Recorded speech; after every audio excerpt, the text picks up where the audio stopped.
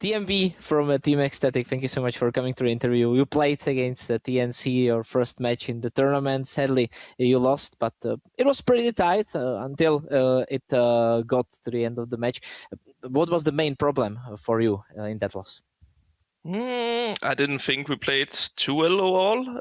We had some pretty good reads on what they would like to do, but we just sadly had the wrong answers to it. We didn't prepare well enough, I would say, because a lot of rounds we knew what they were going to do, but yeah. And then we came up with the wrong solutions, and when it's a best of one, it can quickly turn around, and you sadly lost some games you think you shouldn't lose. What is your current experience with CS2 and best of ones? Because you don't get to play this format most of the time, so you're playing BO3. So how do you feel about BO1s? Of course, BO3s are fun. Best of ones are fun, I would say, but they are way more intense. There's not a lot of room for mistakes because, the games end so quickly now, especially after it came down to 13 rounds to win a game. So it's something we are not too familiar with, and as I said, there's not a lot of room to make mistakes. But that's also what you need to be good at not making a lot of mistakes. And sadly, we didn't capitalize on that last time. Yeah, today we are playing against Johnny Speeds, a very interesting mix of young and talented players. Is there anything you can especially prepare for today's match? Yeah, so we played Johnny Speeds in another tournament, I think a few weeks back, where we unfortunately lost. But hopefully we are more prepared today and we will come in and smash them. Do you feel nervous a bit because this format is very quick? If you lose today, you will be at 0-2 and you will be on the brink of elimination from the tournament. So how do you keep your calm today? Yeah, so I wouldn't say we're nervous. Of course, we know that this is a pretty important game to win because it's always not fun to go 0-2 in a Swiss format. But luckily, if we end up going 0-2, the BO3s start to come, and I think that suits us a lot better. But we're still confident we'll take the victory today, and we'll do our best to do it. Of course. Thank you so much for the interview, and good luck in today's match. Thank you.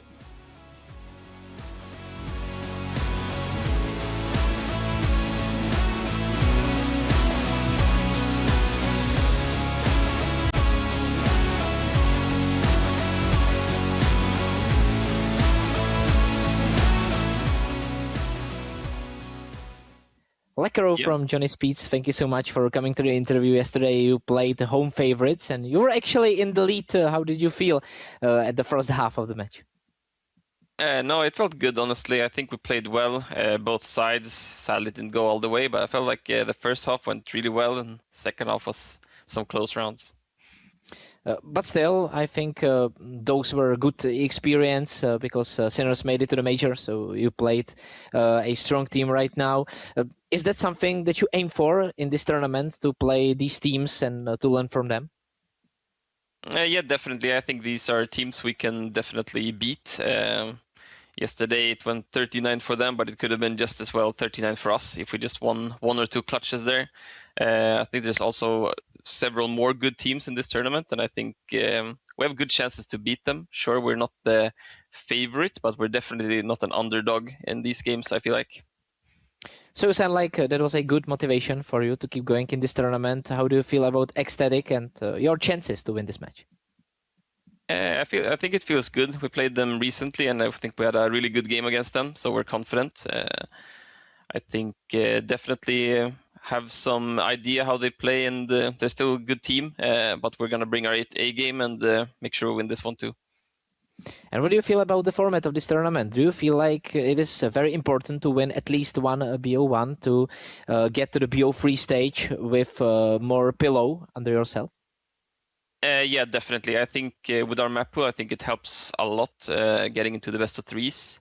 I think we can sometimes struggle a little bit in these best of one games because our map pool is a little bit smaller than some. I think if we get two maps we're comfortable with, I think we can definitely beat a lot of teams. All right, great to hear. Thank you so much for the interview and good luck today. Thank you very much.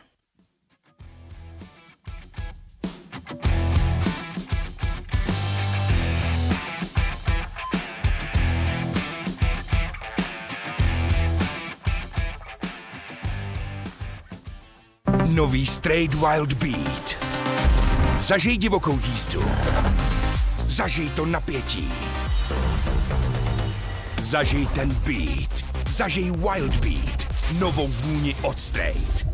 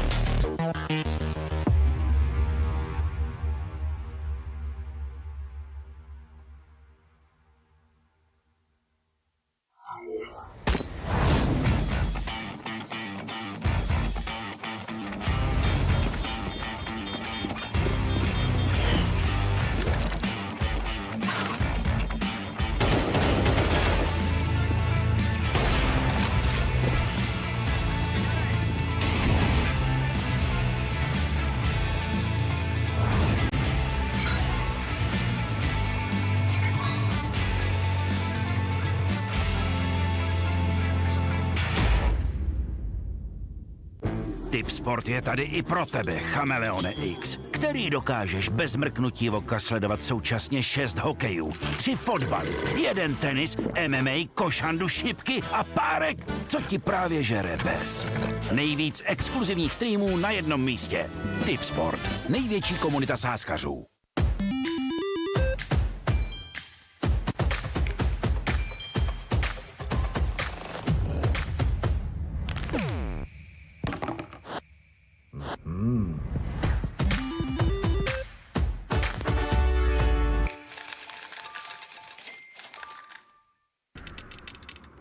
One click is the difference between winning or watching. And this is the fastest click in the world. Powered by revolutionary hits technology. With custom actuation, rapid trigger reset, and click intensity. Tuned to your competitive play. We didn't just evolve the click. We reinvented it. Pro X2 Super Strike. Tati, už jsem to vymyslel. Nemusíme tady mrznout, už vím, jak můžeme letat. No to půjde těžko bez křídel. Máš pravdu, ale proto tady mám Red Bull. A ten nám dá křídla. Stačí, když se napije. Aha, a jak asi? Ale tati, prostě se napij. Počkat. A co to je? Co to je? 40 pod nulou to je? Nebo jsi smyslel, že tady zůstáváme jen tak pro zábavu? Red Bull vám dává křídla, ale jen když ho piješ.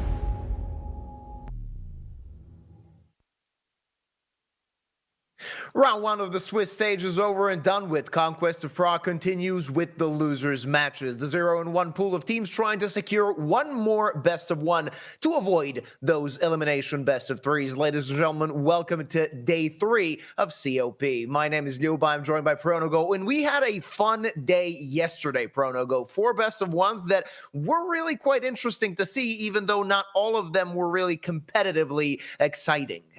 Well, it's fair to say that some of them were more on the side of a walkover. But let me tell you, there were still some interesting storylines to take from them. Obviously, we had the return of screamed competitive Counter-Strike play. that was very exciting. And his team won. His team won, not him.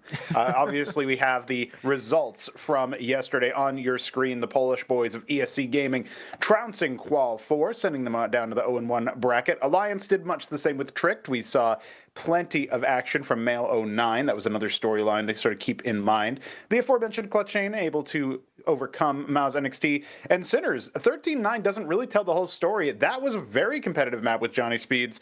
Definitely the most exciting one that we ended up seeing. A bit of a barn burner. And look at that.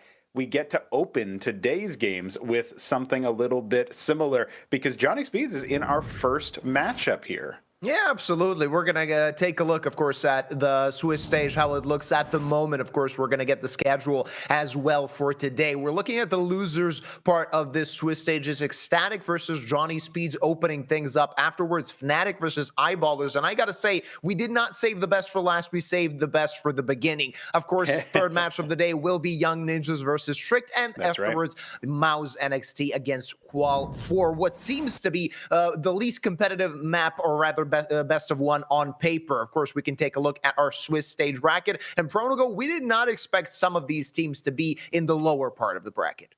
Yeah, that's right. I think you come into this tournament and Fnatic still has a little bit of name recognition, despite the fact that they've switched over to this Ukrainian majority lineup. Crims is still with them, the legend, the guy who's been around for a very, very long time now in top-level Counter-Strike.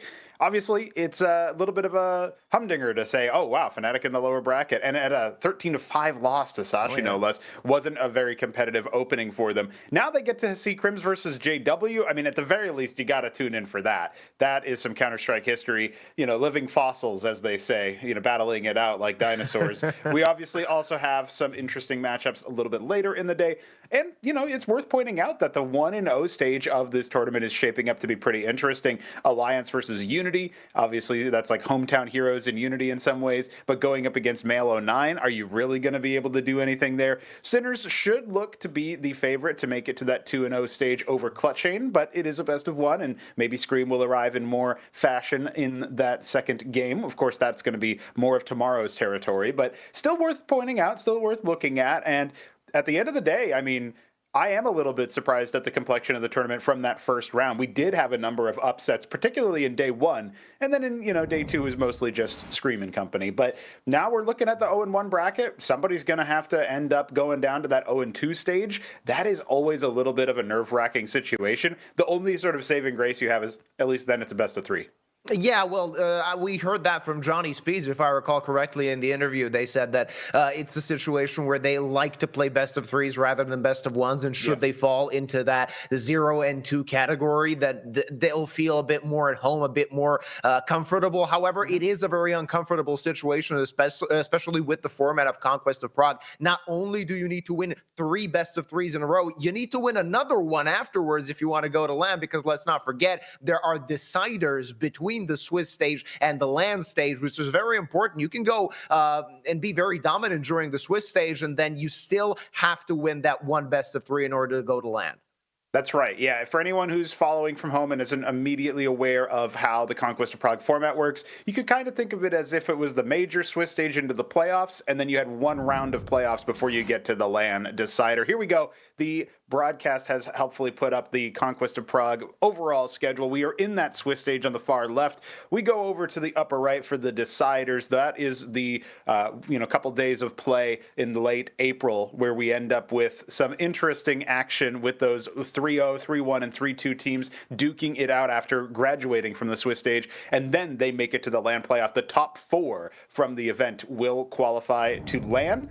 And I am very excited to see what's going to happen there. We got the war chests filled. You see the prize pool there. And yeah, I mean, it's no joke this time around as far as the prize pool is concerned. We got lots of money up for grabs. And that coincides with, of course, the sweet VRS bounty that everybody is looking for. We heard that talked about in interviews tirelessly yesterday, where teams were talking about, well, we could get farmed here. We could be the sort of ATM dispensing out all the VRS that everybody else wants to start knocking on, and we got to be careful. That was the favorites feeling that way, and I think especially after how day one went, they were right to be a little bit concerned. So it's cool to see that a lot of them did manage to right the ship, so to speak. But yeah, today it's where we're going to be separating the men from the boys in a real way. We're going to be talking about a situation where, more than likely teams like Qual 4, they are not going to be able to make it past the first hurdle or the second hurdle now in this case.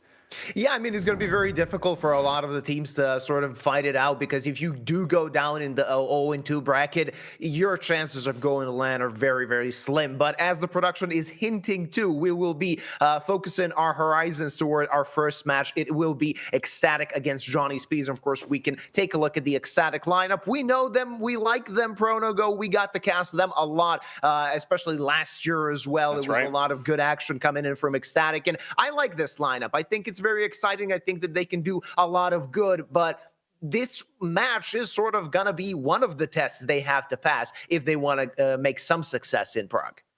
Yeah, it's interesting because ECSTATIC has to go up against the Swedes of Johnny Speeds. And this is a situation where, I was saying it yesterday, when you see Johnny Speeds versus Sinners as one of the opening matchups, no matter who loses, you're scared of having to face them. And ECSTATIC have been the unlucky draw. If either of these two teams makes it into the 0-2, and one of them has to, it's going to be a little bit of a surprise, right? That's not what you were expecting when you saw the strength of the lineup. Obviously, we saw some pretty good moves from Lekros lurking. We saw Joka B having a good amount of impact in sort of the entry position. And it was surprising as well to see that even with Knock firing on pretty good, close to all cylinders, that team was eventually overwhelmed by the strength of the lineup of Sinners. Going up against ECSTATIC, they should be considered favorites, and now we get to see which map we're dueling on. As a reminder, I said it before, no Ancient Yuba. I said it to you before we went live. That was manifesting, okay? Yeah, we are not going to be looking at Ancient. It will be Inferno. I think for the first time in this competition, Inferno will be showcased. And I'm very excited to see what both teams can do. Neither of them are incredibly good on this map, but both of them are sort of very well drilled on it. They have more than 10 maps played in the past 3 months, so you can expect some tricks up their sleeves. Of course, we can consult with the bookmakers, and it's even odds, Pronogo. This is not something we see every day. 185 to 185. ECSTATIC and Johnny Speeds, whoever you bet on, there's a chance you're going to lose money. Well, that's right, and that's always the case. But when I'm seeing the way that the ECSTATIC lineup in particular started to take shape, they are a storied lineup in terms of the fact that they never really manage to make it beyond where you expect them to be. They're always like at the budding edge of maybe the tier 1.5 sort of space. They haven't had a lot of outsized success at LAN events the way that you would think of, say, Big Clan after the signing of the big boss himself. So when I'm looking at ECSTATIC, I'm worried that they'll sort of falter here in the online stage. And Johnny Speeds is no easy matchup there. That these are going to be a tough set of games that we're going to be casting. And we're starting off on Inferno. Again, a very storied map itself for Counter-Strike. Let's see what Johnny Speeds want to do. They've taken to the T side. Yeah, Johnny Speeds starting on the attacking side. We'll see what that brings them. Talking about our sort of subjective favorites, I would say the Johnny Speeds sort of have the edge, even though ECSTATIC are the better ranked side. Though I can see action happening very, very quickly, Pronogo. Some peaks happening towards brackets. Nut is in danger, and he needs to pull back, somehow escaping with his life, but his teammate will not be so lucky, and Nut on the open loses his head. It's the A-bomb side that belongs to Johnny Speeds. Yeah, and the rest of ECSTATIC are so far away. You could tell that Nut and Buzz were trying to stall out, but Buzz couldn't react, couldn't escape. He was immediately pincered, and obviously Nut did not land enough shots, land any headies. As a result, Johnny Speeds just bowls them over. And yeah, taking it by storm. You were talking about subjective favorites. Bookmakers think this is a dead even game. And I can certainly understand from somebody who tries to look at every match that they're going to be covering with some degree of objectivity. I might like the players on Johnny Speeds. I might like Nico Odaz's headshot. Very nice, very nice. But at the end of the day, I do see why ECSTATIC would be ranked fairly favorably. They even get a nice little cleanup crossfire for all the bounty kills. So we'll probably be seeing a nice force buy out of the second round for ECSTATIC. But I do think Johnny Speeds just has the it factor on their side. They are able to get up to pretty strong leads. We saw that against Sinners. yeah, you might criticize their ability to hold after the fact, but I don't think that their T side is going to be in question. And on a map like Inferno, it can be very challenging to break through a solid defense. If ECSTATIC never get off the ground, that's what you got to watch out for. So this next round, and most importantly, the first gun round, is going to be the big trend setter. What are we going to see out of the tone of this match? Yeah, absolutely. This round might tell us, well, I was going to say everything, but it might tell us a lot. That's a definite. ECSTATIC losing the pistol round, but probably in the best way possible, killing all the Ts, granting themselves a bunch of money. And you can see Nikodas on the M4. They got an SMG as well in the mix. So it's definitely going to be a dangerous round for Johnny Speeds, this one, and they're taking their sweet time. Taking their time, smelling the flowers. There's a lot of them on Inferno. Valve, please fix. I have to say, people have been talking about how cluttered and claustrophobic Inferno can feel in Counter-Strike 2. Definitely something that you'd think this map would have been most changed by the ability to break smokes with HEs. I think we're slowly seeing teams figure out strategies for that. It's trickling down from tier 1, and in some cases it runs uphill. Now, we have ECSTATIC going to be facing off against the Speeds, charging through mid, trying to take bracket control. First kill is successful on Buzz. Nutnut's been forced back. Successful routing here from Johnny Speeds. Very well played. At the end of the day, ECSTATIC maybe even forced their hand a little bit. That utility exchange was everything Johnny Speeds wanted to see, and you could already see ECSTATIC pulling back. They want to save what they got for round number 3. They will still be a threat, especially with that Nikodas M4. So let's not forget about it when we get to the next round. But Johnny Speeds doubling their advantage at the beginning of this best of 1 and doing it in a very good fashion. In this one, at least, losing none of their players. Yep, this is looking pretty solid. I mean, you think about the pistol round, they were able to take the site with no losses either. It's just what happened afterwards that gave their opponents a little bit of extra cash to splash. Might have been a little bit of a bait, though. I mean, you think about the economic state of ECSTATIC now, they are obviously going to have to wait a few rounds here before they can start leveraging full buys on everybody. Most likely player to be able to drop an op would be Analele. Not entirely sure if that's something that ECSTATIC are going to be feeling. As we get into a replay of the action here, it was pretty quick, you know, blink and you miss it. Sapek on the entry here was able to take Buzz's head clean off and immediately force a pushback of Nut once again. So we're starting to see a little bit of a trend here. The Speeds having very precise A takes, and they're not afraid of a slow round. We saw this on Mirage. Try to slow things down to get a feel against Sinners. Didn't work out for them on the T side as well as you might have hoped compared to their faster rounds, but they can do it. And here's an entry kill. That's Sapek going down by Nikodas' A1S. You said earlier, Luba, that gun's going to fire nicely. And there you go. Nikodas opening the scoring in this third round of play. And going all the way back to B, he wants to be unpredictable and sort of force Johnny Speeds into his crosshair. Not going to be the case as the Speeds are moving toward that A-bomb site. Still a threat of some sort. Nut can be dangerous with that 5-7, and he has a player to support. As Buzz with the dualies will be trying to take somebody's head. It's an interesting setup, but if Johnny Speeds players go through long, it's going to be very difficult for them to defend the site. Long range with the 5-7, and not really gonna bet on Nut to find the headshots.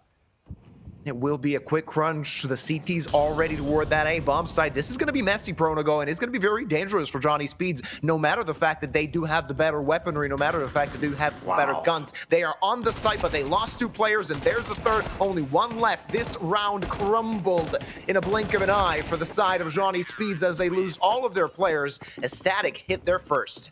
Man, there's so much to talk about with regards to that round. First of all, I have to commend Johnny Speeds for getting fragged by the A1S, sussing out that there's no other real investments. It's all just, you know, sidearms. It's all just a little bit of utility here, trying to stave them off elsewhere. So what do? Go straight up mid into A, thinking he's going to rotate. He's going to go over to B. It was a beautiful call. It was definitely a bit of like a mid-round read. You know what happens when somebody with like the only proper weapon is there. But then what does ECSTATIC do? They don't sit around and wait for their bluff to be called. They start pushing down Banana at the same time as Johnny Speeds are slow walking all the way arch side.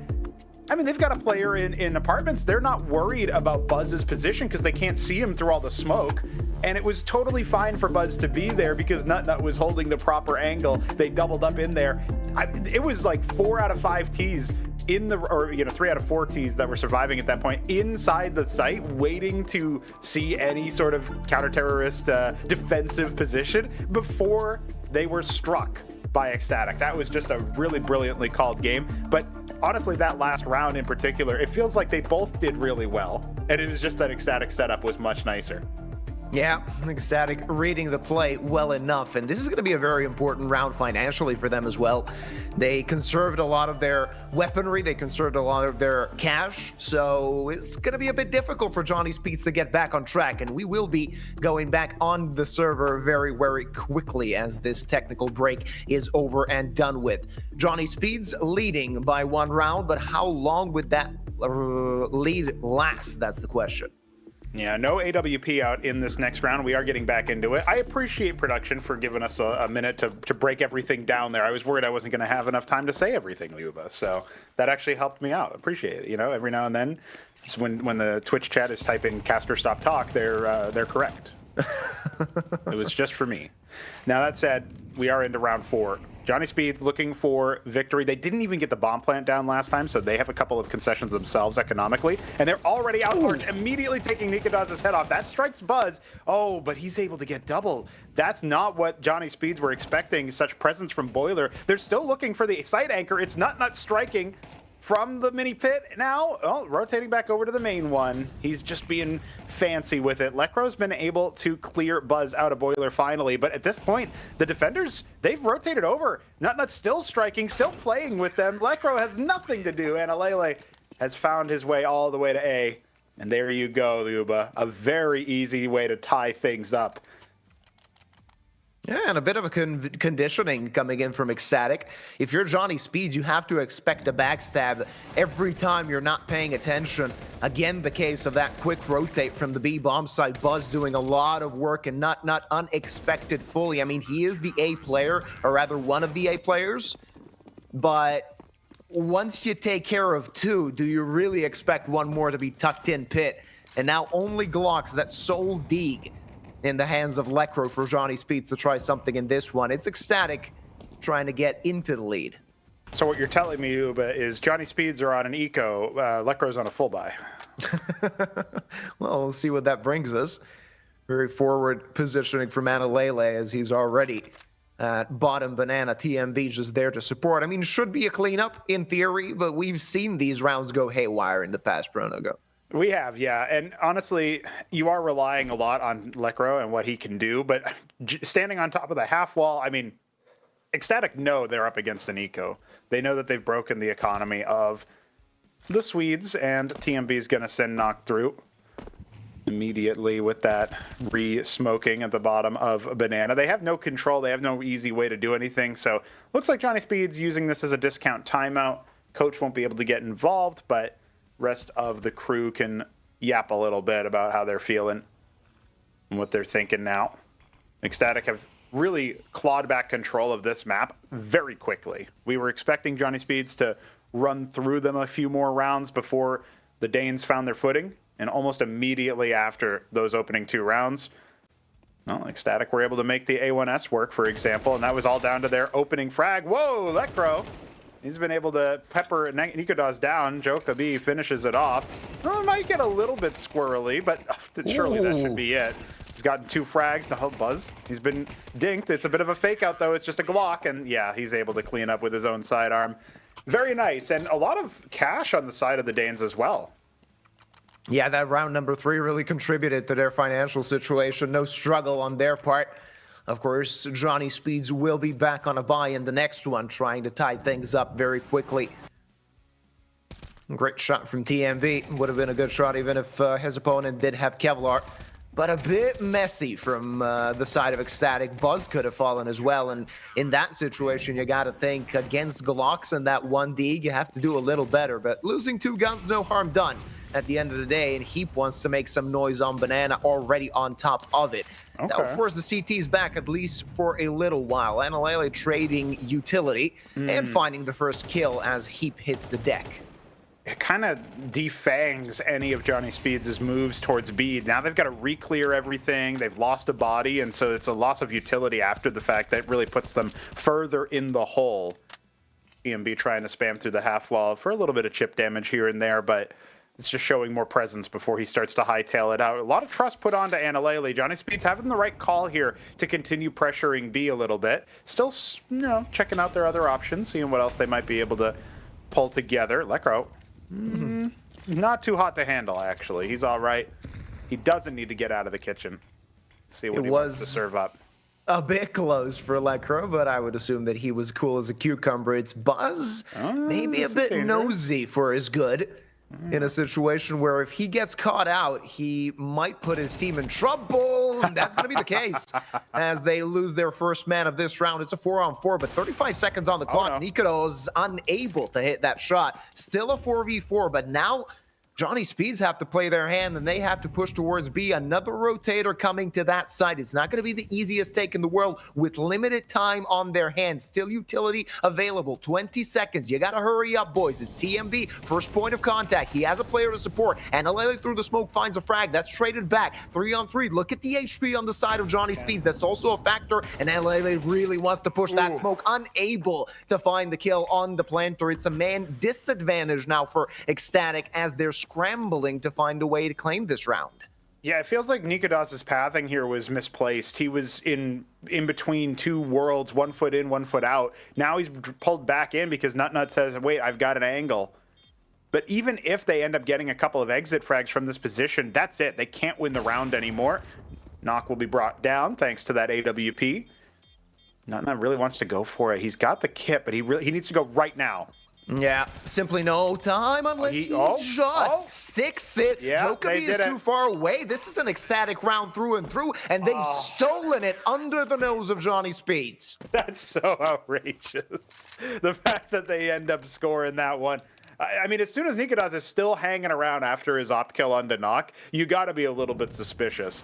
You know, it might have been a fadeaway shot, but Johnny Speeds are gonna be kicking themselves. They did so well to just barely trade their way onto the bomb site, make sure Analele couldn't bring down the bomb planter and throw their plan straight into the trash. It was so close, and Nut just steals it away anyway.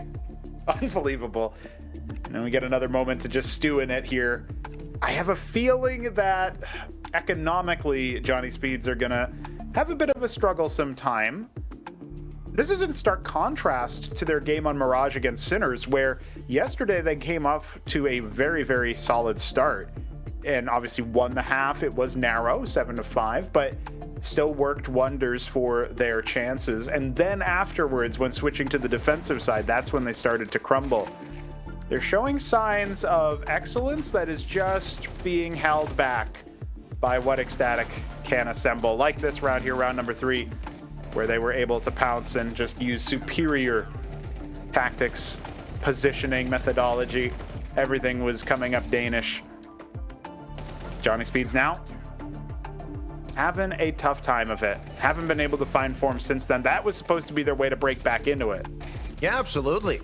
I mean, you lose round number 3 in a bit of a weird fashion, just being too slow for your good, and you lose a round like this. Those 2 rounds will take the wind out of your sail for a little bit at least. Luckily for them, it's a tech pause. One of the players we just got word got disconnected. Hopefully that should be fixed very, very quickly, and we'll be back on the server. 4-2 is the scoreline. It's ECSTATIC in the lead on their CT side of Inferno. Johnny Speeds, no slouches, so you shouldn't take them out of this one just yet, but these 2 rounds that went the other way, they'll be thinking about that at least for a little while longer.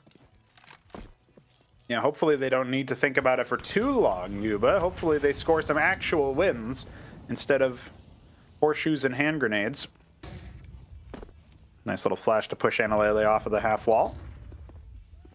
One thing that I will say about Johnny Speeds is that they're pretty good at conditioning, pretty good at altering their execution, altering their lineups and utility, and even just where they put their players sometimes, just little bits of here and there. But Heap has now been killed by Bams through smoke several rounds, and not quite consecutively, but feels like he's dying without any capacity for impact, without any ability to be traded.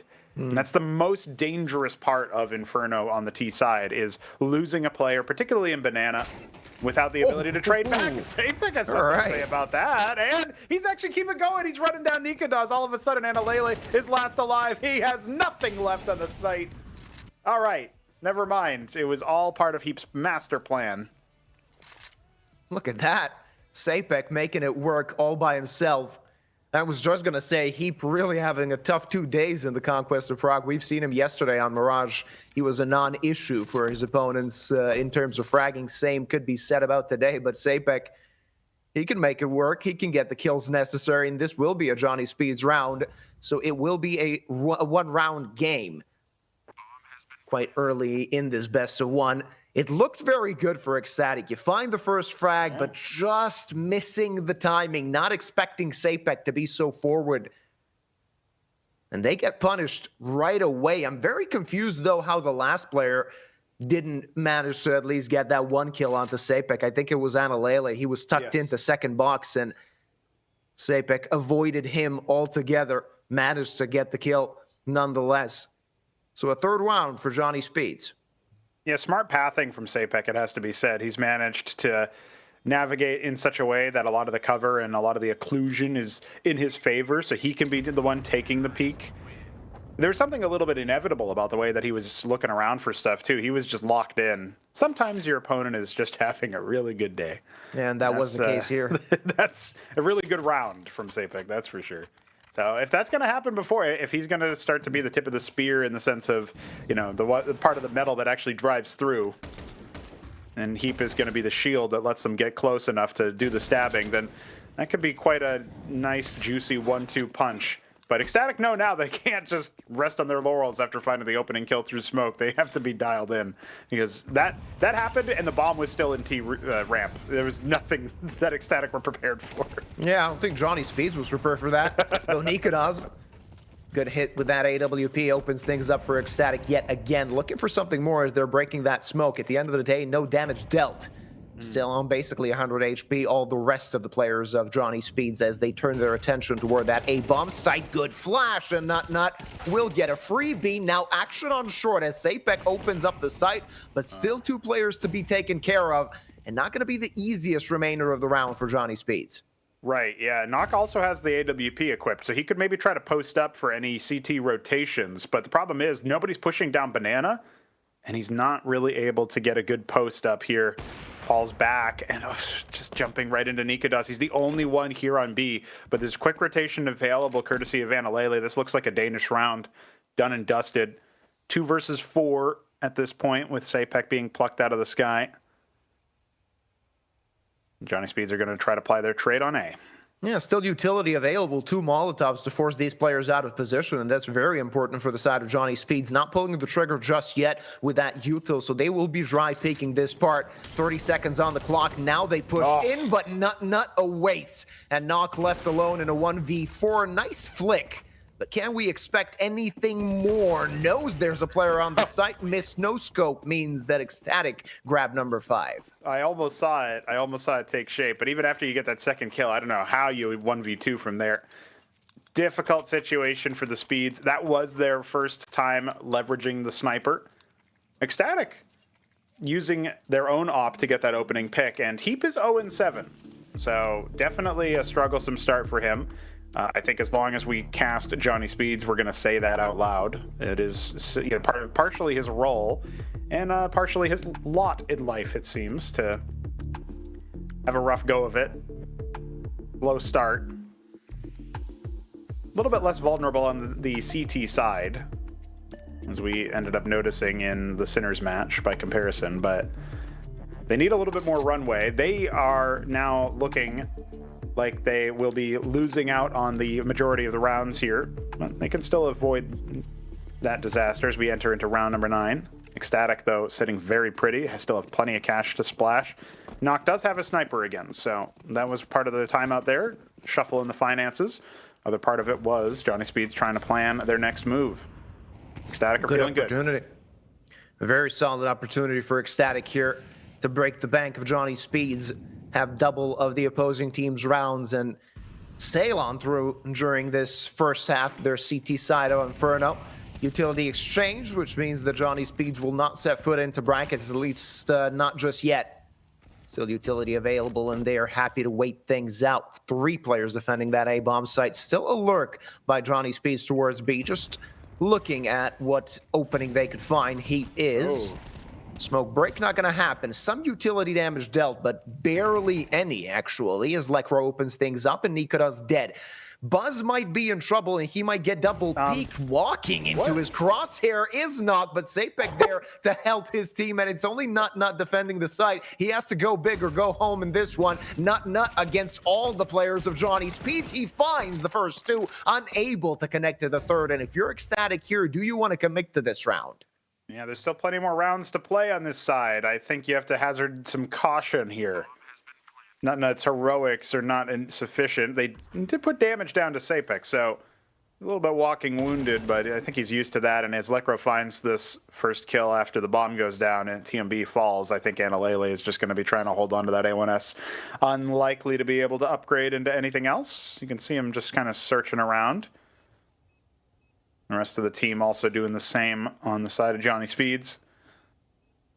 A very impressive round, but also I don't know what the idea was with that AWP push. That almost feels like it's a 2000 IQ bait or something. Try to bait the spray, but he was moving a little bit too slowly, lingering a little bit too much.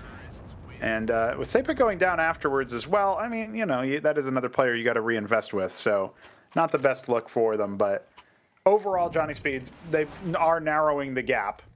And yeah, let's get a replay of some of these kills here as well. That was Lekro with, of course, Sapek on top, who had to dismount in order to make sure Nock didn't get shot in the back.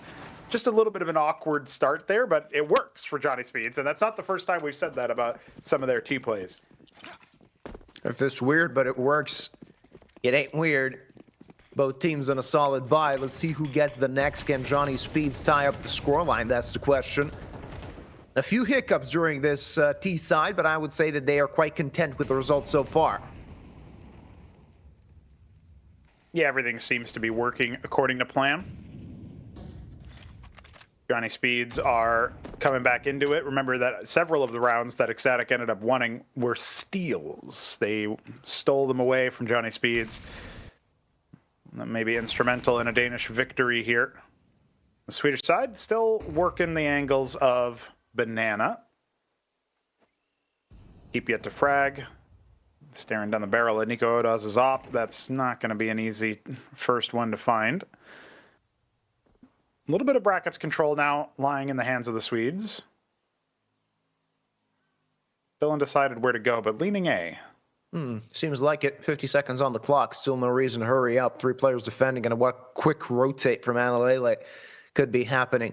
Nikodas, of course, has entirety of banana control, so it seems like a good read for ECSTATIC so far, but they need to click heads, and we've seen some good reads in this competition before that ended up going haywire for the defending side. TMB, does he want to walk through that smoke? Would be a bit dangerous, and it won't be the case. Sapek taking space on long. Now they have to pull the trigger. 25 seconds on the clock. It's Sapek, or rather Lekro, that's first to go down. Nock trades that frag back, but there's still a lot of CT presence on this side. They're going to have to hurry up. Johnny Speeds needs to play to their name. Buzz last alive on the site, trying to defend it, unable to do so. Through the smoke, Analele misses the bomb, will get planted. And again, a 2 versus 3 post planned. Again, a situation where ECSTATIC, at the very least, will be looking to get some exits, and as I say that, Analele is pulling back to save his gun.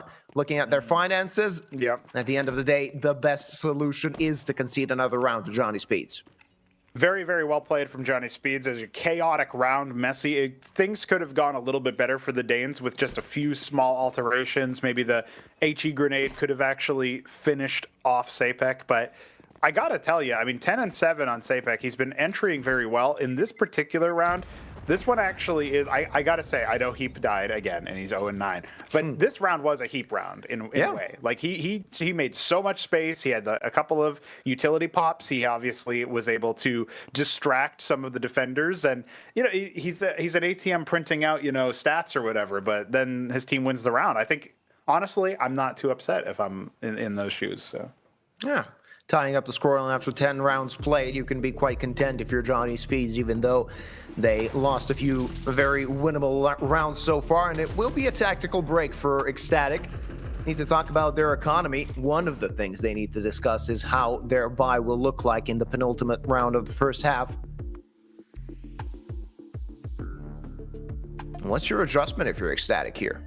Yeah, an adjustment definitely necessary, because when you're thinking about the way that ECSTATIC have been going about the defenses, a lot of it is, you know, they're taking forward positionings around Banana, but they're allowing those arch controls, those brackets control, to go the way of Johnny Speeds. I think at first because they recognized that they could rotate quickly, they recognized that they could play a little bit further back passively, and they were winning the early rounds, they were winning the early duels. Now we're all tied up, and Johnny Speeds has found the adjustments that they need.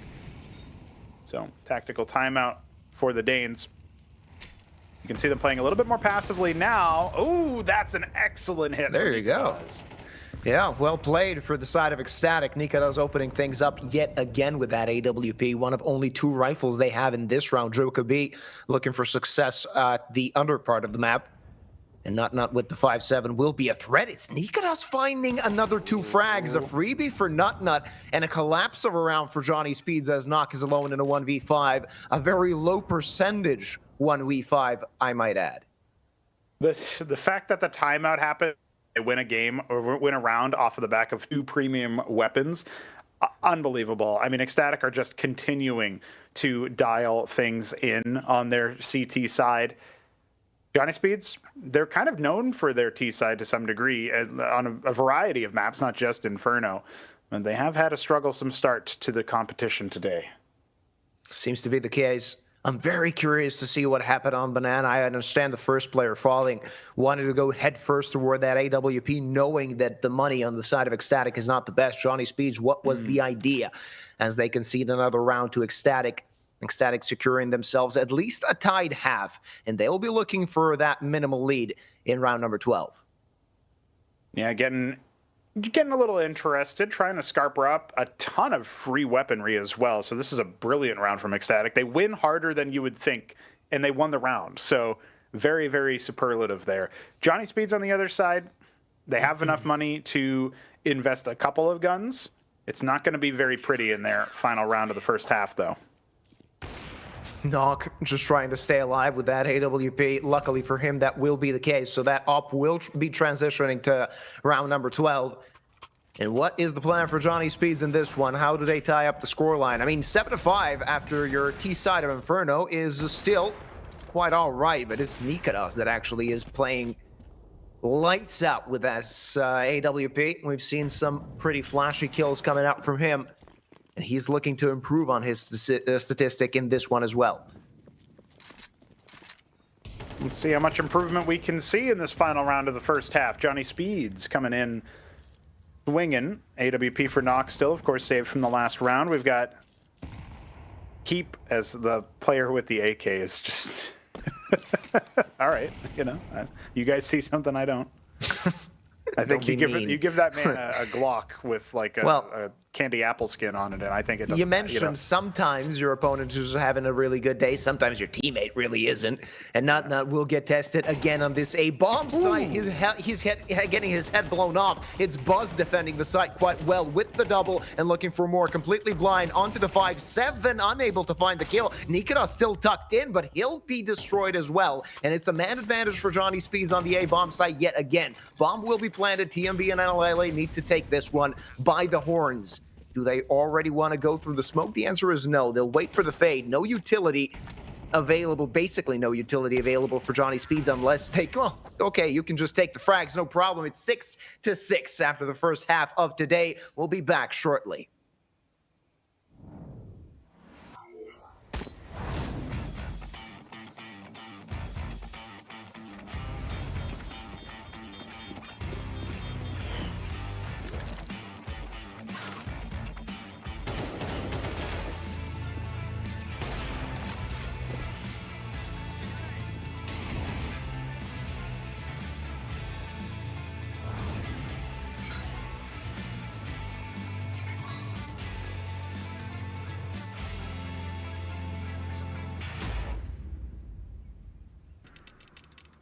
One click is the difference between winning or watching. And this is the fastest click in the world. Powered by revolutionary hits technology. With custom actuation, rapid trigger reset, and click intensity. Tuned to your competitive play. We didn't just evolve the click. We reinvented it. Pro X2 Super Strike. And we're back, ladies and gentlemen. All tied up after the first half is Johnny Speeds that had some really good T-side plays. Unluckily for them, a few blundered rounds led to this scoreline being all tied up, but it's ECSTATIC now on the T side. Let's see what the Danes can bring to the table. I'm excited, Luba. I feel like ECSTATIC are going to be showing us a little bit of a different look than what Johnny Speeds did. Johnny Speeds very much characterized around a methodical sussing out of the enemy, but not giving them too much time to wait. And you know what? We can say that last part is a commonality. They're already charging up Banana, forcing the T's to break a little bit is Johnny Speeds' utility usage. Okay, pump the brakes, see what's going on, but for a second there, you really thought they were just going to go right through. Instead, they forced the smoke out. They forced Johnny Speeds into defensive posture. Easily overrun. Two players defending this B-bomb side. Let's see what they got. Flash ready by Sapek. Dooley's at the ready as well. It's Heap that needs to stay alive for as long as possible. Flash pops a little bit too early. Still a lot of time left on the clock for ECSTATIC to even change their mind, but they're rushing head first. That is B-bomb side finds the first kill is Heap, but now Sapek needs to come alive as his teammates are dead. These Dooley's far and away, but only finding one. And it's a 3 versus 2 post plan as long as they can get the bomb down, which won't be really completely easy. All right, the bomb is planted. Joker and Knock now trying to take this one in a man disadvantage situation. Both of them going through church, not with the dualies. Long range dualies versus a USP. I don't see that hitting the mark unless he can be precise enough. With the help of Nikodas, he is. And ECSTATIC take the lead again. It's a small detail, but Johnny Speeds actually were hiding Joker's position there. Only Knock was spotted, so they actually didn't know if there was still another player, lurking through the A side of the map, maybe coming in through mid or something to that effect. So Buzz was very far away from the site as a result. This was a 2-on-2, but thankfully, Nut and Nikodas are able to take care of everything. If you combine Nut with Nikodas, you get triple N. Yeah. That's... I don't know what to do with that information. Somebody does. Somebody will get it. All right. A force buy in the hands of Johnny Speeds that they're looking to make something happen, but Sapek won't be as he gets blown away through that smoke. First frag of the round goes to the hand of ECSTATIC and not what Johnny Speeds was looking for. Heap on 39 HP. That's a factor as well to keep in mind for this round. It will be an A take, it seems, and Buzz spearheading this attack. This MAC-10 looking to open things up. Pistols firing directly upon him, yet he somehow survives. And now they take the site. Easy as you like, and ECSTATIC will be grabbing number 8 as well. I'm not a fan of Johnny Speeds taking the force buy in this situation, but then seemingly having no organized plan. There was no flashbang or setup for the jump through initially, so they go down a man immediately. Then they have to worry about B, so they don't have as many players towards A. As a result, everything seemed to just fall apart for them rather quickly there.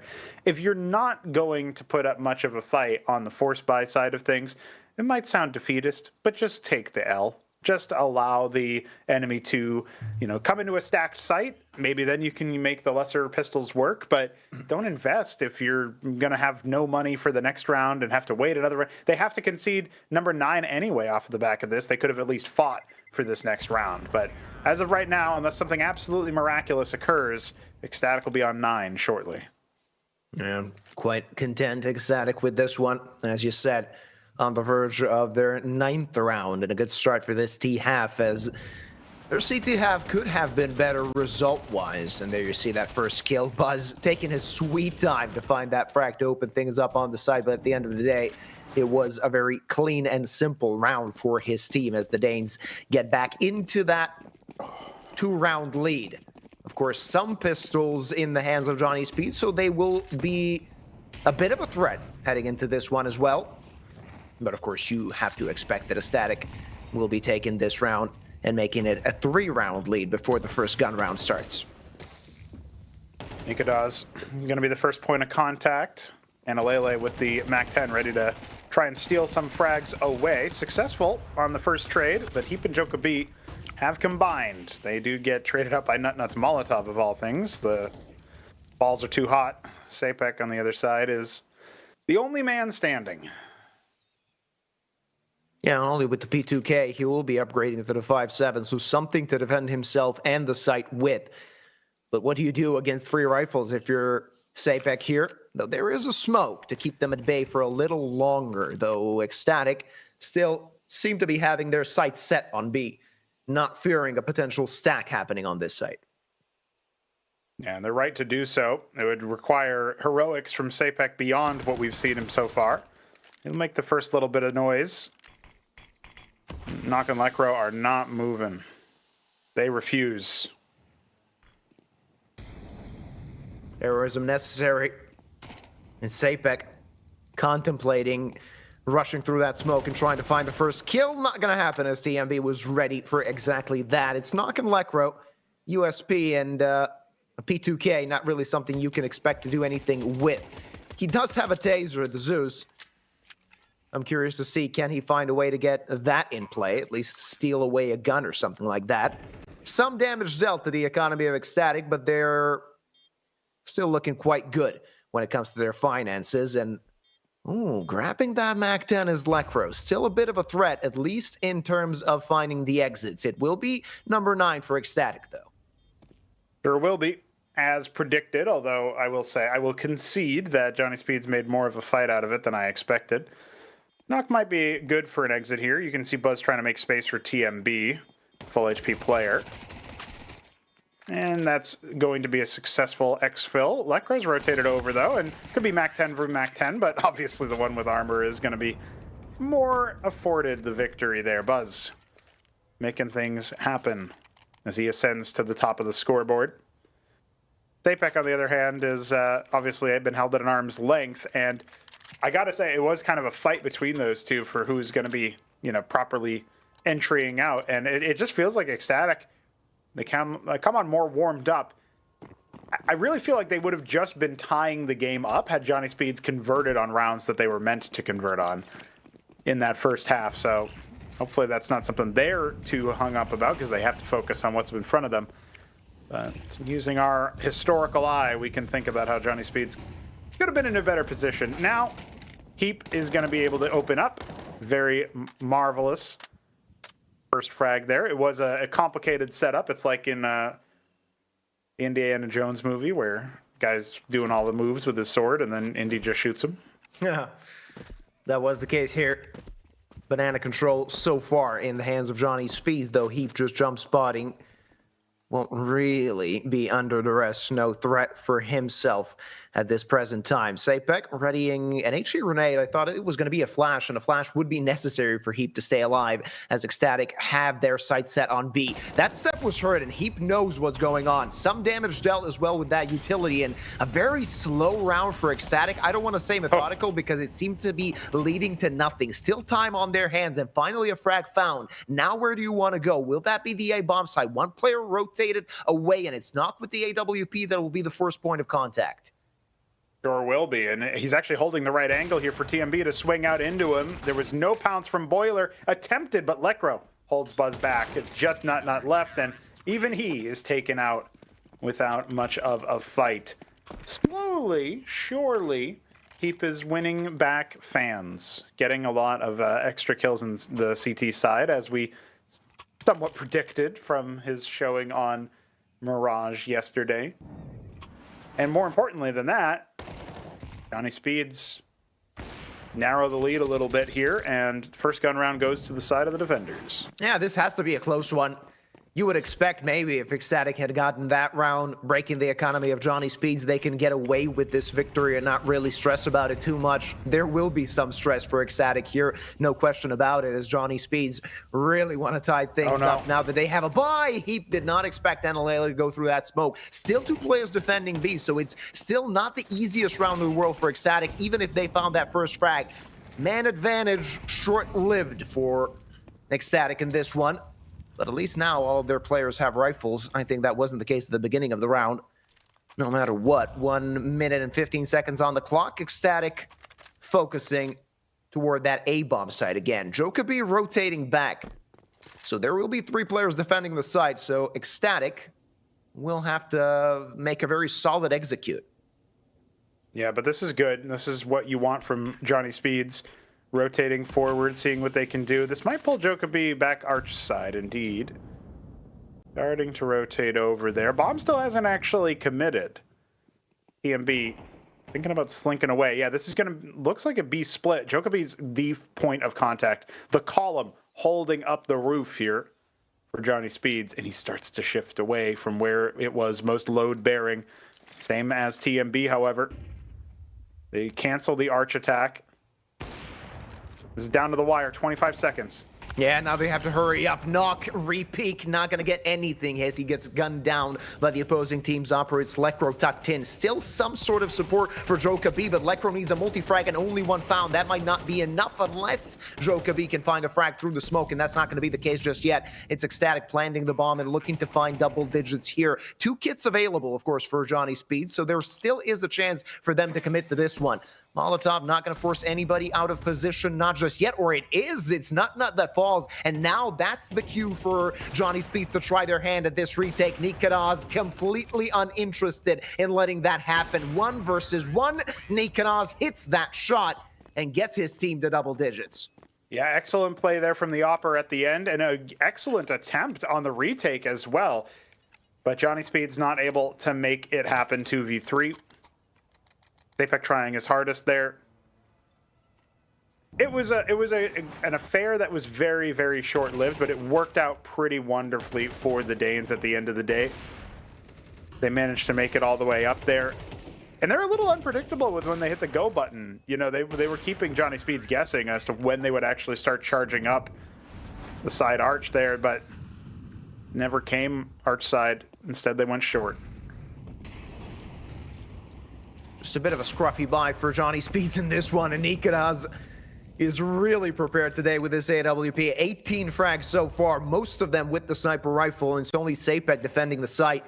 Going to be a very difficult round for Johnny Speeds, it seems, unless they can find a multi-kill, unless somebody can get some heroism in. And Zapek with still very forward positioning. Jokabi slowly rotating, but Zapek wanted too much too early, and now it's a 2-man advantage for ECSTATIC, as wherever they go, they will have a good shot of getting this round, grabbing number 11 and breaking the economy of the opposing team. Knock hits his shot with the AWP, slinks back to the A-bomb site, and slows things down in this round.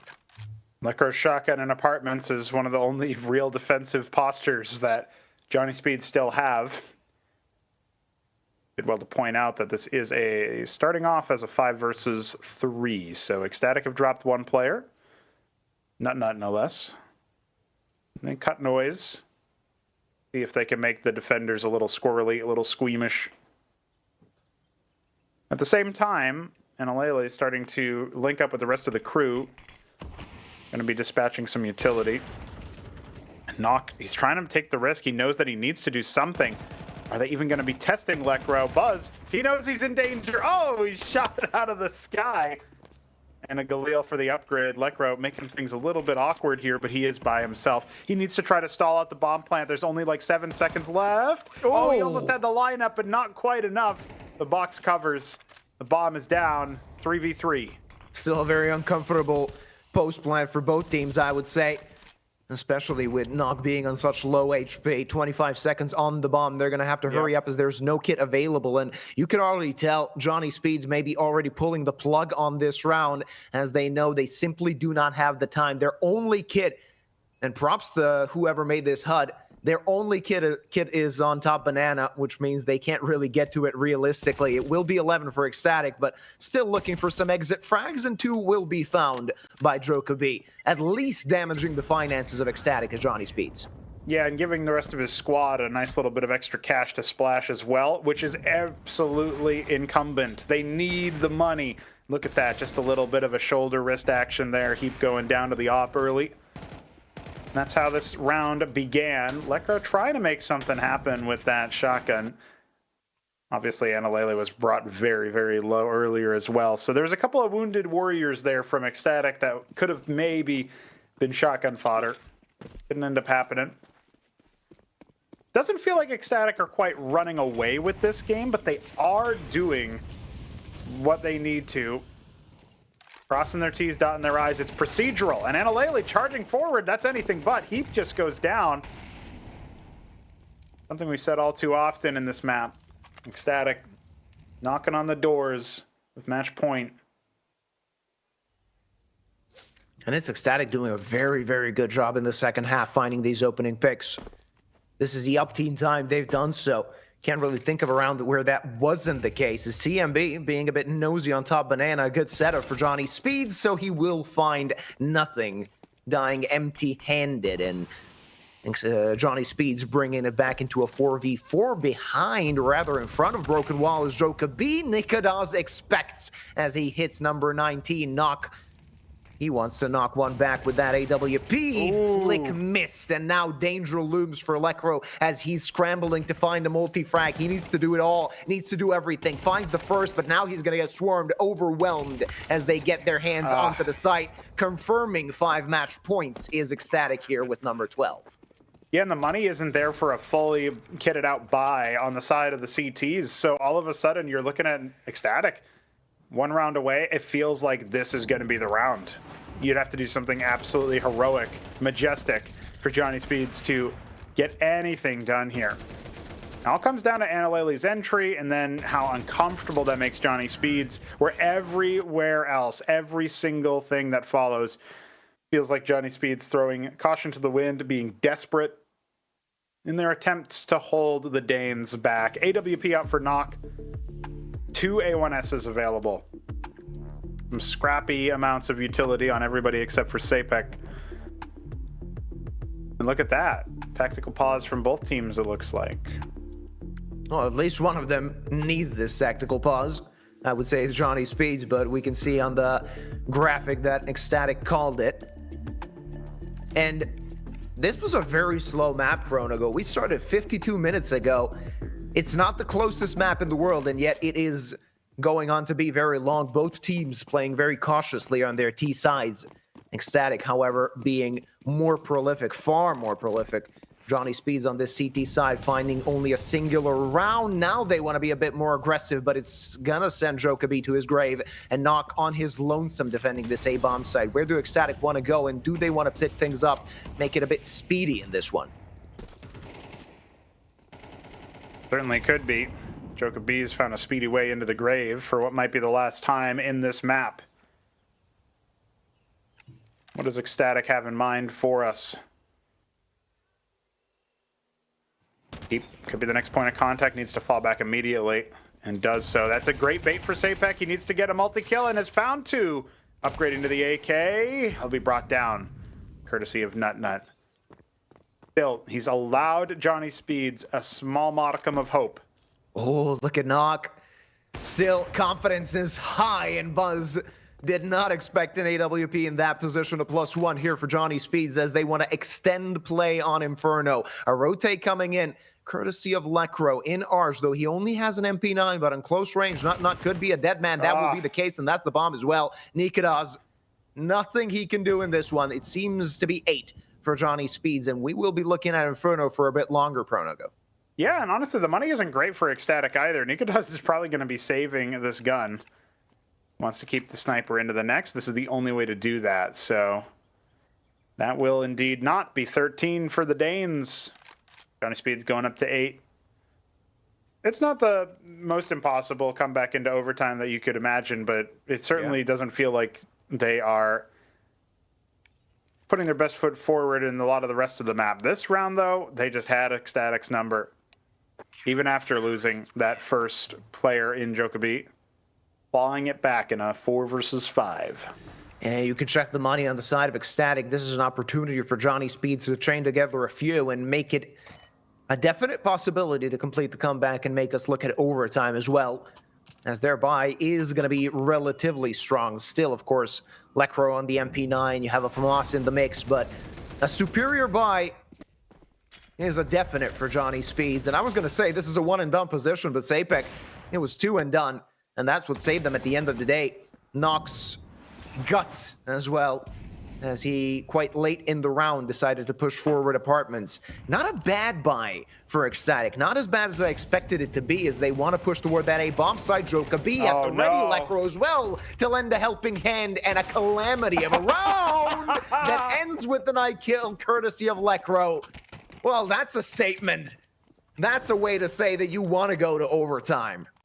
Yeah, who said Inferno has to be a long one? Apparently this can be a short round after all, and that was just immaculate setup there, and not something that ECSTATIC had properly handled. You could see everybody turning every which way. Knock got an op kill through the smoke, no less, and Lekro has got to be smiling about that one. Oh yeah, 2 HP knife kill, no problem for Lekro. 3 rounds left to go for the side of Johnny Speeds to complete this mini comeback, and this one should be a freebie, as there's only one Deagle, one upgraded pistol in the hands of ECSTATIC, and Heap knows it. I'm going to take some forward positioning, defending Banana all by his lonesome. There will be Sapek there to lend a helping hand should Heap need it, but something we do have to address is the fact that Heap did start fragging. He was 0-10, now he's 6-16, far from a great scoreline, but not too bad, helping his team close this gap that ECSTATIC made. Yeah, this will definitely be a gap closer. You can say that without any doubts in your mind. Ain't no way they're getting glocked, even with Nikodaz's Deagle. Would be a bit too much, wouldn't it? Rubbing salt in the wounds of defeat for Johnny Speeds. Still, a Deeg is always quite dangerous. Let's see what they're going to do. Knock being the first point of contact, bait happening, and Knock might be in a bit of a pickle. There, Jokobi to help, but only 1 and done. Knock still wants to get a few frags for himself, and that should be the case. Still, Nikodaz takes that op out of his hands. Lekro there to pick it up if it's necessary. Johnny Speeds hit double digits, and 2 more rounds left to go. In theory, Pronago, it's only 1 round left to go when it comes to full buys, proper buys for ECSTATIC. Yeah, I think they're buying here, though. I'm pretty sure they're going to be investing in what they can. This one is going to be the one for all the marbles. Let's see a little replay here. Knock seeing the first shot right out the sky and immediately able to dodge back away from defeat. Jokobi is the sacrificial lamb at first. And here's that purchase I was talking about. We got AKs, we got Galils, and a little bit of utility here as well. ECSTATIC are going to be taking this one very seriously. Johnny Speeds need to as well. Heap just eats a bunch of grenades. That's a lot of damage. Heap left on 21, and we've talked about him. He is one of those players that is constantly on the receiving end of utility damage. Buzz, I think he was spotted by Jokobi as he was just shoulder peeking. Now, that shouldn't be the case. Now, when we look at Jokobi's POV, 70 seconds left on the clock. What do ECSTATIC have in store to try and close this best of 1 out? Not missed shot. Now a bit of trouble toward that B bomb site. There's still a lurk on A, so ECSTATIC, with the time they have, they can still rotate to the other side as well. Yeah, they have a lot of time, actually, and they suss out where the AWP is. That's going to influence their moves. They are choosing the right site to attack. There's only 2 defenders here on A. You've got Jokobi, you've got Lekro. They've done all right in this map, but this is a very tall order at the precipice of defeat for Johnny Speeds. It feels like it's this round for them, and we go to overtime. Otherwise, ECSTATIC are going to clean this best of one up and we move on. Oh, that's a solid nade for Lekro. I expected a little bit more damage. Now the A-split comes in. 2 players defending. Jokobi and Lekro, they're going to have to put their first best foot forward. Not going to be the case for the first. And Lekro just hoping to stay alive for as long as possible. Wild Spray not going to connect. And as you said, this is it. Seems like this best of one is done and dusted unless Johnny Speeds can get a victory via very low percentage 3v5 retake. Nikadas on the backstep takes care of Heap, and one by one the Swedes are falling. They seem to be in that elimination best of 3 already, trying to scramble something, trying to salvage something. Great crossfire already available for ECSTATIC. First player dies, and the second one as well. It's 13-10 as ECSTATIC grab the victory. A very hard-fought game, one of our most competitive matches so far. And Lekro, you wanted the best of 3s, you got it. GG, ECSTATIC will take the match. And they will move on to the 1-1 stage where they'll play one more best of 1 to decide which phase of the bracket they'll be playing series play in. Johnny Speeds, they looked like they could have maybe made the comeback happen. ECSTATIC eventually solved the equation, had enough runway to do so. Neck and neck first half, and just about as close as you want when it comes to that second half, Yuba. Yeah, absolutely. And you got to feel for Johnny Speeds a little bit. Not the best draw they could have had so far in this Swiss stage. Yesterday they played against Sinners. Now they played against ECSTATIC. So it wasn't an easy road for them, and they will be playing in that elimination match. A bit unlucky for Johnny Speeds. But if we want to summarize this map that we've just seen, they made a few mistakes, a few errors on their T side of Inferno in the first half. The second half, they just couldn't get going on the CT side, consistently losing the first player. And on a map like Inferno, when you're not able to find that first kill, rather when you're conceding the first kill, then you're in trouble on the CT side. Sure are. And that does our first map in 13-10 in favor of ECSTATIC. Moving on into the 1-on-1 stage. Up next, Fnatic versus Eyeballers. Fnatic, the organization that won Conquest of Prague last time around over ENCE, but this time a very different lineup has been fielded. So we need to see if they can avert any further defeats in the opening stage, if they can make it to the play-in, and perhaps even to LAN to try and defend their trophy from an organizational standpoint.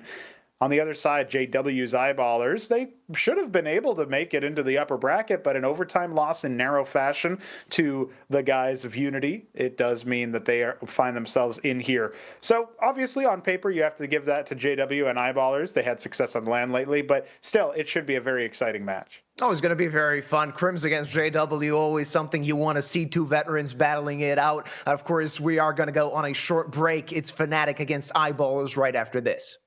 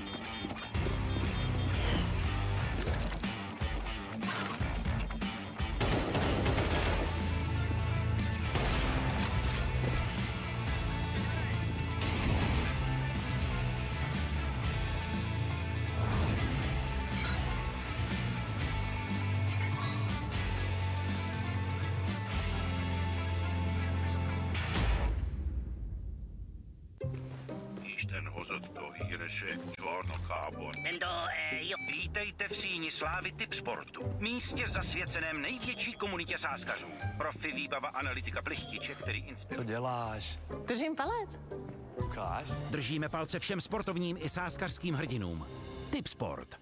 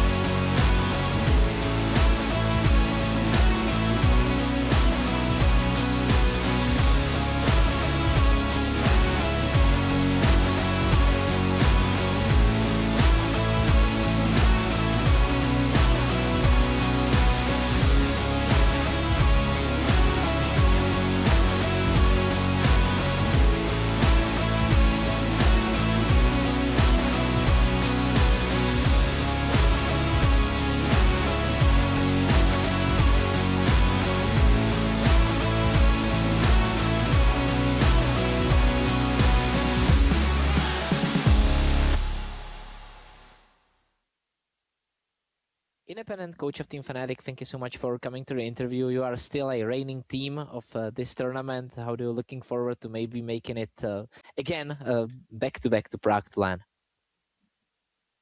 That would be nice. I have positive memories, good memories from the last time, but right now it's too far to think about it. Yeah, right now your form might not be ideal. What do you think is the most important thing that you need to fix? Yeah, for sure. Results right now are not where we want them to be, right? I think our biggest issue is consistency in the late rounds, because we have a good scenarios. Also, the last game versus Sashi, we are going in empty bomb sites. We are going 4v2. And if we're going to get those scenarios more and more often, I believe in distance, we're going to win more games. All right, you lost against Sashi 2 times in a row. This time it was in BO1. Do you feel like their play style is not suiting you right now? No. It's not about opponent's playstyle at all. It's about us as a unit being more consistent, being more connected. Sure. Against eyeballers, what is the main thing that you are maybe looking forward? Is that yet another chance to win the match, to improve, or maybe it is prestigious for you at least a bit to play against players like JW? Nothing in particular, to be honest. Just excited to play more official games, because this year we haven't had a lot of them, right? We need more reps with the team. I believe in the roster that I have right now, and we just need to improve day by day. We need to improve day by day. And you personally do feel the pressure, because coaching Fnatic, that is a big important job in the Counter-Strike history, or at least in the community. So do you feel the pressure to bring Fnatic up to where the organization belongs? I understand that. Fnatic has high expectations from fans, right? From everyone, ourselves as well. But at the same time, we see the work that we are doing daily, and I'm very confident it will pay off eventually. All right. Good luck with that, Independent. Thank you so much for coming to the interview, and good luck in the whole tournament. Thank you a lot, guys.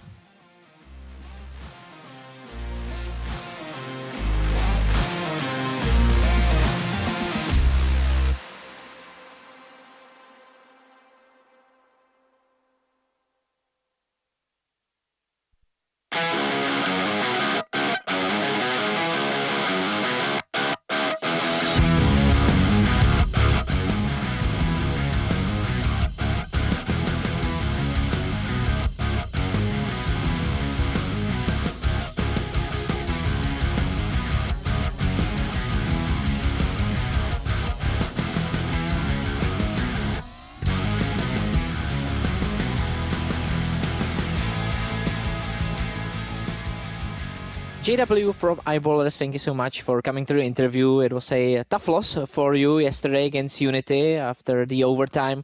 What was the main part that it didn't go your way? I think the main part was probably the T side. We didn't get the T side going. The reads wasn't too good, and the trades were a bit off.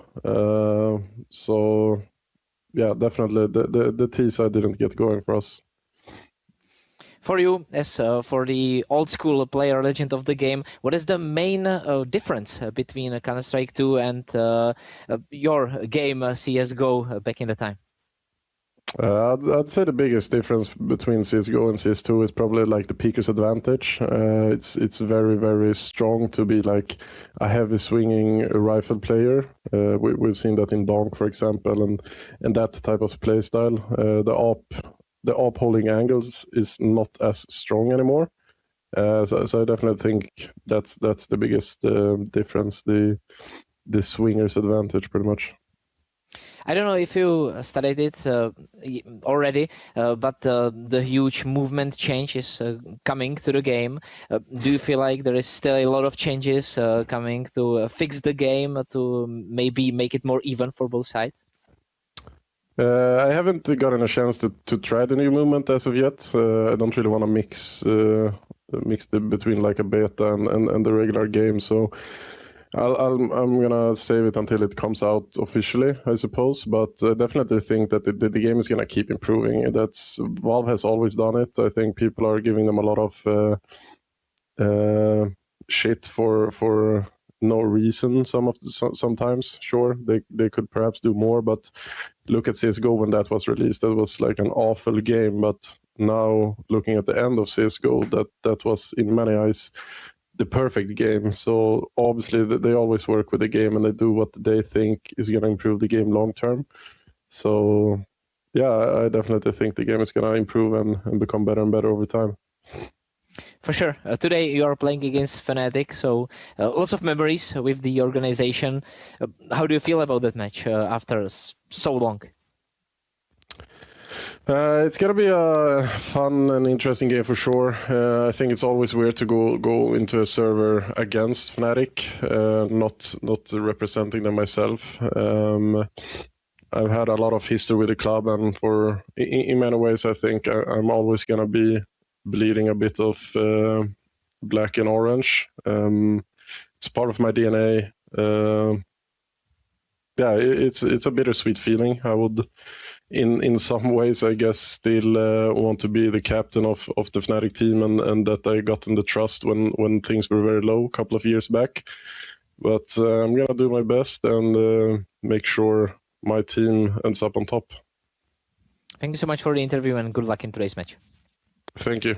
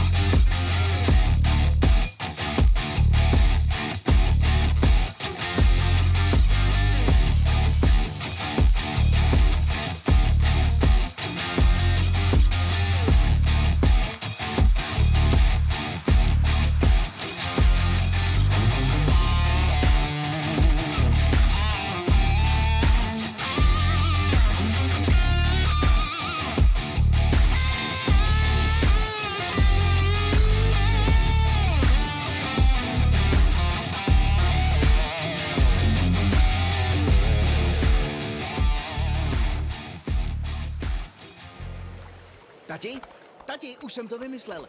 Nemusíme tady mrznout, už vím, jak můžeme letat. No to půjde těžko bez křídel. Máš pravdu, ale proto tady mám Red Bull.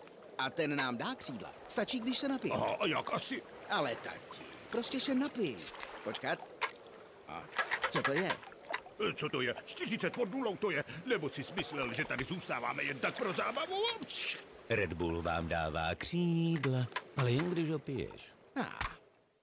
Tipsport je tady i pro tebe, Chameleone X, který dokážeš bez mrknutí oka sledovat současně 6 hokejů, 3 fotbaly, 1 tenis, MMA, košandu, šipky a párek, co ti právě žere bez.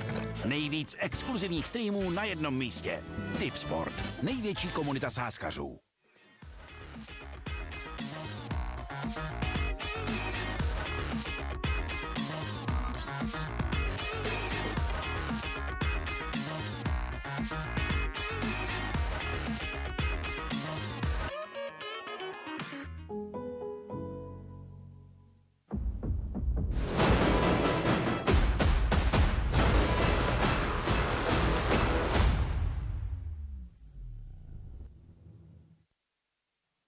It's Fnatic against Eyeballers up next, and Prono going very excited for this one. One of the reasons being we got the reigning champs trying to not go into the 0 and 2 bracket. And we also got Eyeballers, that is a team that's been there for a long time. But if somebody had told me even last year that Eyeballers would be coming in as favorites against Fnatic, I would not have believed them. No, it's really an unbelievable statement in many respects, especially if you take into account how long Eyeballers has been in the doldrums, the bottom tier of Tier 2, Tier 3 Counter-Strike. Now, getting to the point where they can make runs in LAN playoffs in a Tier 1, Tier 1.5 type event, such as the recent PGL event. So clearly Eyeballers are having a good time of it. However, they narrowly lost out in their opening best of one. And now going up against Fnatic, we heard a contritional JW who seemed a little bit maybe, didn't have a lot of power behind a lot of what he felt like he was saying. And he's, oh yeah, things are a little bit bad when you're comparing it to Counter-Strike Global Offensive. I don't know if he was just reminiscing in the old days, but he's definitely got cause to up against Fnatic, his former organization. Yeah, I mean, it's not really unsurprising. Usually old school players prefer old school games and new school players prefer the newer game. You can hear a lot of the younger players saying that Counter-Strike 2 is either not that different to CSGO or that it's an improvement, while everybody that sort of started their careers in CSGO or at least had the peak of their careers as CSGO is going to say that CS2 is never going to compare. Though we do have to compare Fnatic and Eyeballers. And in this situation, I mean, Fnatic have been a bit in the dumps for a while now and not even getting close to major contention as far as I'm aware, being in a situation where they're trying to rebuild something with their roster. I'm very curious to see how this major cycle is going to look for them, but improvement is necessary, even though Independent says that he believes in the team. At some point, you got to think about where are the results going to come from. Yeah, and also, when Independent joined, we were already like, who? Like not a lot of, back history, shall we say, a back catalog of teams and coaches and all of that. So I get it. You in some ways, Fnatic is a startup. You can kind of think of them as at this point, even though they're one of the most established brands in Counter-Strike history. Their roster is just constantly churning and reinventing itself.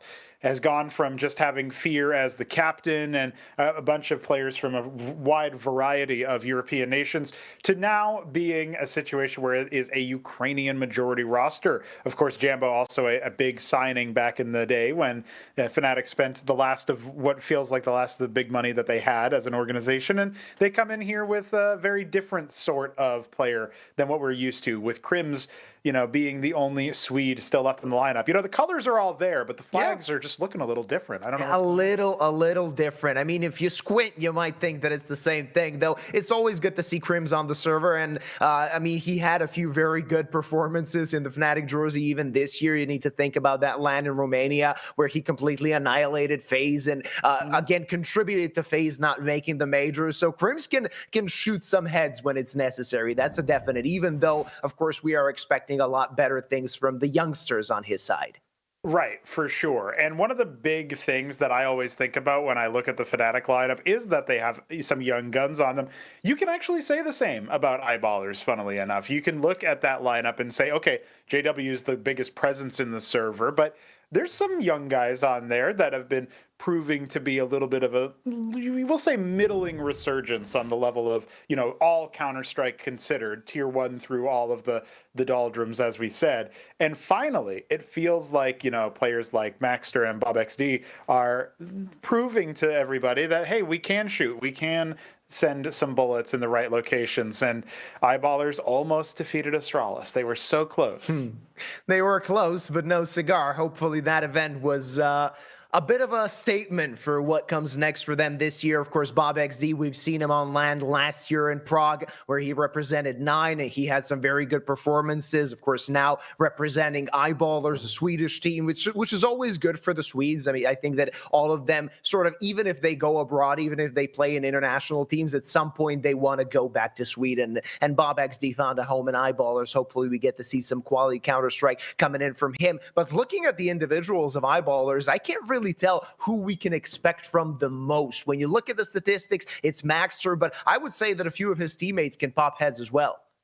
Yeah, I think Rolf and BobXD have had their moments, as and especially BobXD in general has done pretty well for himself in some of the more LAN plays that they've had. He's been like the surprise that teams weren't anti-stratting, teams weren't considering, and he found a way to pop off in that way. So yeah, there's definitely some outlier positions that you can imagine. Okay, well, maybe this guy under certain circumstances will. Maxter is the sort of mainstay, if you will, the primary support column there for the side of Eyeballers.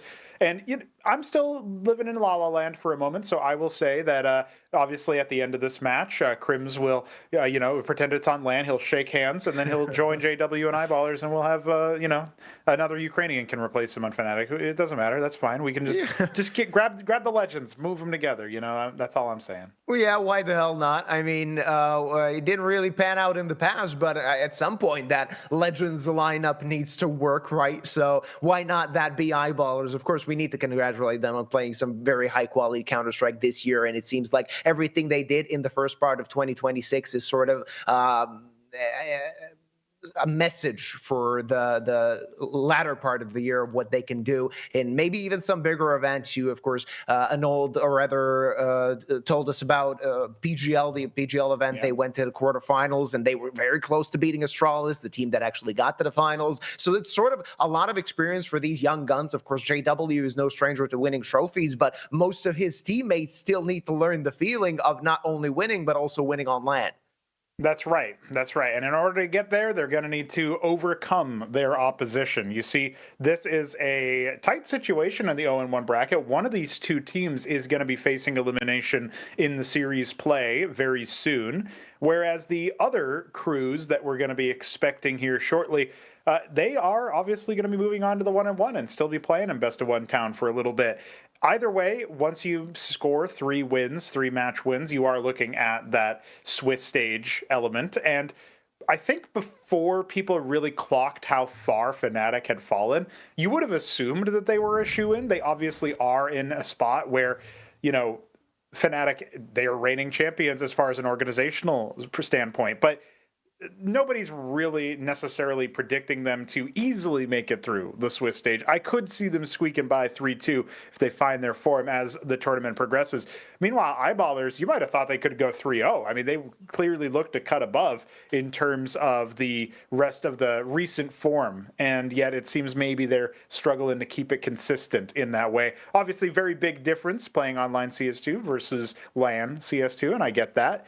Obviously, you look at the ranking and you look at who's there at the major. It's only Sinners being the top favorite. But I would have thought maybe Eyeballers could have been the other 3-0 team. And yet here they are in the 0-1 bracket. Yeah, it's a bit expensive for Eyeballers to be in this position. I mean, we spoke about best of ones. You spoke about yesterday the fact that Eyeballers sort of are a bit jet lagged, right? Coming back from LAN and now trying to play online Counter-Strike against a very tough Unity and the online setting. So it was a very difficult match for Eyeballers to play in that first day of competition. But I would say that now it should be a bit of a different story. Now you're fine. Now you're rested. And of course, you have a lot of motivation, especially if you're JW. Well, you have a lot of motivation, whoever you are, if you come from Sweden, that you want to beat Fnatic. Yeah, you do want to beat Fnatic. You want to be on Fnatic once upon a time, maybe still today, even despite their latest signings. But you definitely want to beat them. And we heard from JW in the interview that it feels like, he absolutely did want to say, I wish I was still on Fnatic. He was still, reminiscing about the yesteryear, the glory days of his lineup there. And in some fashion, it does feel bittersweet even when you win against Fnatic, I'm sure. So no matter what, I'm sure JW will feel a little bit glum. But in the moment, you can kind of put that to one side. Of course, as you can see on the schedule, we have a few other best of ones here for your entertainment following this derby. Young Ninjas will be taking on Tricked. That should be another Danish-favored game, as ECSTATIC ended up being, even though it was a tight affair between them and Johnny Speeds. And we'll close out the day with MOUZ NXT taking on Qual 4. Those last two ones might be a little bit more on the walkover side, but the upstarts could prove a little bit more than just a speed bump. Yeah, of course, they seem one-sided, Tricked looking at sort of favorites against Young Ninjas. We'll see, of course, what the youngsters of NIP can show. We didn't see a lot from them in the first day of competition. And Qual 4, we barely saw any a semblance of play from them yesterday, but now against MOUZ NXT, it might be a bit of a different story. We just got word that some of the players are having anti-cheat issues. Hopefully that should be solved very, very quickly, but Pronogo and I are quite happy to yap until everything is fixed, right? Of course. We are yappers extraordinaire. That is what we are here for. That's what we're paid to do. So happy to do that. Yeah, looking at the way that the overall tenor of the tournament is starting to shape up, I really am excited for once we get past the second phase. In any sort of Swiss stage, I always end up seeing the rubber meet the road when you're talking about those 3-0 and the 2-0 and 0-2 matches that result in one team going 3-0 and a couple teams getting eliminated with no wins to their name. But you have to get through these. These are like the setup episodes to a really good TV show where you're like, okay, I'm enjoying watching it. But when does it get good? When does it get really like dialed in where all the gears start turning? And that's, what we're building up towards over the course of the event. So I'm excited about that. And if I had to be casting predictions, I would definitely be saying, Johnny Speeds, whoever they get, they're going to be rolling over in that next round. Yeah, I mean, it's going to be a very tough opponent, whoever actually fights against Johnny Speeds, because we've seen some good things from them. What we just got word that it actually might be a bit of a longer break, so it might be a good opportunity for us to go on a break. So, ladies and gentlemen, I hope that you got some snacks. I hope you got some drinks. You will have an opportunity to get those if you didn't bring them to the table. We will go on what I really hope will be a very short break, and we'll be back when all the tech issues are solved.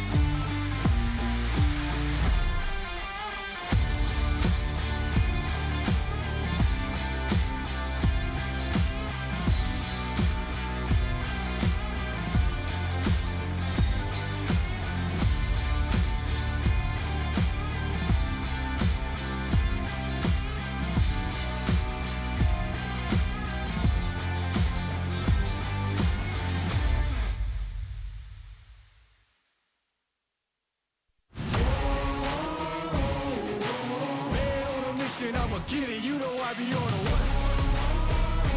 Yeah. You know I be on the way. Man on a mission, I'ma get it, you know I be on the way. Yeah, it's all hard, ain't no fear here. You ain't giving this at all, you steer clear. Never beat, I've been down and I reappear. You got some money on the line, you better put it here. Rolling in and doing that work. Check priorities, I'm doing that first. Checks big and I'm sure that hurts, but it's checkmate. We ain't selling short, no the work.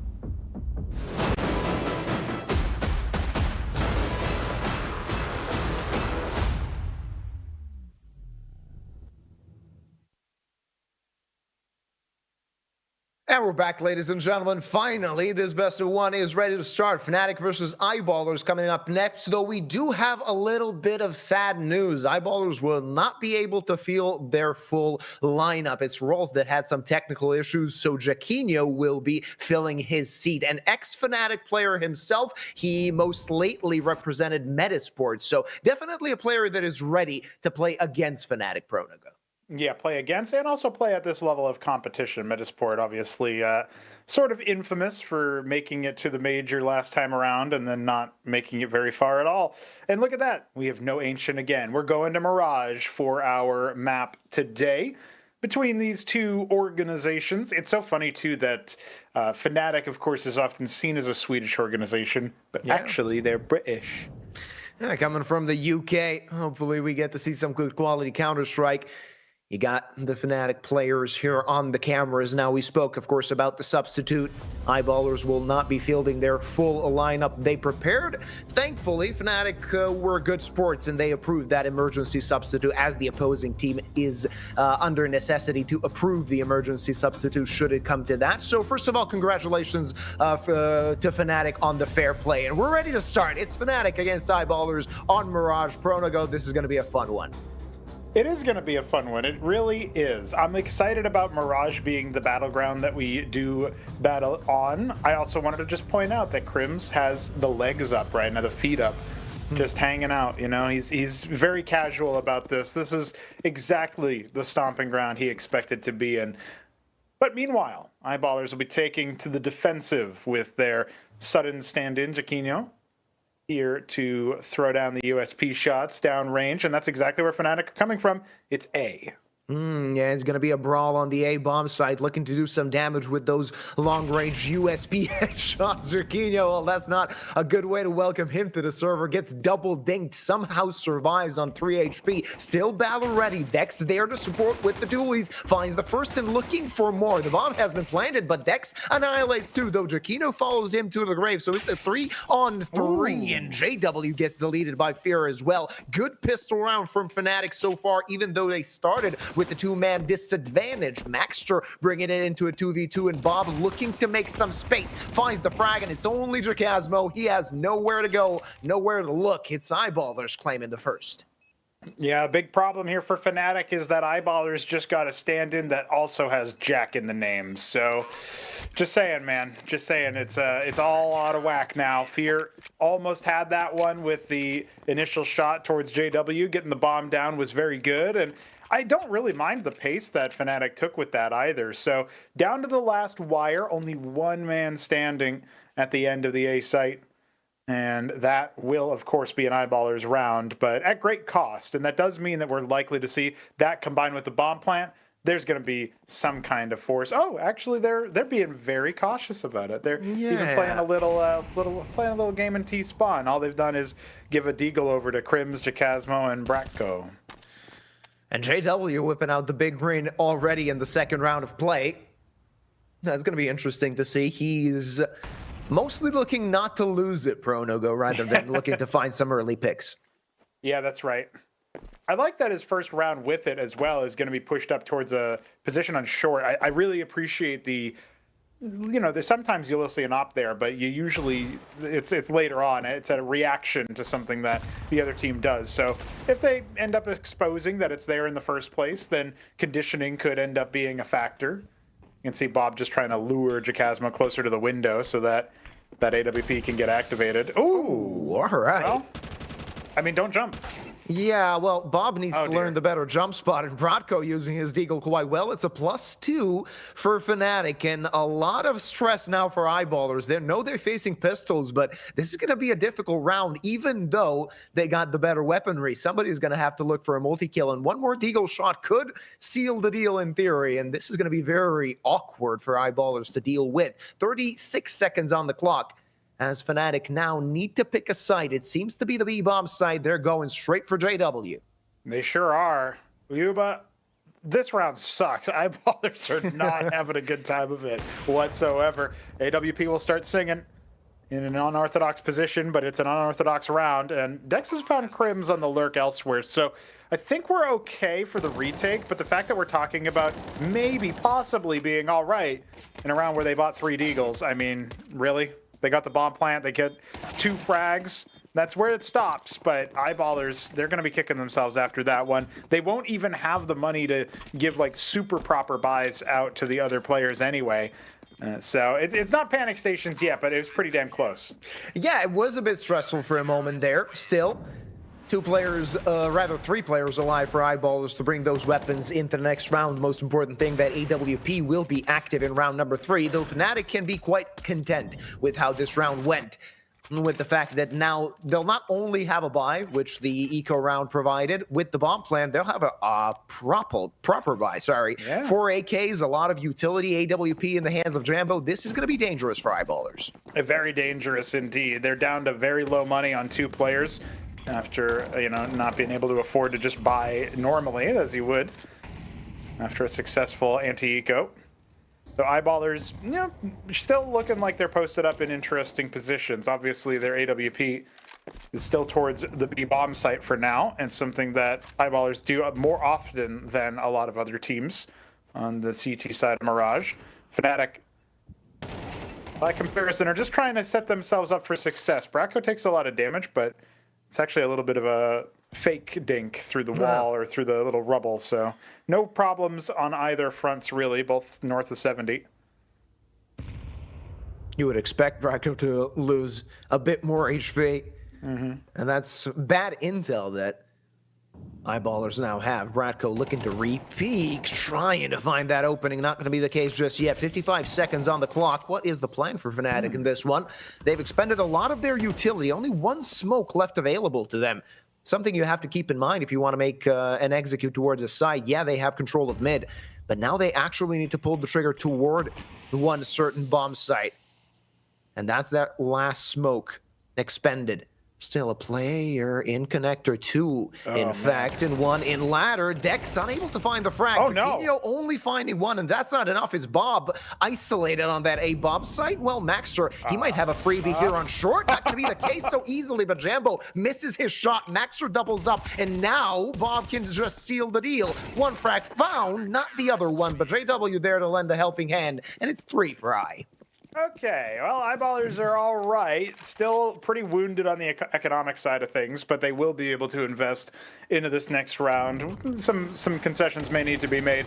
Fnatic, though, they used all of their utility way too early. I don't know if that was miscommunication or somebody dropped some and nobody picked it up, but didn't make any sense that for them to use their last smoke on window and have almost no map control anywhere else.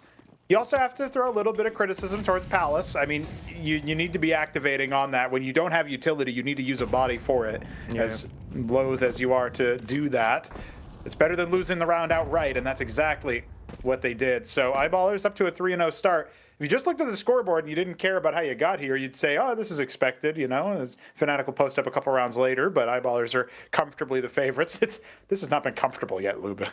Well, no, but I actually took a look at the betting odds, and they're not completely in the favor of Eyeballers. Rather, they might be even tilting towards Fnatic, especially now when Eyeballers are playing with a stand-in. Jakazma wants to make something work on B with that Deeg. Not going to happen. He's been smoked off. And it's going to be a slow burner of a round for Fnatic. Mostly pistols in their hands, just trying to find an opening at some point. Eyeballers not the bookmaker's favorite any longer, though I think even with a last-minute stand-in, they should be able to do just fine. I'm sure that also has something to do with their awkward setups in a few places, and JW having to be constantly so very mobile.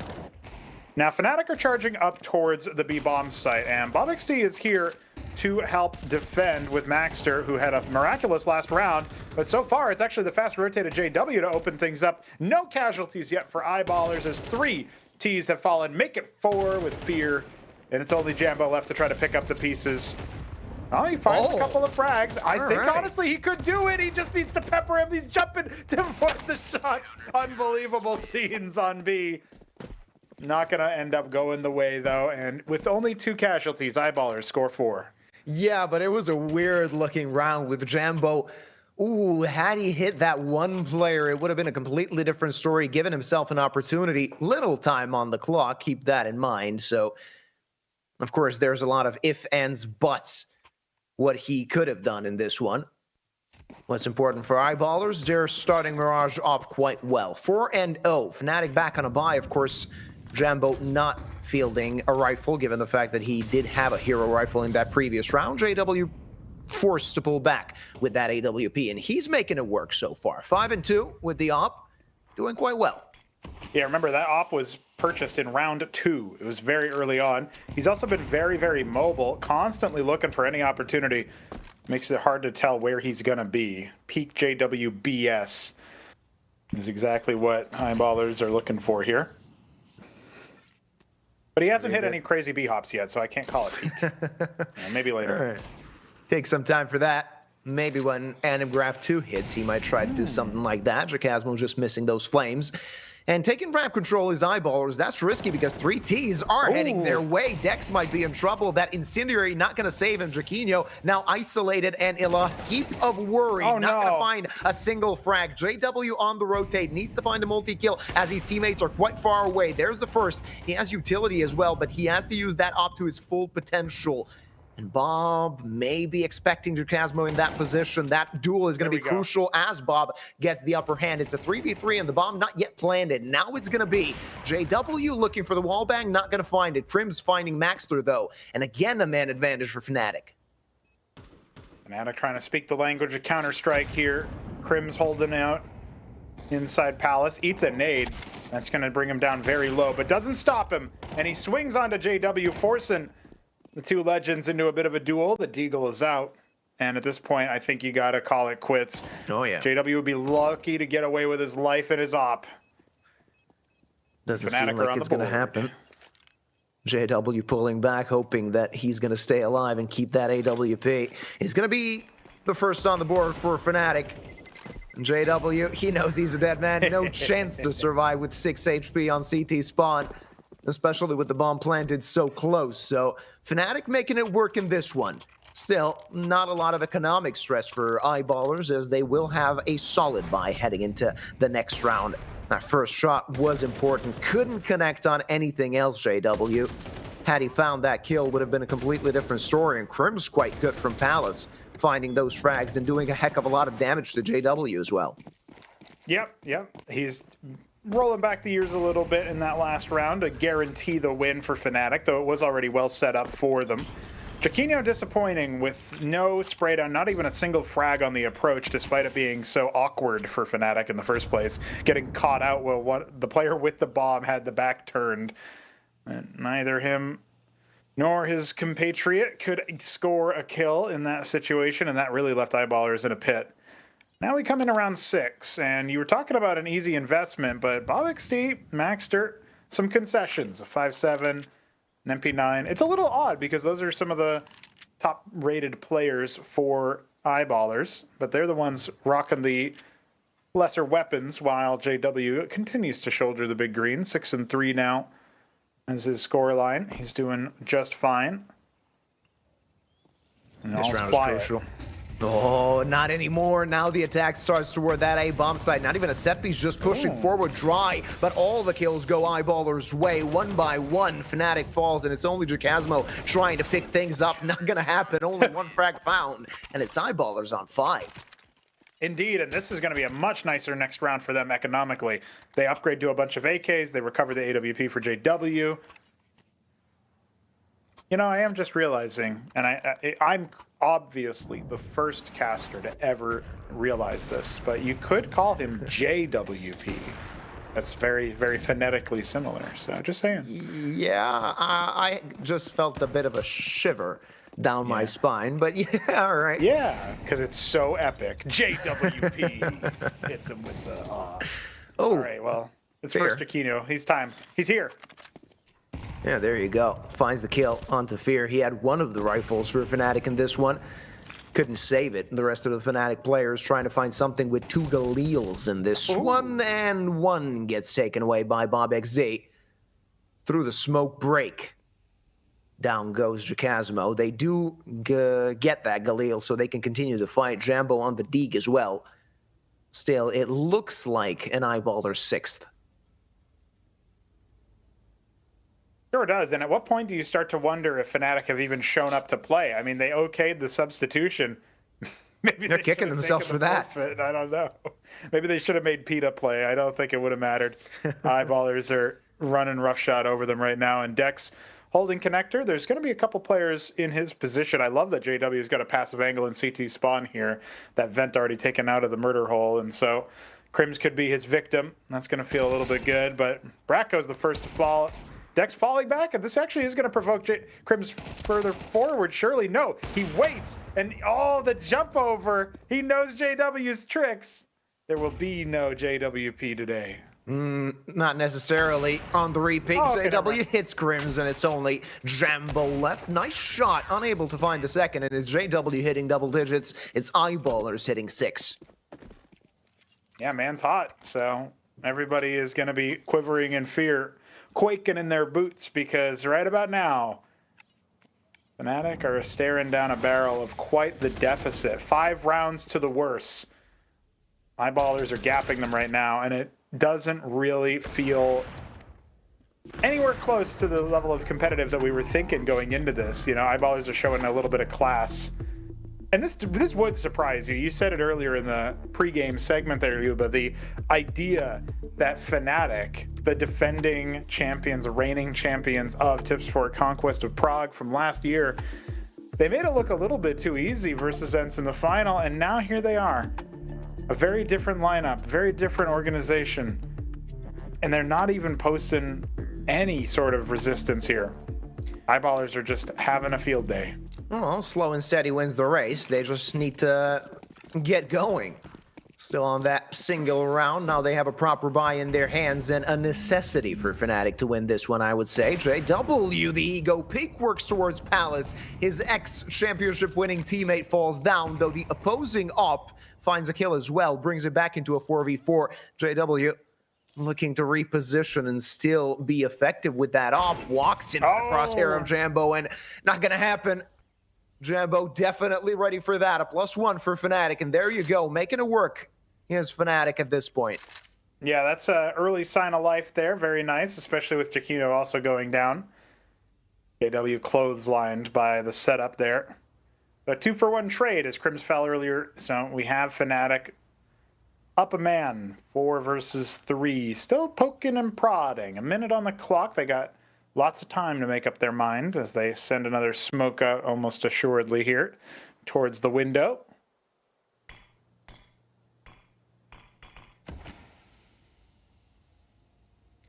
That will be the case. Eyeballers looking to defend mid, but it will be an A take. Still utility available for Fnatic as well. And barring a big mistake or an incredible play by Eyeballers, this should be Fnatic's second round in this best of 1. Bracco disconnects. Oh, that's a bit unfortunate. That gives Eyeballers a way in. A window opens, 20 seconds on the clock. Fnatic need to get to the site, and now this is starting to be a little bit more stressful. Bob XZ sending that flash away. They'll try to plant the bomb. Bob, can he expect Jacasmo so close? The answer is yes, but unable to find the kill. And Fnatic still making it work even with the disconnect. Dex poking and prodding still around the side, but low percentage retake here for Eyeballers. Yeah, a little Jame moment there, but divine intervention not possible on the side of Eyeballers. Maxter not even going to get away with that frag, and Dex gets cleaned up elsewhere. So we go to a second round, and we'll see if Bracco is ready to go. or if he's having some internet troubles. Obviously, times have been there have been easier times. There have been nicer times in their homeland. So hopefully everything's good over there on the infrastructure side. Online Counter-Strike at its finest. Ratko just felt that, but it won't be a technical break. He's back on the server and we can continue this battle. 6-2. Eyeballers with the 4-round lead, still fielding a very proper buy. Everybody but Jaquinho, sorry, with that MP9. 3 rifles and an AWP for JW. And Fnatic just slowing down the pace in this one. The duel of the Jacks is being won by Fnatic so far. Jaquinho not posting what he needs to for Eyeballers, but he hasn't been that necessary for their victory. Still up by 4 rounds, or the CTs. And JW read that like a book. You might as well have been disconnected, Bracco. JW cuts the line with the AWP, and we are looking at another man advantage for the Swedish majority side. JW walked right into Jambo's crosshair. That's the second time in 2 rounds. JW wanting too much too early, 2 rounds in a row.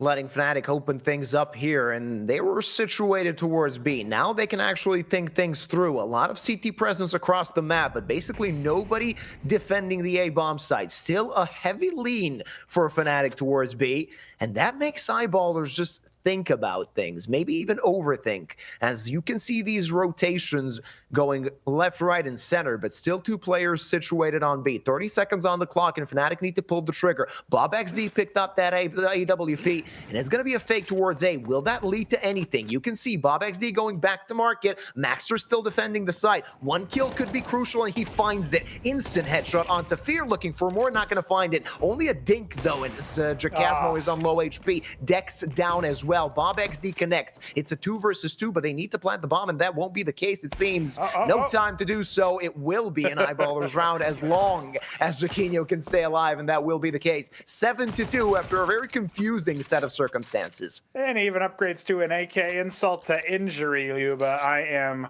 impressed with how Eyeballers handled that, even though it was just another one of those awkward rounds that you're not, you know, I can't, okay, let me qualify my statement. Impressed because of the fact that they still got the dub.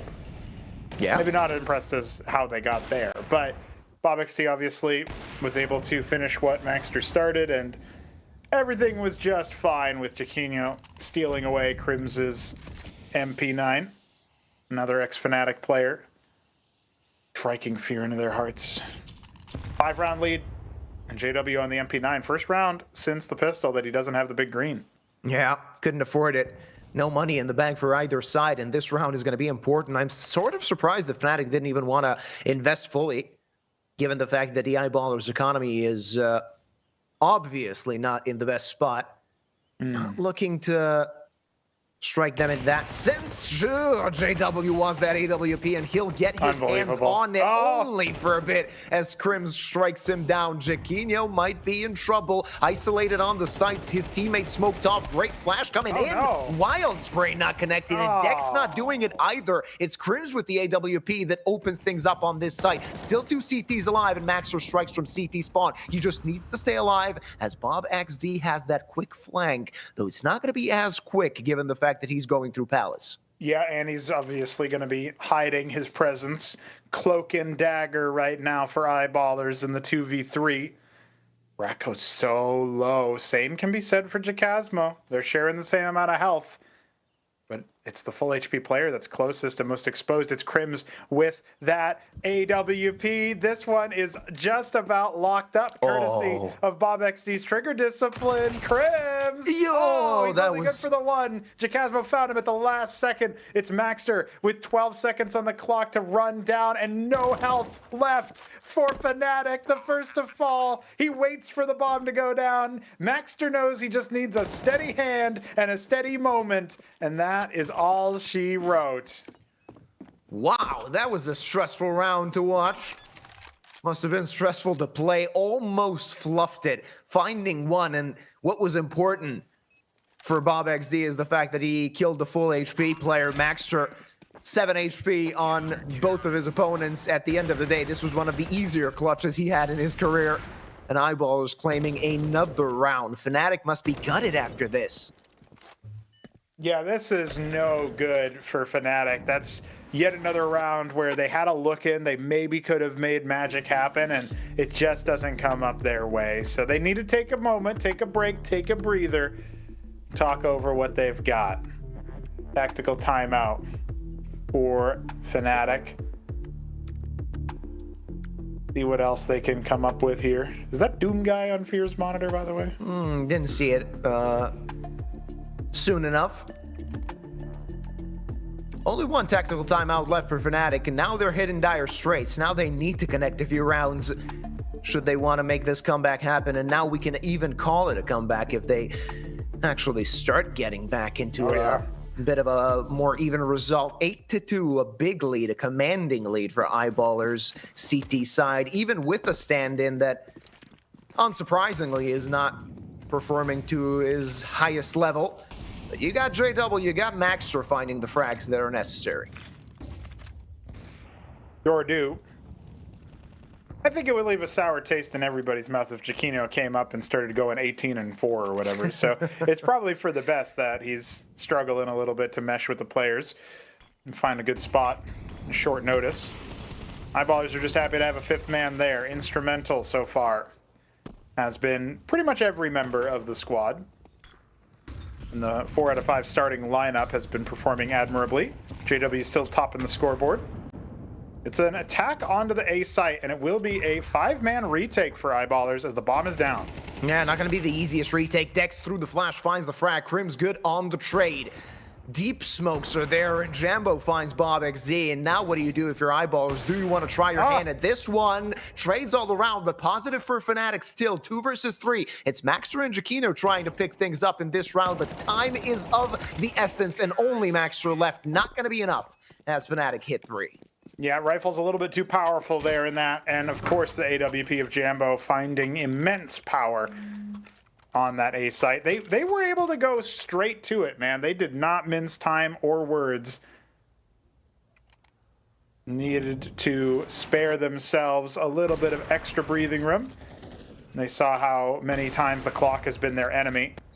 JW trying to do what he needs in that situation, but it wasn't enough because he uncrouched right into Jambo's scope. The flashbang a little bit too telegraphed. And now, with the same level of gusto, Fnatic are starting to posture towards mid and immediately peel everybody to B. I like this. They're being pretty flexible.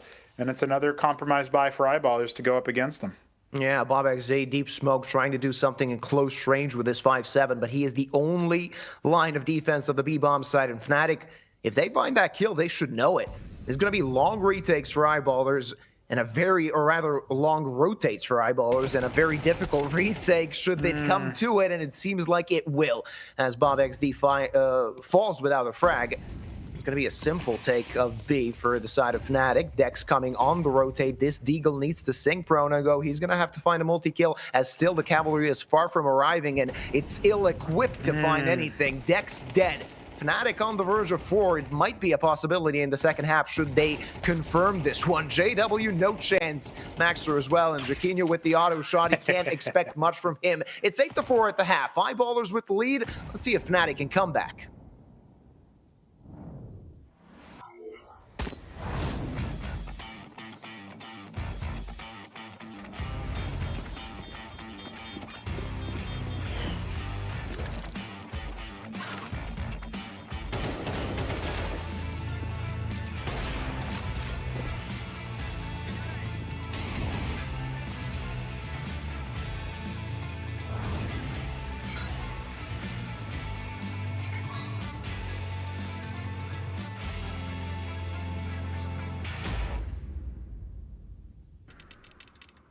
One click is the difference between winning or watching.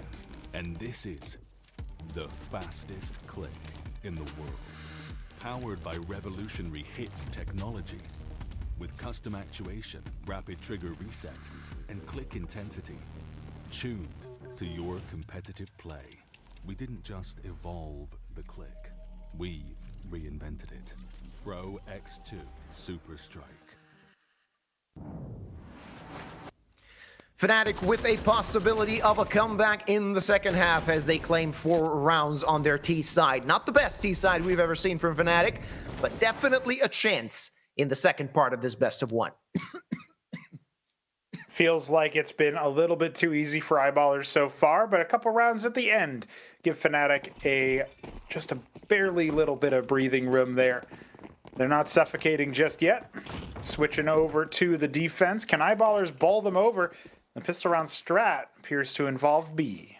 Yeah, definitely some utility on Crim's jump spotting. Sees the players. Now they need to pull the trigger. It's Eyeballers hitting that side. Bratko finds the first frag. A bit late to the party. Crim's, they let him basically get that second kill. Maxter trying to open things up, and he does. 2 frags found, but Fear there to answer. It's only JW against 2 now with 48 HP. He's running through the smoke, and he's a dead man. No chance of survival. Fnatic getting that pistol makes this a bit more of an even game than we expected a few rounds before. Yep, absolutely. And no bomb plan at that for the T's, so no economic investment going into this next one. Maybe at best they grab an upgraded pistol. Fnatic are going to be giving themselves a bit of a better look into this one. But yeah, Crims and Fear combining is fairly easy for them to make things happen. And I'm not sure what JW thought he read, but he did not download the right version of the Matrix, I think. Seems like it. He probably thought that they were going through short. Both players in market just running straight into them. Never stood a chance. Now it's only Glocks in the hands of Eyeballers.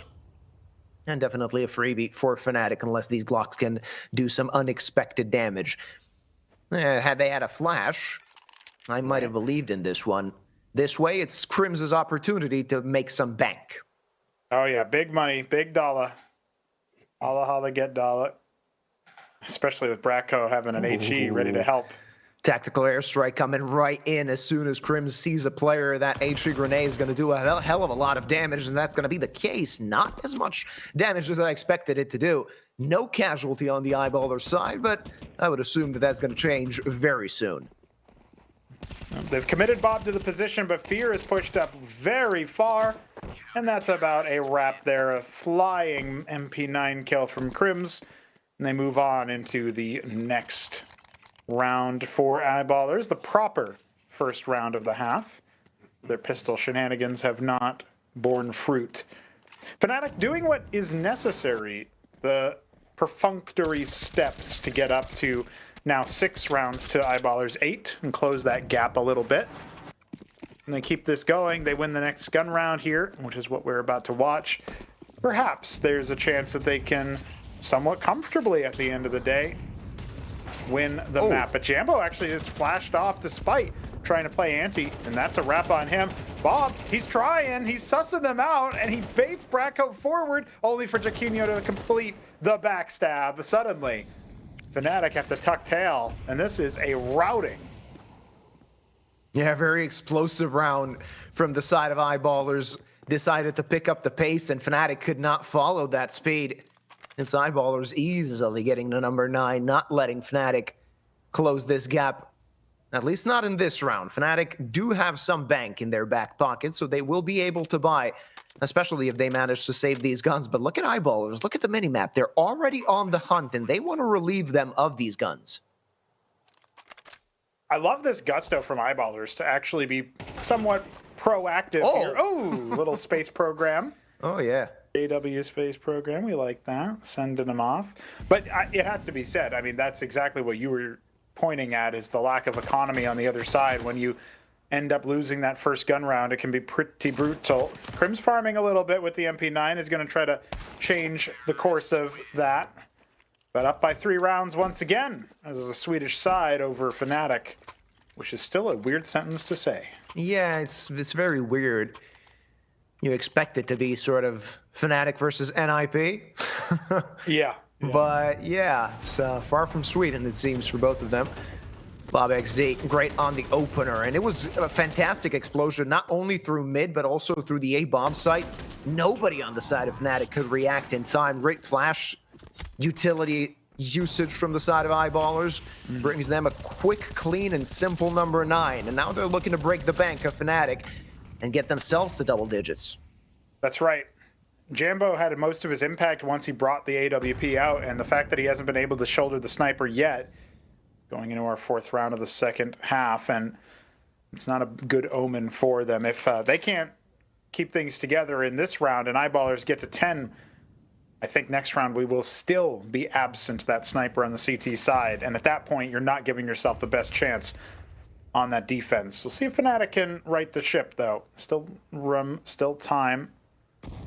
Your holding connector, Bob, is going to be tested here shortly. The timing seems to be favoring him, and he swings right onto Bratko, holding for any re-aggression. Fear will also be decapitated. And this looks like an easy A hit if I've ever seen one. Jaquinho trading JW out. Jambo, he's been overlooked. This could be the lineup that brings Fnatic back into it. He gets them both and launches them, catapulting. It's Maxter time. If he can bring him down. Oh, that damage, though. Forcing him. 40 seconds left, and the bomb is loose.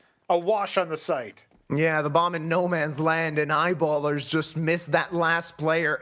Great thinking from the side of Fnatic, but this round is still not over, as Crims is in a 1v2. Though, half HP on Bob, barely any HP on Maxter. This is a chance for Crims to clutch, and they still are yet to recover the bomb. With 15 seconds on the clock, the veteran, with an opportunity, finds the first, knows where the second is, and he's just pulling back. He's just toying with him, playing with him as Crims collects that kill and saves Fnatic in this one, not letting Eyeballers hit 10.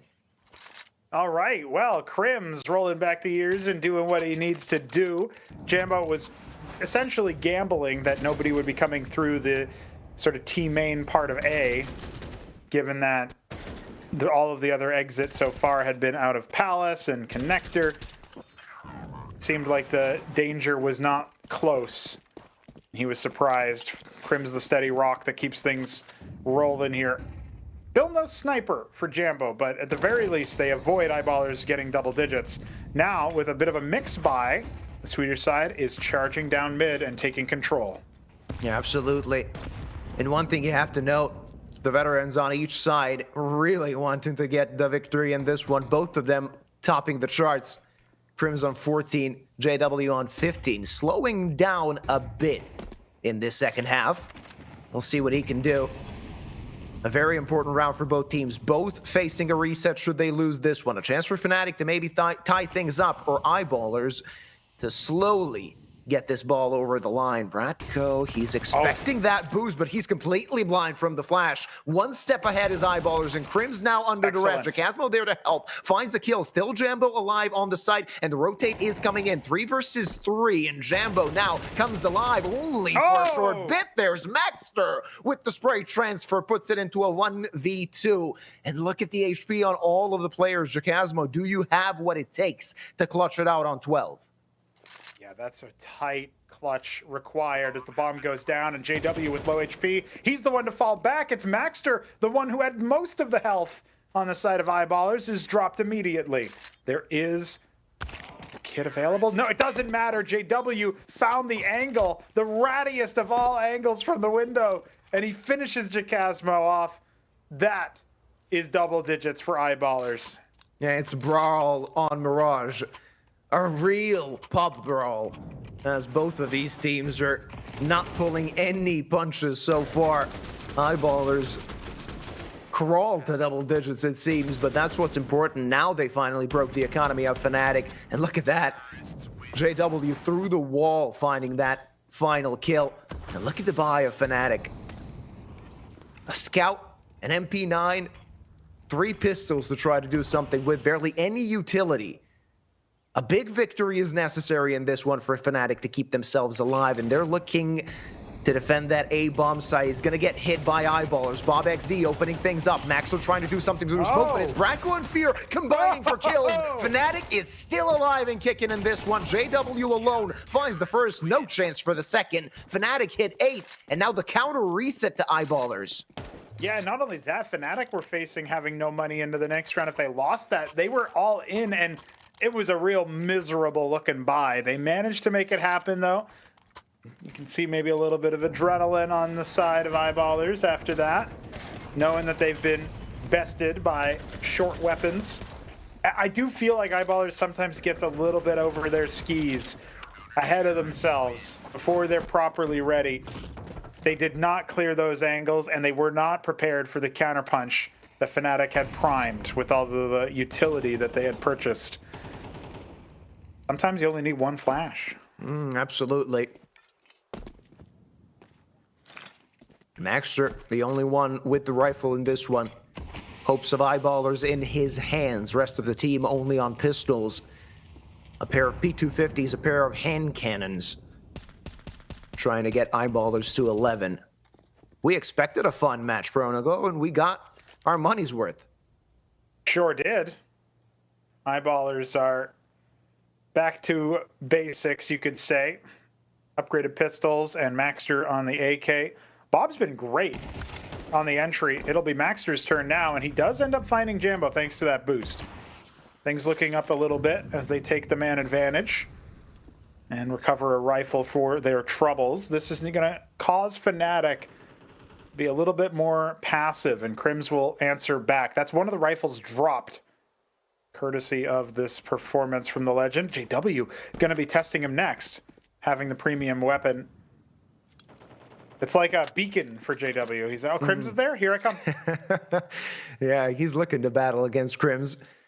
Two players defending this B bomb side. Bradco setting his sights on a potential flank coming from window. That's not the case, but 20 seconds on the clock. They're going to need to pick up some pace. Crims looking for the angle, looking for the defense of this site. Defensive smoke down on the floor, and Crims crispy on the headshot. Not going to hit the second one, and Bradco's dead. This is an opportunity, a chance for them to plant the bomb very late in the round, and that's going to be the case. Fear and Drakazmo, nothing they can do, but JW is dead. It's a 2-on-2.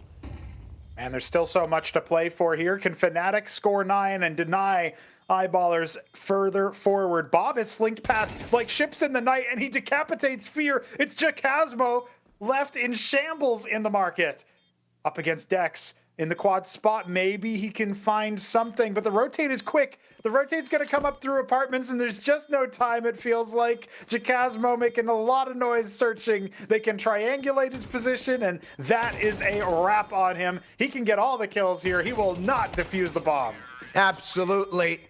Eyeballers hit 11 after a messy round, a confusing round for both them and Fnatic.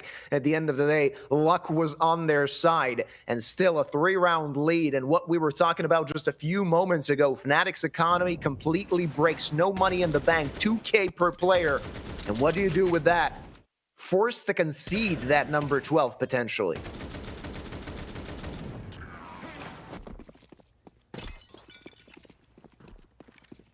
I can't believe that Eyeballers have scored some of these rounds. At the same time, Fnatic have done more with less than what they have in this here. So a couple MP9s and a pair of Deagles.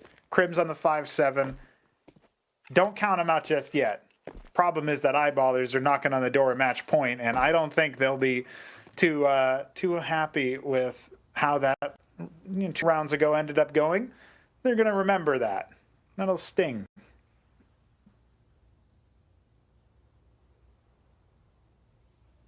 And it's going to be a slow one. Taking their time as Eyeballers, knowing that Fnatic, they don't got utility. They don't got some premium weaponry in their hands.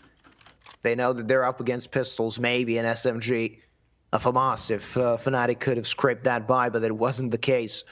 Not in reality. 3 players defending that B bomb site. Is this an anti-strat from Fnatic? Is it a risky play?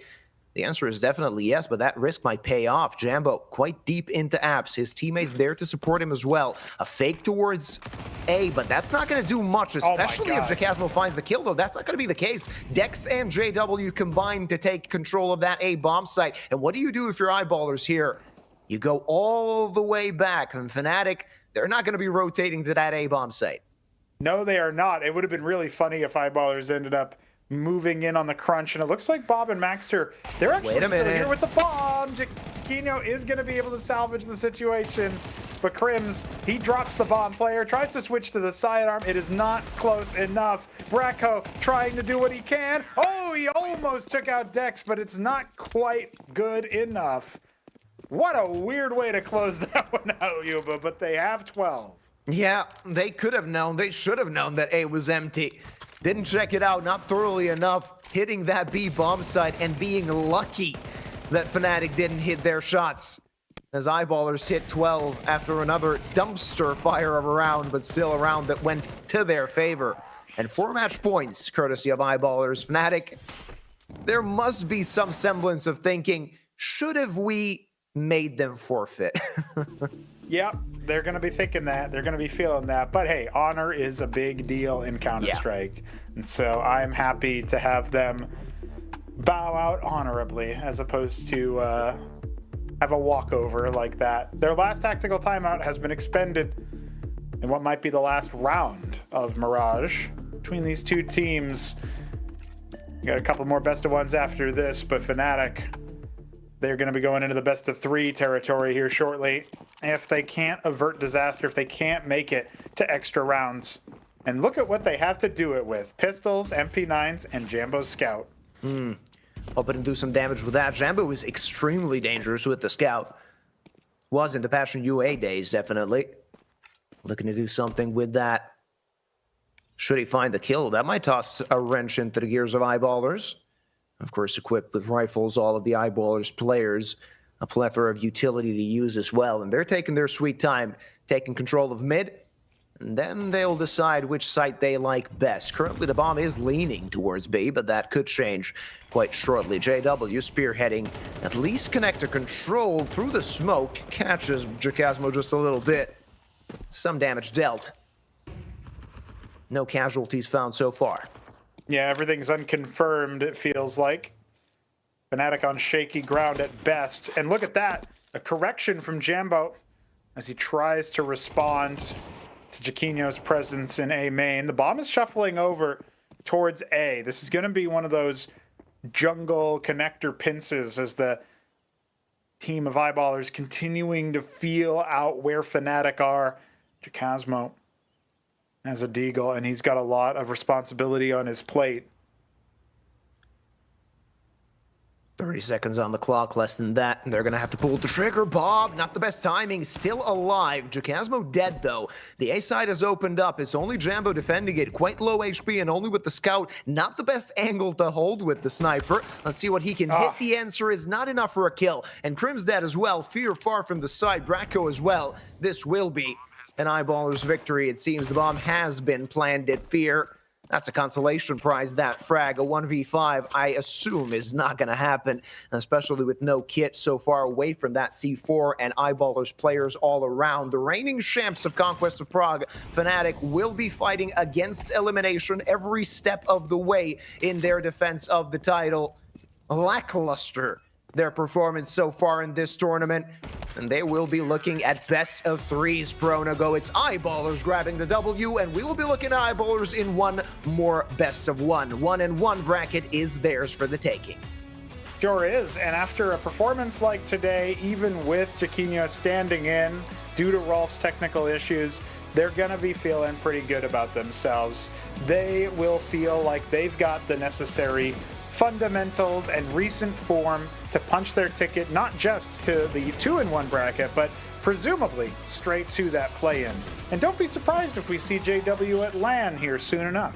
Yeah, that would be a sight to see in Prague, JW and his boys, but there's still more than a few hurdles for them to pass. The hurdle of Fnatic, they did quite well. A few hiccups, a few very messy rounds. We didn't expect this to be so difficult, though without fielding a full roster, Eyeballers will be breathing a sigh of relief for this victory. We got a couple more best of 1s for you today. It's Young Ninjas against Strict very, very quickly, and of course, we will end the day with MOUZ NXT against Qual 4. We expected the first 2 best of 1s to be very difficult and sort of close, and these two, we sort of know who are the favorites, Pronogo. Yeah, it's a foregone conclusion, it feels like. Just a formality for these two teams to be moving on past their opposition. Tricked and MOUZ NXT should be making it over the line. But we still have to play the games. We still have to see what is in store. And honestly, I'm kind of interested in whether Qual 4 can show us anything better by the end of the day than what they did in their 13-1 drubbing at the hands of ESC. With that said, we first have to get through Young Ninjas versus Tricked. So that's what's coming down the pipe. Most likely is going to be another Danish victory, Liuba. Yeah, it seems like it. It smells like it. We'll see, of course, what the young members of NIP can do. Of course, everybody, stay with us. We'll be back after the break.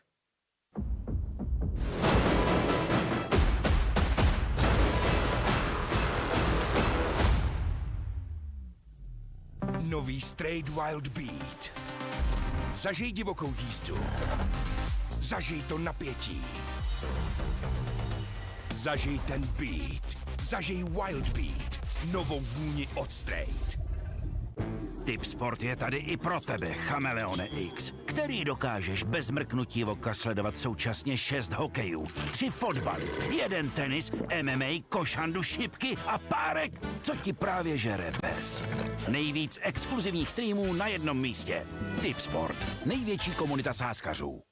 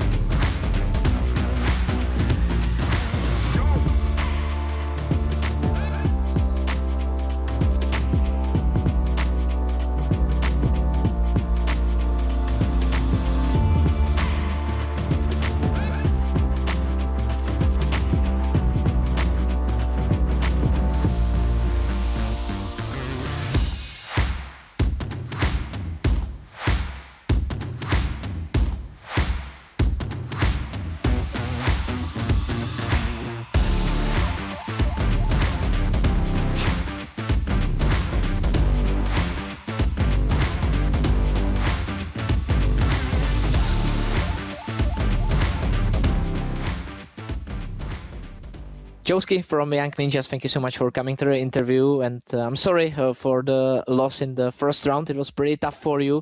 What was the main reason? I mean, we were for sure not playing our game that day. Like we were just all having an off day and weren't really doing things we usually would do. Not really sure what the reasoning to that was, but for sure today it will be a fully different game. Do you feel like you are in a moving circle with all of these tournaments right now? Is it hard maybe to keep the focus up for every match?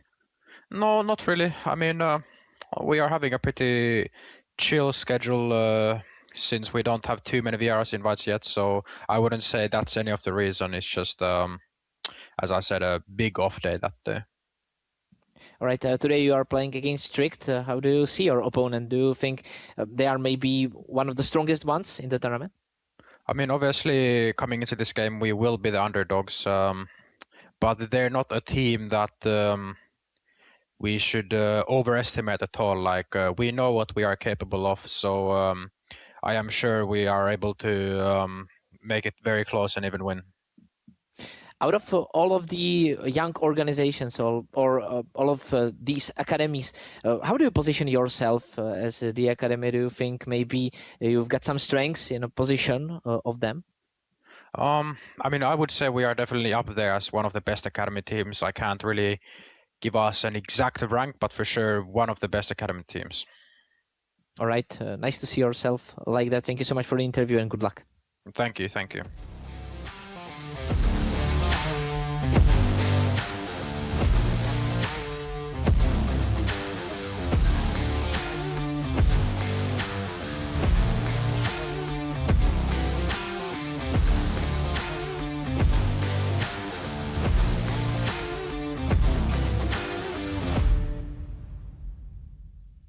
Iceberg from Tricked Esports, thank you so much for coming to the interview. You lost in the first match of the tournament against Alliance 5-13. What was the main reason you lost with such high margin?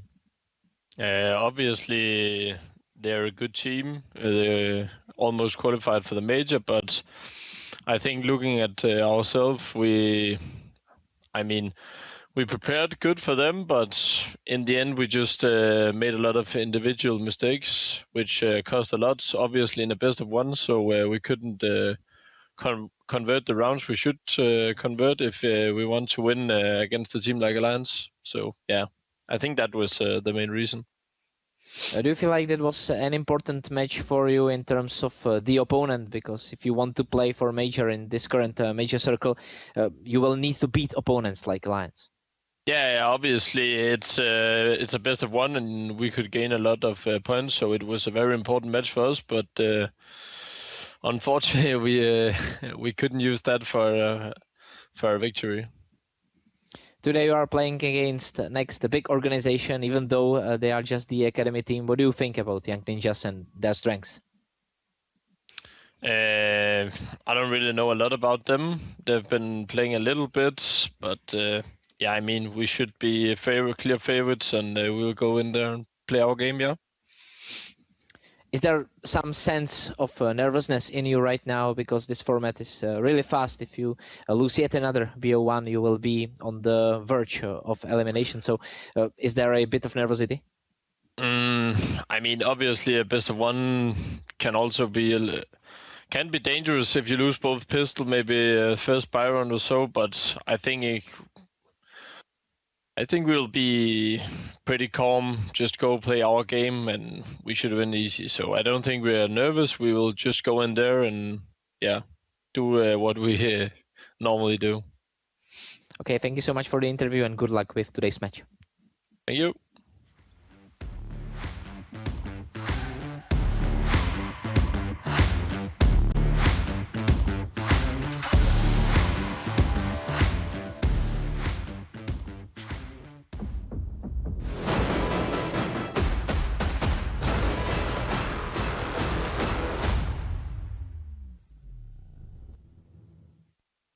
And we're back, ladies and gentlemen. We have two more best of ones here in store for you. And of course, In comparison to the first two we've had, I mean, we have the obvious favorite and the obvious outsider, of course.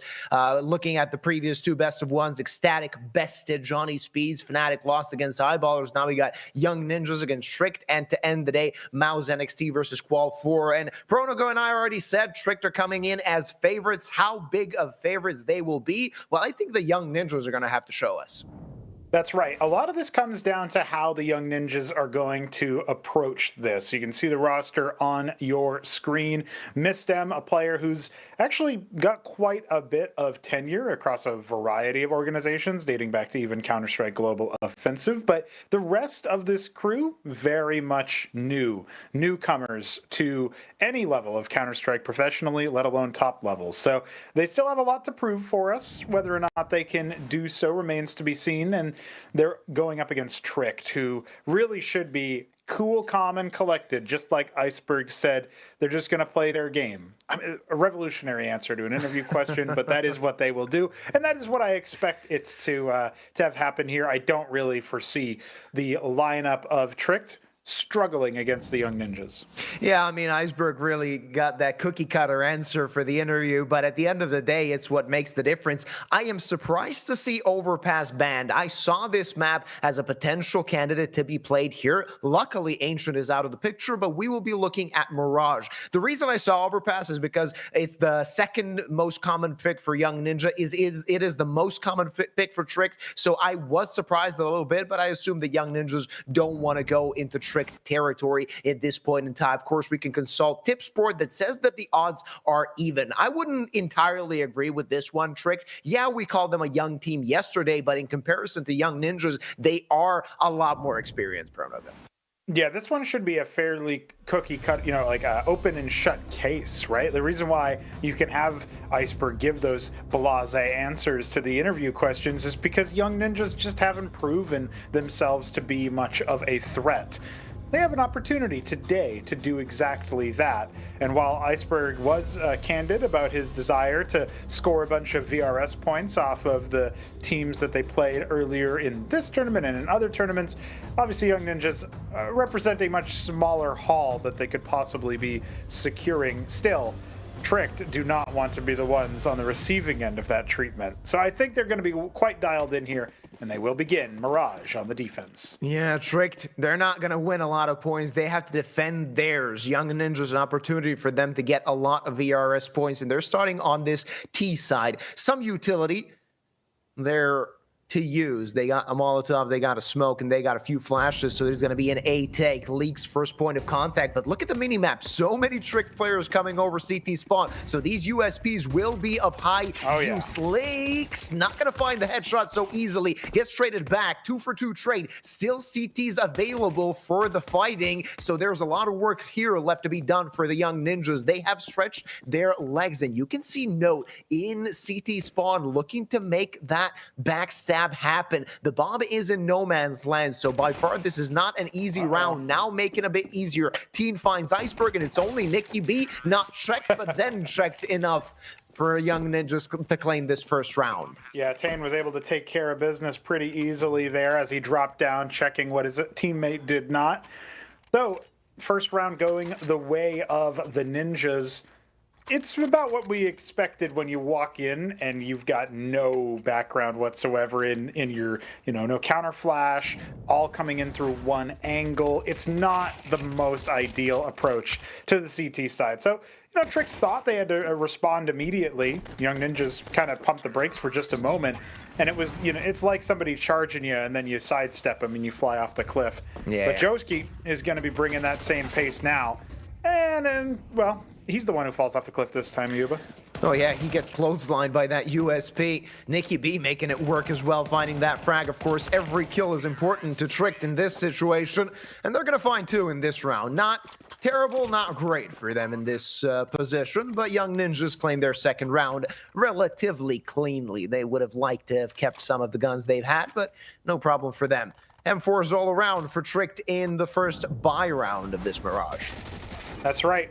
Tricked are going to be plying their trade with the weapons of choice being the rifles. I think it makes a lot of sense. You don't really want to be, trying to gamble around an early op, even if you could afford it at this point, wouldn't be the best of course of action against the bonus.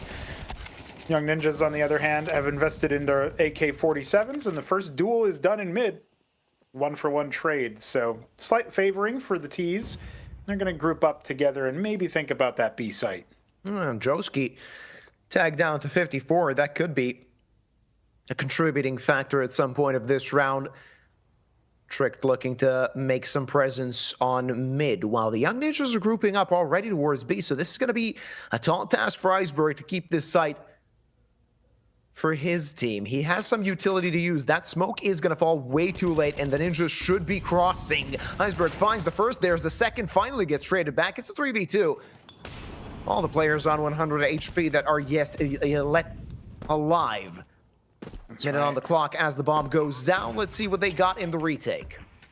Yeah, it feels like this should be nice and easy. Obviously, Tricked want to keep 3 alive if they can. Boy, he's going to be the first point of contact, able to take Tane out of the picture. And that leaves only Rudd, who will fall immediately after. Difficult post-plant to try to defend for Young Ninjas. At least they wanted to see if they could score a kill to make it so that majority were dead on the side of Tricked. That is not what we end up seeing. Well done for Tricked in this one.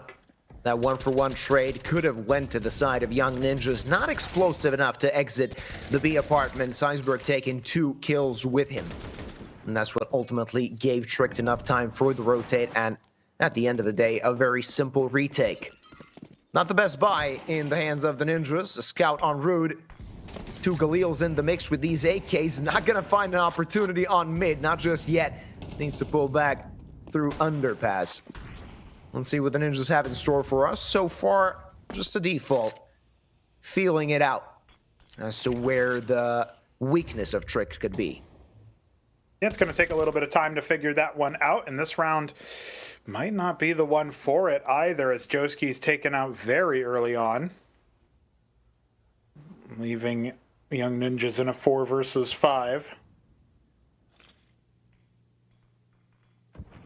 Tough situation on Mirage so far. For both teams, there's been some uncomfortability, but I feel like Tricked's is more explicable.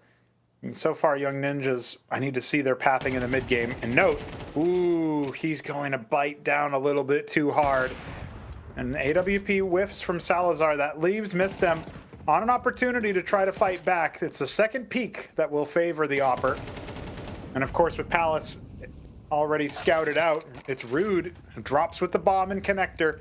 Easy as you like for Trick, losing only 1 player so far. Let's see if Tane can change that reality. Salazar is going to be happy just to save that AWP for the next round. Tane, well, his situation currently is just to try and relieve them of the rifles, but that's not going to be the case. Already a backstab happening, and wherever he goes, he is a dead man. Just looking to take 1 or 2 CTs down with him. It's going to be a tied scoreline after this round as Tricked get their second. No problem to take the last man. 4 alive for Tricked as they make some bank in this one. Also break the bank of their opponents. Yep, it should be an easy Tricked advantage now. One thing that's a little bit spooky for the side of the Young Ninjas is that Tricked's T-sides can be pretty formidable. And, well, I mean, it's the name of the team, but they can also be pretty tricksy.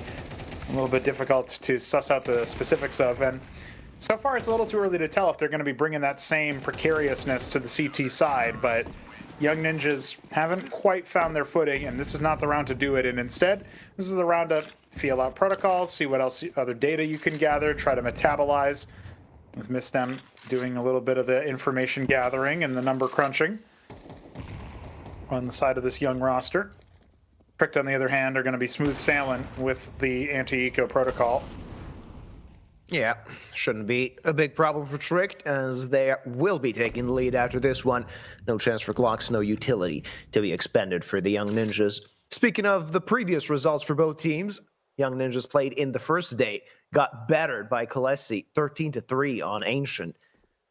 Tricked played the same map yesterday against Alliance, lost 13-5, but in theory, Alliance is a much tougher side than the Poles of Kalesi. I can agree with that. Let's see if Iceberg can find any frags here. It turns out that it's all the boy angle. That is a rifle scooped up by Mistem, but Leaks makes short work of him. And look at this. Oh, baited forward. I don't think he expected Note to be able to scoop that up. Well, the bomb doesn't go down. Young Ninjas do score 2 kills. More than maybe we would have expected with a full Glock round. So they can't be too unhappy as their opponents scored that 3rd round. Yeah, had they got the bomb plan, that would be just icing on the cake. Wasn't the case. But still not too bad for the Young Ninjas. Now they're back in a bye, and let's see what they have in store for us. Just a few highlights for the Tricked players against Glocks and no armor. They didn't really struggle, and we spoke about this before the match began. Tricked are coming in as favorites when it comes to their VRS ranking as well, as the fact that they are a bit more tenured than the Young Ninjas. As you've mentioned previously, the only player that we can really talk about on the Young Ninjas roster is Mistem, that we've seen in previous iterations. On the other hand, Tricked, I mean, Salazar, Iceberg, just to talk about them, you'd need a minute. Yeah, for sure. And the other guys have been firing pretty well. I was particularly impressed with Boy in his showing against Alliance on Ancient. You mentioned earlier the score lines not necessarily favoring either of these two teams in their 0-0 brackets. No, not the matches that they wanted to be playing. So far, Tricked have been scoring a number of early wins, and now they have 3 in a row. Oh, that's a freebie for Boy. As he finds the opening. Ooh, struggling a bit on the second, but finds the second kill nonetheless. Iceberg gets his head blown off, and now some trouble for Tricked, as Young Ninjas can approach that B-bomb side. Nicky B quick on the rotate. Boy dead. Nicky B now needs to stand his ground. Salazar good on the rotate with that AWP. Nicky B just dancing around the side, but gets decapitated nonetheless. It's a 2-on-2 and an opportunity for the Young Ninjas, as they're hoping to double peak Salazar. Still, the Opper keeps his head on his shoulders. The bomb will get planted, but look at this. Look at Note. He wants to fight, and fight he will. 1 versus 1. He knows exactly where Leaks is, and that's a clutch for the Young Ninjas as they grab number 3. All right, they're on the board. Yeah, that's a round that they needed to be able to convert. There was absolutely no chance of them to boast any sort of buy into the next round that would have come close to what the defense had they not been able to get the bomb plant down and score the kills necessary to finish it off. So heroics there at the end from Note. A bit of a slow start to the opping on the side of Tricked, though. Salazar does get a nice shot onto Teen, but nowhere else. Can't hold Note to his feet to the fire. There's a few other whiffs that he participated in. Needed a couple of re-peaks to score the frags in window a few rounds ago. Didn't get that opportunity in Market. Tactical timeout as the Young Ninjas cool their heads and talk over their options. They needed to figure out what they were buying. And we're back into things. Round number 7 of Mirage. Young Ninjas punching a little bit above their weight so far. Let's see what they got in this one. A-side defense seems to be ready, and it seems like the Ninjas want to hit that side already. Though, Nicky B quite deep on the top mid, so that's a lot of information gathered. There's your information as the Ninjas now swarm that site. Boy finds the first frag, unable to find the second. The Leaks, he's tucked in the corner. Will they check him? Will they challenge him? That's the question. The answer is yes, but still no dead. And Leaks still alive as the rotate is coming in. Well played by Leaks. He just needs to sit tight. There's another frag, and through the smoke, he finds another. Rude, nothing he can do but watch the kill feed go, and his teammates dead. Nicky B just icing on the cake as Trick get back in the lead. Yeah, that's a combination of a miraculous hold from Leaks and great information play tempo achieved by Nicky B. It's a risk to be so deep in top mid at that stage of the game, but he sussed it out. We have to assume he scouted the angles properly, and here we have Note being the only thing of note for Young Ninjas. Nothing else going their way as Leaks just solves all the equations here and finishes the Young Ninjas off. Once again, Tricked on the advantage. Their CT side, not necessarily where they do their best work, it must be said, but comfortable enough after some unlikely rounds won by the Young Ninjas. Leaks is on one. He takes Mistem out of the picture very quickly, and you're seeing the result of that economic fluff that Young Ninjas kept having. back down to just pistols with a couple of upgrades, one of which has already gone down on the A ramp. Not a whole lot to write home about just yet for the young Academy squad. Absolutely. Note does have a dig, so we'll see if he can pop a head or two. Make life difficult for Tricked. Because even with Glocks a few rounds back, Young Ninjas were able to score a couple of kills. Why not that be the case again? Make the Danes fear for their lives. Iceberg, well, caught with his pants down. Boy, now in a bit of trouble, though gets a double. And it's going to be easy round for Tricked. Losing again 2 rifles, and maybe one more might be in the cards. Not going to be the case, as Nicky B grabs that final frag from short, and Tricked doubled their advantage. Yeah, and they got plenty of cash to keep reinvesting. The only chance of a reset was actually 2 rounds ago now. That last one, not really in the cards. So the numbers and the money are not in the favor of Young Ninjas. Let's see what they can get happening here. The problem is they still haven't been able to get a bomb plant down in almost any round so far. So their money was pretty dire. I mean, even after they won the miraculous round secured by Note's clutch, it was still a favorable buy for Tricked. Now they've got mostly the premium rifles that they need, AK-47s, and of course, Rude's Galil. Line of scrimmage is drawn. Yeah, and Young Ninjas opting for a bit of a slower round, slow taking of mid. Tricked uninterested in that part of the map so far. 4 players located towards A. And if Young Ninjas walk toward that side, they could be walking straight into the Lion's Den. Though it is a raccoon, to be completely honest. Iceberg, under duress, finds the first. Does not have the courtesy of dying, though that will be the case. Leaks gets that frag back and keeps that man advantage for his team. Missed him through the smoke on stairs. Oh. This is the player, but finds the other guy. He should get traded, and that will be the case. But it is the bomb site B there for the taking for Young Ninjas. But look at the bomb. It's on short. They need to go back. As Teen decapitates Salazar, clotheslines him. And now a brawl in market, no problem. And it's only Nicky B left in a 1v2. Well, he's got the right location for where Teen's planting the bomb. Might be an opportunity for him to get a surprise pick. Still an active round as a result. Tricked. Don't want to give this up just yet. Nicky B doesn't want to give this up just yet. Scanning his surroundings. Can he do a silent drop down here out of range? He doesn't even want to chance it. He's going to make the noise and announce his position. Young Ninjas taking their time. He has a kit. That smoke will go down to try to bait out some of the players. He'll tap it and walk away, forcing as much information as possible onto the side of the Ninjas. And now the flank is striking. Oh, he's a little bit too far away. The knife comes out. And that's a lot of information, a lot of money in the favor of the Ninjas. Yeah, this was a very important round for them, even though they've only kept 1 rifle for the next. A very crucial one to take, as they cut that deficit to only 1 round, and a tactical pause by Tricked. I would say not really surprising, as this defense sort of collapsed after they couldn't defend every part of the map. Just a difficult situation to be in. Young Ninjas end up getting quite a few surprise kills. And honestly, if you're feeling like your aim isn't quite with you in a moment, trying to bait your opponents into difficult situations so that you can shoot them when they ain't looking is totally a valid strategy. Absolutely. In fact, this is how a lot of the veterans still ply their trade so many years later, when their aim isn't with them as much, when they're on their C game as opposed to their A game. It's something that they know they can do. So Young Ninja's already using that to their advantage in that last round, narrowing the gap. Tricked only a 1-round advantage, and down to the last of their money, facing a reset.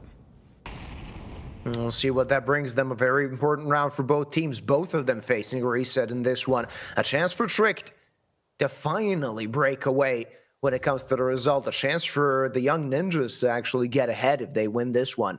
Mostly Galil's in their hands, though, expended most of their utility so far. Ops on both sides, and another slow burner around here. Low burn indeed. Take the time necessary for Young Ninjas to suss out what Trick they're all up to. Nikki B might be forced forward. Iceberg clearing the other angle. It's Joski. Oh, and Rude's AWP is able to find two with Note taking out Salazar. This has gone from bad to worse for Tricked. They'll be lucky if they can keep those A1Ss alive. A flashbang allows Leaks a little bit of breathing room, and Rude's AWP is available if they want to save that into the next, but Leaks is going for it. He wants to stop the Young Ninjas from planting the bomb, but it's being put down in default by Mistem. The flank is available from Teen. He's got the lineup. This should be easy as you like. Mistem taking advantage of the chaos, and a full wipe there. Full reset on the money, and a tie game for the Ninjas. What happened there for Tricked on mid? There was a semblance of a setup. They were waiting for a flash, but the Young Ninjas were a bit quicker, able to find the kills. That re-peek was very risky, if I recall, from Nikki B, peeking out of Corrector after finding that first kill. There was very little chance for him to keep himself alive, and this should be a freebie for Young Ninjas. Tail end of the the first half should be an easy one, though Nikki B gets his hands on a rifle. And that might make life a bit more difficult for the Young Ninjas, as, I was going to say, as long as Nikki B can pull back, but that wasn't the case. Dying on the edge of Connector, Salazar grabs that M4, wants to fight, unable to find the kill. That feels like it was his best opportunity to make something happen with the A1S, is when they didn't notice it disappear from the floor. Young Ninjas, though, bring it back into a 4-on-4 with much superior weaponry. And they are happy to slow things down and figure out where their opponents are going. They're trying to play, Counter-Strike when you dot your I's and cross your T's. Making sure everything is just fine on the B site. But they are telegraphing things a little bit here. Absolutely. Trick knows what's up, and they've already rotated to B. Salazar, the premium weapon in headshot position, looking for more than one frag. Finding one already. There's the second, third, not going to happen. And boy, late to the party. No chance with the USP. Might grab himself a rifle, though. AWP, no less, possibly for the next round, though he's still contemplating going to clutch this one out. There's an opportunity to 1v1, but he has no idea where Joski is. Yeah, Joski can just sit here. He doesn't need to be active. He's opening himself up to potential jeopardy. And boys continuing to take this ground afforded to him, hunting him down slowly, and has found the shot. It's procedural. It's perfect. Boy, finishes the clutch and keeps the AWP for Salazar's next round. And that's how Tricked scores 6 before the Ninjas. How did this happen for Tricked? As you said, Ninjas telegraphing their play, knowing Trick that the attack was going to go towards B. This frag was crucial. This is the M4 that made all the difference in the world. Salazar making it work, and boy, confident enough to go with the AWP in that 1v2, stealing the round away from the Young Ninjas, and that must hurt, losing to pistols at the end of the half.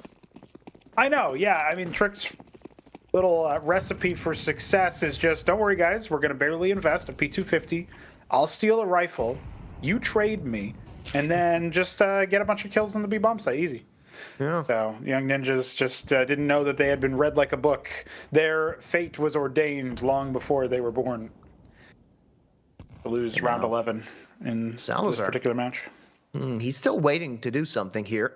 Only 4 kills with the AWP. Missed shot. That might cost his team. Still TT presence on this site. Leaks gets his head blown off. But boy is still alive. And will they check him? That's the question. Nikki B brings a frag back and pulls back so they can fight during this round. It's only the question of boy and what he can do. Will they even know that he's still in dark? The answer seems to be negative. Nobody is paying attention to him. Walks outside of the smoke, sees absolutely nothing. But a freebie there available. Trigo Discipline finally comes into play. That's an incendiary towards Palace, and this is a very tricky round for the side of Young Ninjas. Already on the defuses, Tricked, and one by one, the Ninjas are falling. Tricked guarded by their teammates is the diffuser, and that will be a minimal lead for them at the half.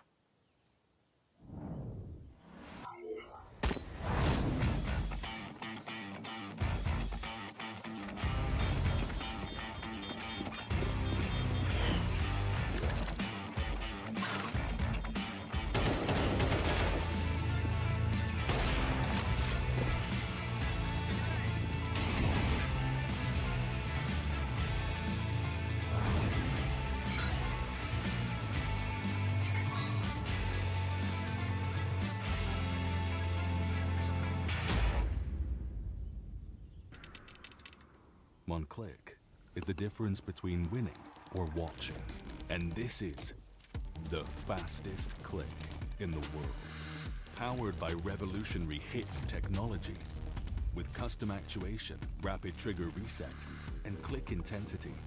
Tuned to your competitive play. We didn't just evolve the click. We reinvented it. Pro X2 Super Strike. And we're back. It's not a walkover. It's not easy for Tricked, but they still have a lead after their CT half. And Pronago, you said that the T side is actually what they prefer on this map. Let's see if they're gonna actually walk the walk after talking the talk. Yeah, I echo that. I feel like the way that Tricked are working out feels like they have a slight advantage, obviously. But going into this one, you're talking about the T side. And that's where Trick play their trade. They do their best work. And Rude's already been gooshed long range by a Glock, which I feel like is a sign of things to come. Now, let's see what this round is gonna bring. Ooh, a lot of mayhem happening, but a +1 for Young Ninjas. And now in trouble, boy, only 2 HP on him. Salazar sort of in no man's land. Can he help? No, can do. And a 1v3, not gonna happen seemingly. Finds the first, not the second, and it will be the pistol round going to the side of Young Ninjas. Yeah, easy enough for the Ninjas. Obviously, they lost a pseudo pistol round when it came to the last half. That was almost at the very end of that last half, if you remember, where all the pistols came out, a P250, scoring exactly what Tricked needed to steal the half away. Now, that last pistol round not going their favor. All right. Now might be trouble for Tricked. Definitely an opportunity for Young Ninjas to tie the scoreline. Rather an opportunity. It should be a walk in the park. Not so easy as boy is, or rather one of the players is Feld, but no problem to just chain together a few frags and tie up the scoreline in the end. Feels pretty easy at the start here, but this kind of mirrors how things began when we started off the map overall. You remember the Young Ninjas score now both pistol rounds and the conversions, and then after that, Tricked managed to reclaim a little bit of victory. You can see it on that little round history there, 3 T rounds in a row. Now T rounds that they are, and that tells you all you need to know. Feels like once the guns come out, Tricked have more opportunities for victory than the Ninjas.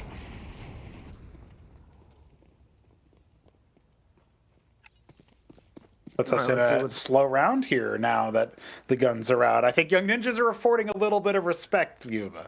Yeah, but I was very surprised to see what the Ninjas tried to do at the beginning.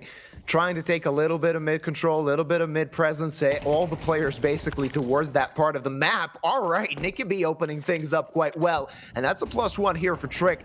Let's see what Young Ninjas can do as they're scrambling to mount a defense on both of the sides. Ooh, 2-manned is no chance of survival. Joski completely blind and his position known. It's a walk in the park for Tricked here in the first gun round of the second half.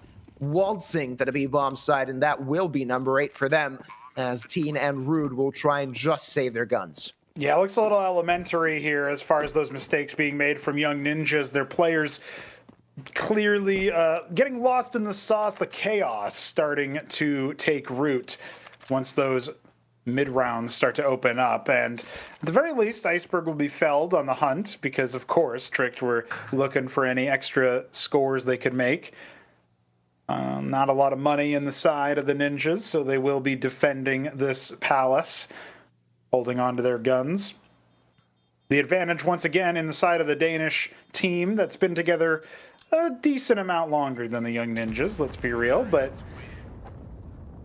Tricked is finding it a little bit difficult to put their name at the highest level of Counter-Strike. They haven't been able to make the major under their organization, so it would be wonderful for them to start off their next season of 2026 right here, right now in Tipsport Conquest of Prague. The Young Ninjas are being a little bit of a roadblock here so far. Oh, yeah. Not going out without a fight, as Young Ninjas will be opting for another tactical timeout, talk things through, and see what they can do in future rounds. Weirdly enough, on a side note, I actually work with a guy that played for Tricked a lot of years back, more than 10 years back. I think it was 2013, though he played a different game for them. Right now, the game we're playing is Groovin' as the tactical pause comes to an end.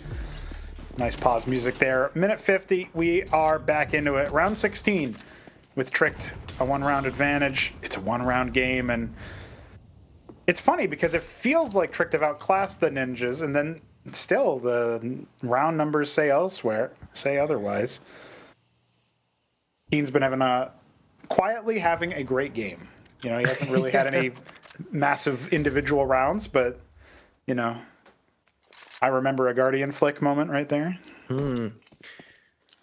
Well, Teen, speaking about him, 1 kill here, 1 kill there, and you get the 16 quite early. Almost top fragging the server. It's Boy on 17 that's topping the charts at the moment.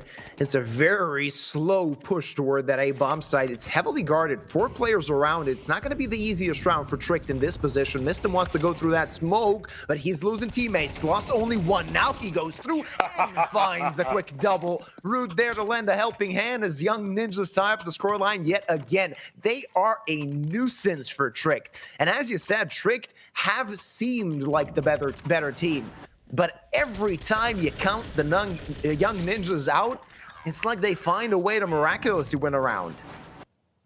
Yeah, they are in those kinds of ways too. On a map like Mirage, where you could just waltz into a nice commanding position, they can just dismantle you if you're not looking, particularly on that CT side. So tactical timeout will be traded. This time around, it's Tricked talking over their options. They've got 1 in the tank if things go to the rubber rounds. But so far, it feels like they just need to figure out where, you know, the Young Ninjas are actually holding off. And this little timeout even gives me time to ask you, Luba, do you think Teen needs to change his name next year when he turns 20? That's a good question. I was wondering how his name is pronounced. Is it Teen or is it Tane? I would say Tane, but that's just because I guess that makes cooler, a bit more sense. Yeah, we'll get a chance to get to know him as the years go by and he establishes himself in the pro circuit. 8-8, all tied up after 16 rounds played, and an important round here. Young Ninjas, not a lot of money in the bank. Tricked, basically nothing saved up. So if they lose this round, we could see Young Ninjas actually not only getting their lead, but also expanding it a bit. Does feel like this is a round that will decide the course of the rest of this game. Whoever wins this may yet control all the Infinity Stones. That's what we're fighting for, right? Oh, yeah. Of course, the famous Infinity Stones of Prague. There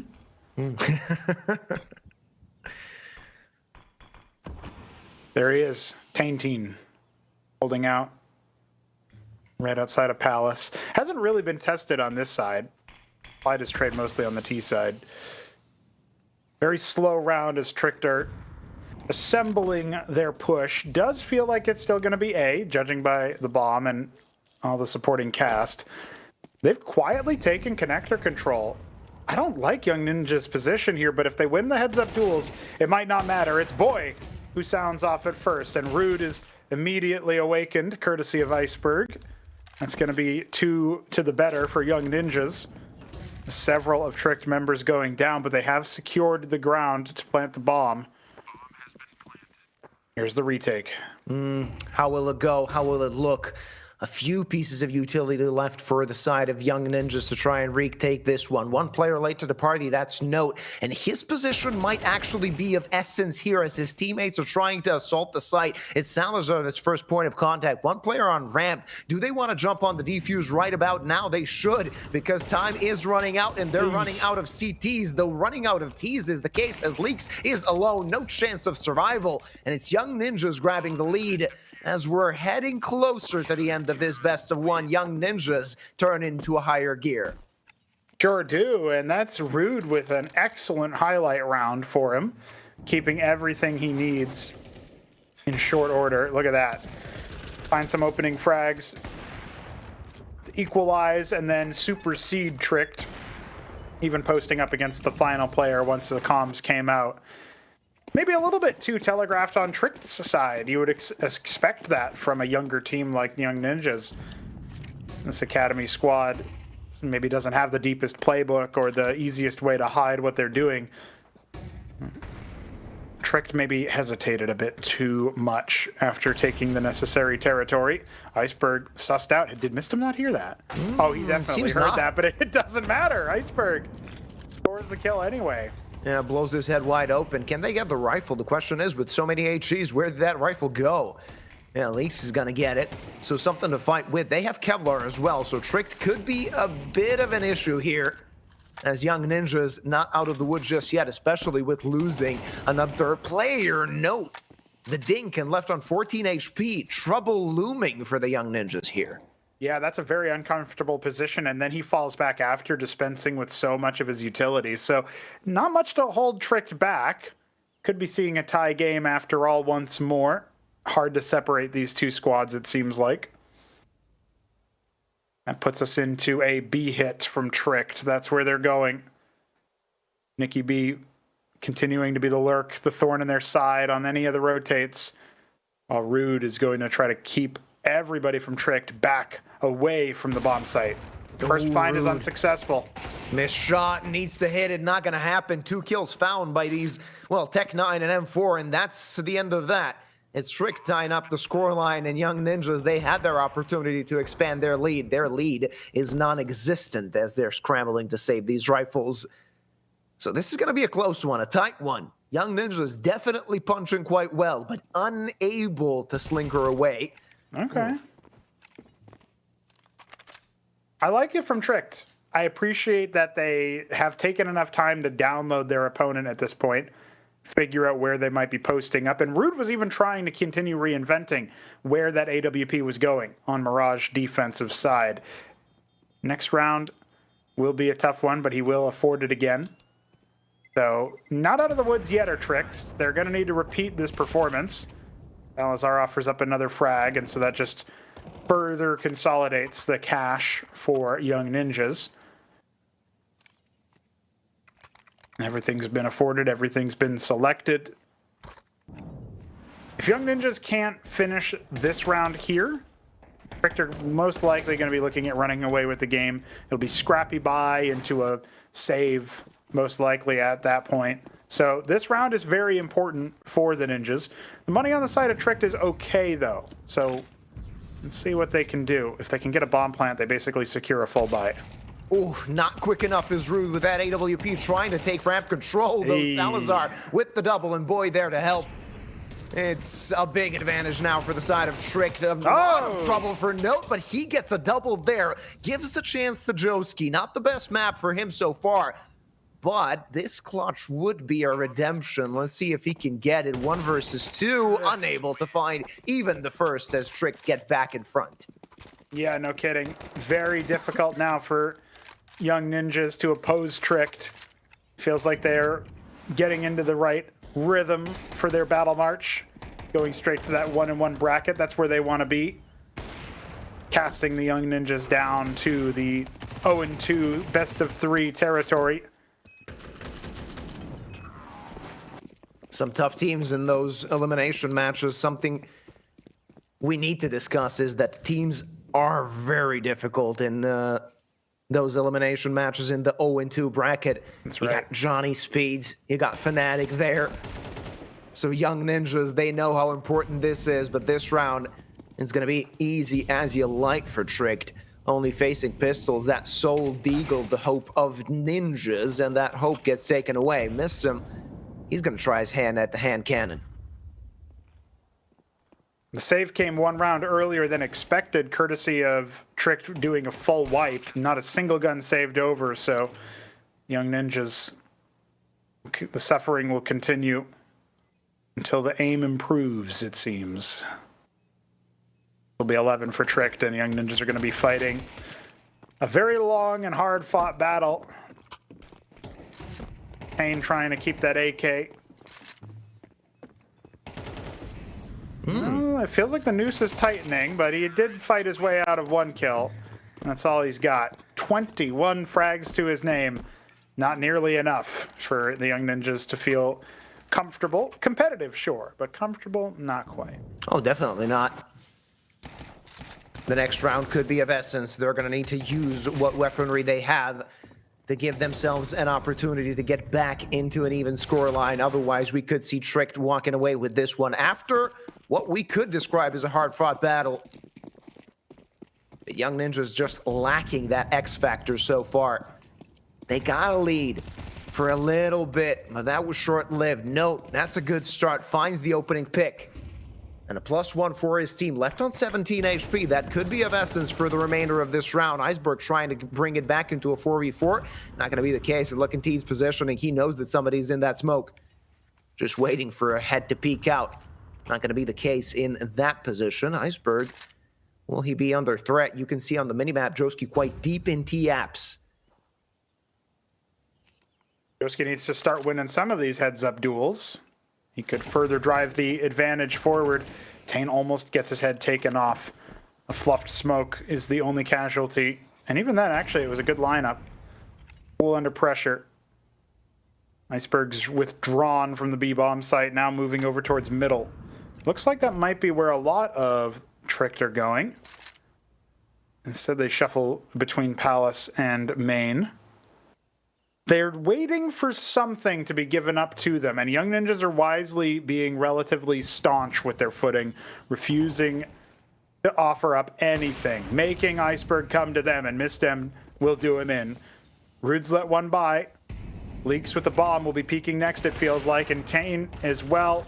Combining, that is a 10th round for Young Ninjas, as Tricked start to fall apart there at the last moment. Yeah, a bit of a lazy round for Tricked, as if they expected the Young Ninjas to just drop on their backs and concede defeat. Wasn't the case, and we're again in a one-round game as the Young Ninjas give themselves an opportunity for an even scoreline. Tricked, you're going to have a few more up your sleeve. And hopefully they do. It would suck for them to have to peter out at the very end here to the Young Ninjas, no less, who aren't exactly the most imperious of opponents. Set of rifles, a full buy here for Young Ninjas, and Rude, while he might only have a 14 all on his scoreline, it doesn't tell the whole story. He's been instrumental in some of the wins. Without him, Young Ninjas would not be anywhere close to this point in the game. Oh, this Iceberg, is funny. A stealth move here. Yeah, he's sneaky. Will the Young Ninjas even expect this to happen? Nobody there to threaten Iceberg, and he is the one bringing the threat from the back step toward that A-bomb side. One frag is enough for him in that position. Should he find more than one, that would be golden. And Tricked, they have both hands on this round. Young Ninjas don't even know what's going on. They will never know what hit them. Iceberg knows where one is. Will he pull the trigger? The answer is not yet there. There you go. A double from the Berg. And the A side has been opened up. Mistem needs a multi-frag. Finds two. Nothing more. And it's a 3v2 as the bomb will get planted. Do the Ninjas want to commit? You're either playing for this or you're playing for overtime. And the Young Ninjas have a weird amount of cash left over. Definitely won't afford an op if they go for this round and lose it. And it looks like they're going to be hanging back. Joski returning the B-bomb site. That is a wrap on the play for the Young Ninjas. They concede match point. Ooh. I don't actually know if Rude saw anyone over there. He would have surely posted up a different side. Oh, yeah. They could still lose this op. Absolutely. Tricked thinking about it, but even their money is not in the best position, so they don't really want to just send bodies to that B-bomb site. They're being careful, and they will relieve an M4. So Joski, no gun save for you. You're going to have to buy up in the what could be the last round of this map, what could be the last round of this match. Iceberg, cool as a cucumber, no problem. And that was the play that made all the difference and brought Tricked to 12. I said that they need something up their sleeve, and that was it. They found it, yeah. They started shaking out the coat pockets, you know, making sure they didn't misplace anything. Oh, there's the strat. Then the Bergen behind enemy lines. exploiting a gap that Young Ninjas didn't have to leave open. That wasn't a foregone conclusion. Now it feels like this game is just about that. The last of the tactical pauses have been expended by the Young Ninjas as they talk over what remains of their strategy, what remains of their match in the 0-1 bracket of this Swiss stage. Here in the Conquest of Prague, best of ones are the start of things. So Young Ninjas will face off elimination if they get there, if Tricked send them there, in series play. But they would be the weakest of the three teams that we know of to be going down to that area. As you mentioned, Fnatic and Johnny Speeds are not teams that you want to face. Be lucky to have the likes of what potentially could be Qual 4. They'll be playing in the last best of one of today. Missed him opening things up, keeping the hope alive for his team. The good thing for Young Ninjas, money, not really an issue. They have that AWP, they have M4s all around, but they're going to need to find more frags, more where that came from. Oh, that's a freebie for Note. No problem for him. Pronago, it seems like we might be looking at all 24 rounds in this one as Young Ninjas have a two-man advantage. No reason to force it, and Missed him is basically serving his head on a silver platter, giving Tricked a chance in this round. Whoa, that was also a force, if I've ever seen one. Comes up on the side of the Young Ninjas there. I don't think something tells me that Tricked weren't expecting that particular play either. Oh, he almost got caught. He did get caught re-entering into the window. Now it's Rude's turn. Oh, tagged up a little bit, but he does end up getting away with it. It's Salazar cast into a 1 versus 3. He's able to take out the Opper on the other side.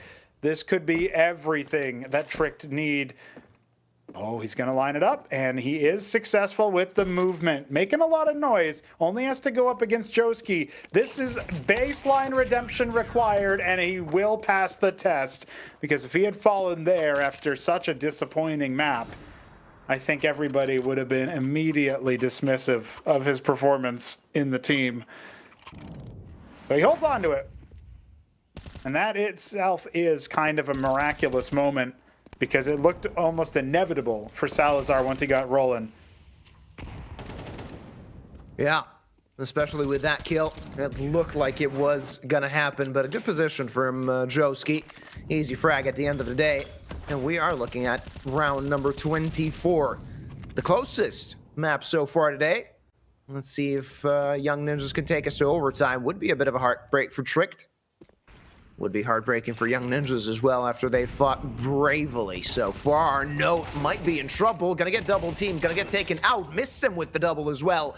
And that's now a man advantage for the Young Ninjas. And look at this. Only a Mac 10 and a Tech 9 available for Tricked. Unable to collect a rifle off the floor. Finally, Iceberg does. Horrible timing for Rude. As Boy brings it back into a 2v2, collects the B-bomb side and holds it with the op. Now this is going to be very difficult for the Ninjas. This is a really nice line here for Boy to use, but the problem is, even if he pulls away from it, he doesn't know if they're going through short. He's constantly checking, paranoid about the position. Here comes the bomb on the back of Iceberg. They've started to set it up. They have a very brief amount of time here before the Young Ninjas strike. They're both going through the same angle. Trying to go for the flashbang. They expose themselves as at least one player is there. Once they see two bodies, they can be a little bit more confident. Pulling attention, pulling angles. Oh, he misses it and he can't fall back through the flames. Iceberg in the 1-on-2. The bomb is smoked. He's going to break it. He's going to break the smoke. This is an opportunity for Iceberg. They're not on the defuse, and Teen's going to get the frag. We're going to go to overtime here, Pronago. Young Ninjas fighting it out, and they don't want to go to that elimination best of 3. No, they are not done yet. They will extend play. And Tricked, expecting an easy game. Maybe Iceberg was wrong in that interview. Maybe they weren't going to just play their game. Adjustments are going to have to be made. I don't know. I'm just saying. All right. Everybody on a lot of money. Let's see what we got in OT. 12-12. Tricked, unable to use two opportunities that were provided to them to finish this best of one, keep themselves out of those elimination matches. And a 1-1 scoreline is very important. It can send you to a qualification match very, very quickly. Of course, depending on the seeding, depending on how you play in a best of one, but you can beat almost anybody in a best of one. Salazar, Abdul again, and again, Easy. Salazar better than Rude. This is a peak that we've seen so far from Rude, and neither time did it work against the opposing team's Opper. Yeah, it's designed more so, it seems, to see what you can do against the rifles, but Salazar just makes it look too easy. Mistem will silence Iceberg, but it was after Note fell, so this is looking like a tricked man up. 4 versus 3. Only one lone defender of Tane left on the A bomb site. He has to deal with 4 Ts? Get real. A tall order, a tall task, a good angle held. A chance for him to find the first frag and bring it back into a 3v3. Now angles change, and Tricked are entering the site. Tane needs to fight. Not going to be an easy hold by any means, even with the cavalry arriving. Good read, but losing players. And now it's only missed him alive. His backstab inconsequential, I would say. An opportunity definite to find 1 kill, but Salazar already expecting that with the op. Gets dinged and needs to pull back. But now the jig is up. No chance for Mistim. So much utility expended to his feet. Left on 40 HP. Of course, with so much money, you're going to try your hand at this, and finds the first. But there's Salazar with the AWP, and Tricked back in the lead. That looked much more comfortable once we hit extra rounds. There was no long pause. There was nothing to stew in over it. Okay, yeah, we've bungled it to the point where this young upstart academy squad has found their way to extra rounds with us. Let's just finish the job. Yeah, guys, Tricked is thinking that right about now. Fairly stark favorites coming into this. Our bookies knew something we didn't, though. They said 185. 185 for everyone. Yeah, and it turned out to be true because it was a tie in the end. We did go to overtime. Let's see who gets it now. Mistim, solid positioning. And Nicky B, not in this lifetime will you expect that angle. Tane, fantastic, and gets the dink on the second. He would have liked to have taken care of Leaks as well, keeping himself alive. But note from CT Spawn, a freebie found. Looking for the Opera as well, as Salazar is left on 18. All right, there you go. Dunk on him. Root is dead, but Leaks, I wouldn't really expect him to clutch a 1v3 with 10 HP. Nor would I, but he has found the first and into a reasonable angle to see if he could take Note out. But yeah, margin for error is so low.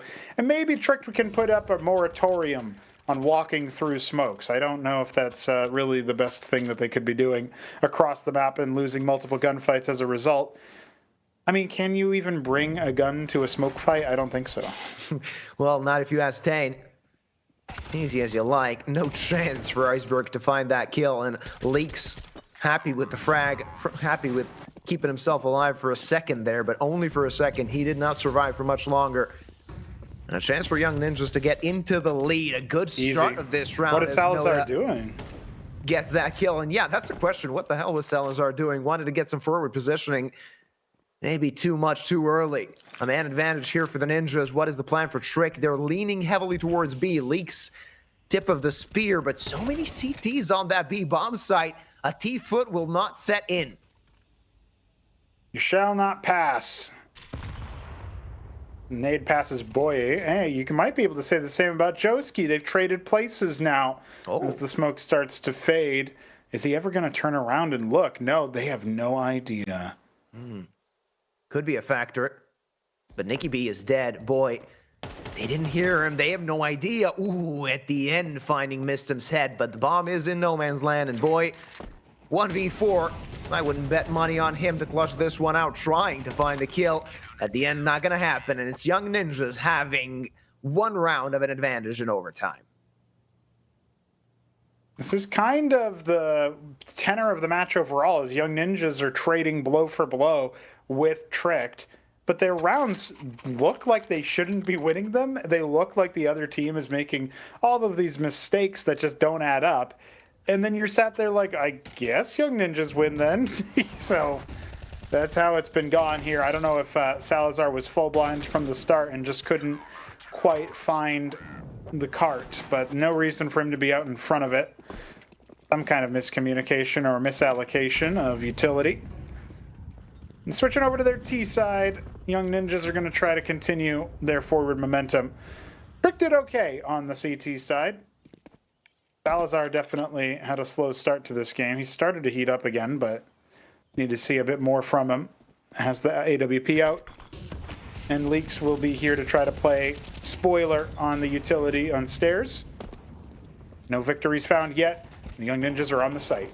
Team's HG not going to hit its mark so far. They do get to the side and they want to plant the bomb, but the bomb now is lost. One man out of an advantage for Trick, and Tane dead as well. Trouble for the Ninjas as they're trying to get to that C4, but that's going to be so difficult with so many Trick players around. 2 in connector, 3 on CT spawn.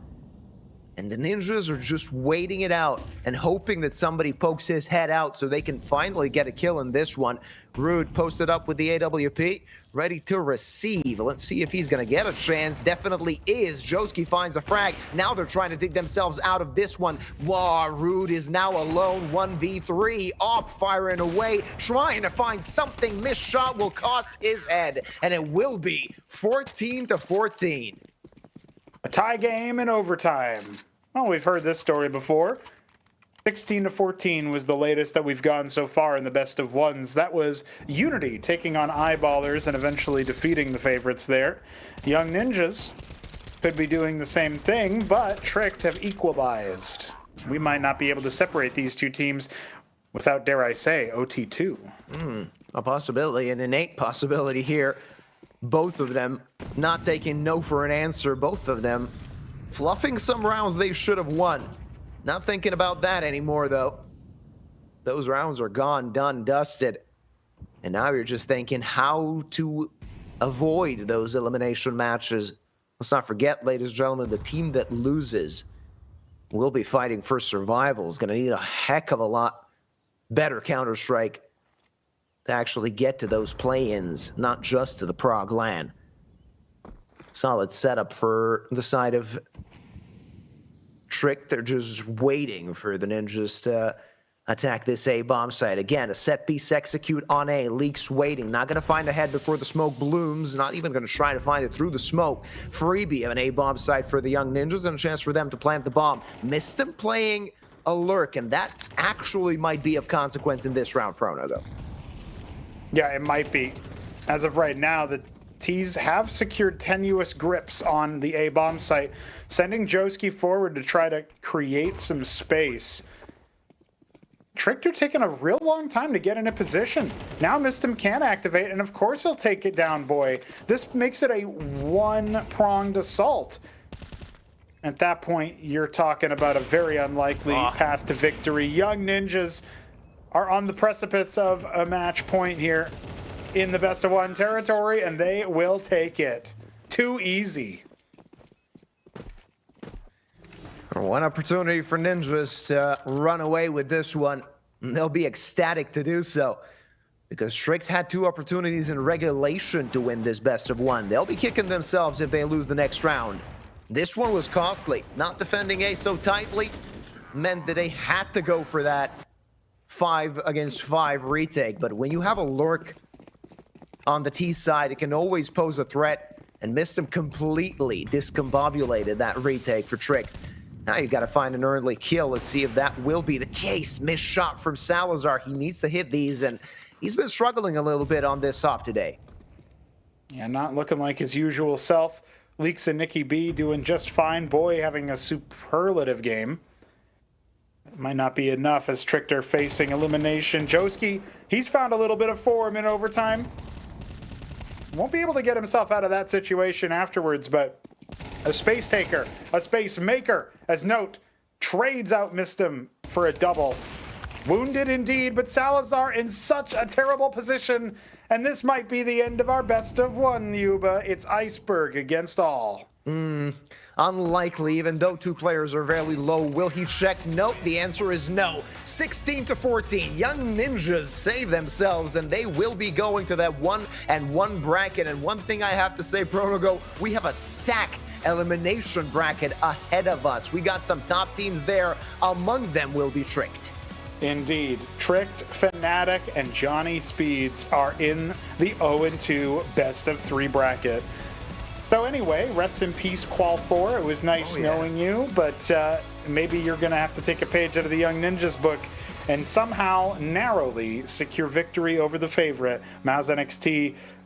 Looking like they're going to have an easy time in this game and the next one at this rate. Yeah, we'll see, of course, what the future holds, because we do have one more best of one to be played. It is MOUZ NXT against Qual 4. But talking about this one, it was a very messy Mirage, to be completely honest. And we had high hopes for Tricked. We thought that the experience they have on their side is going to make the difference. It wasn't the case. They had a few rounds where they should have won, a few rounds where they could have won, in situations where it really was down to the wire that went to the Young Ninjas side. A lot of rounds that actually both teams won with pistols and messy buys. At the end of the day, when chaos is unfolding, I would say that young players do have an advantage there, given the fact that they're playing that on Face It every day they play Counter-Strike.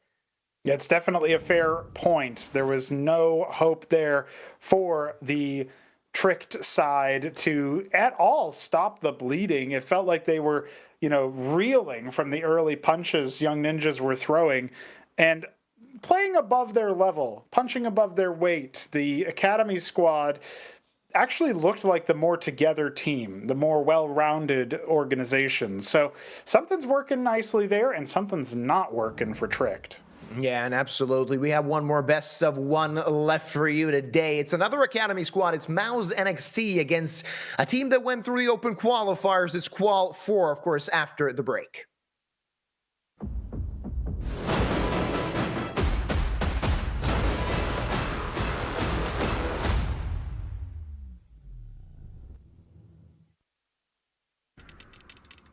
One click is the difference between winning or watching.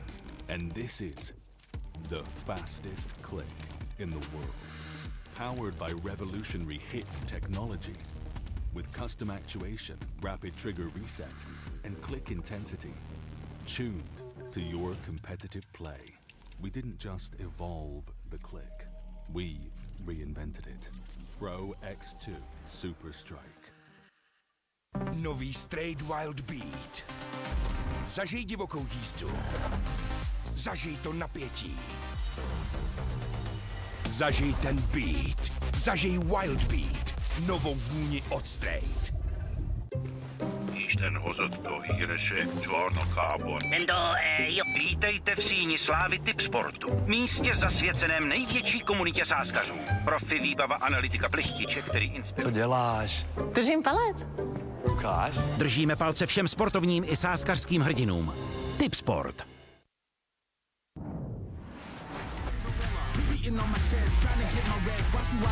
Every win is a blessing, and every L is a lesson.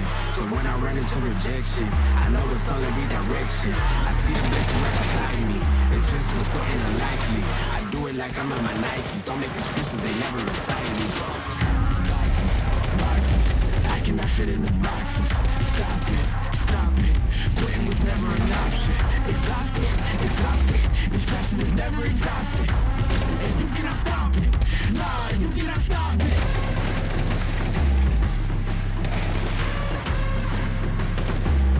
Quitting was never an option. And you cannot stop it. Nah, you cannot stop it.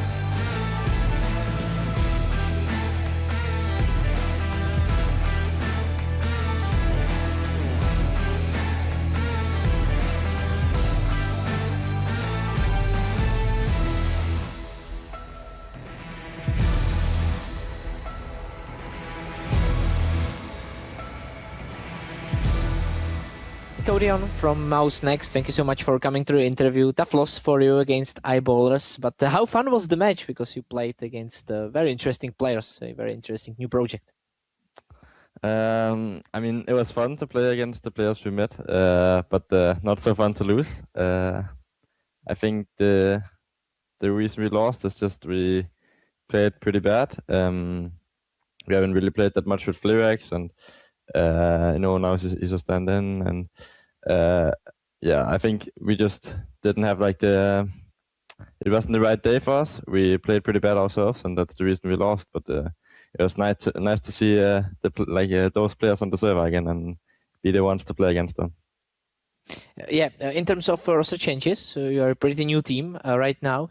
So was there something crucial, something key you learned from that match?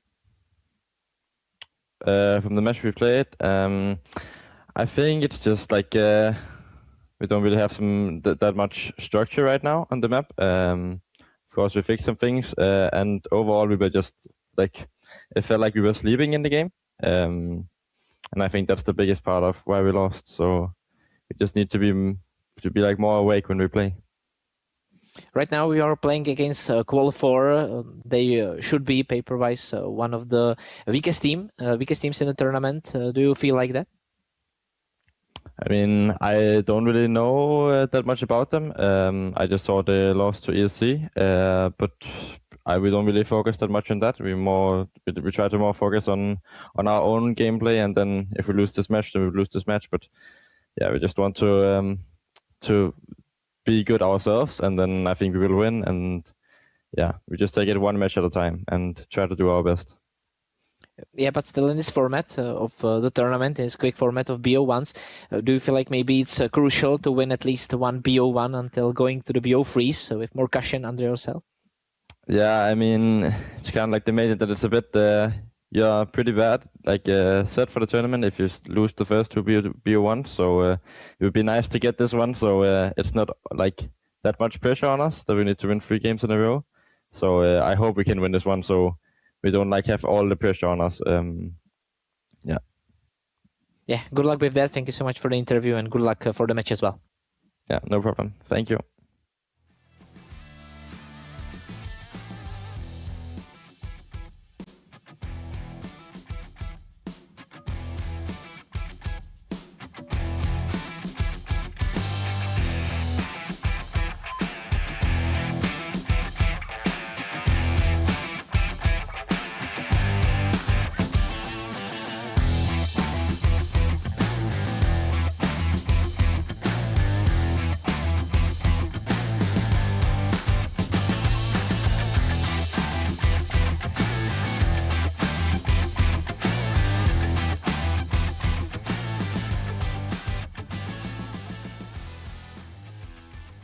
Chorales from Team Qual 4, thank you so much for coming to the interview. Quite an unlucky start to the tournament. What was the main factor that you didn't succeed in your first match?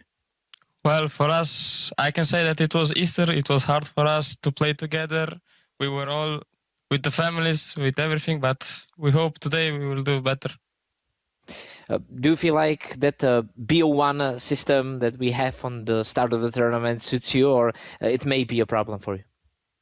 I don't think it's a problem. I think it's better for us as underdogs. Yeah, and today the draw got you together with MOUZ NXT. Do you feel like they are one of the toughest opponents in the bracket, or are you happy with the draw?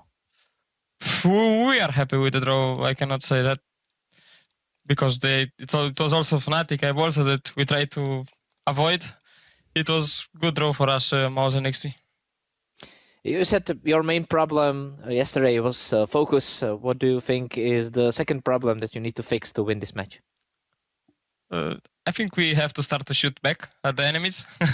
I think that was the main problem yesterday. Yeah, that sounds logically. Thank you so much for the interview and good luck today. Oh, thank you, thank you.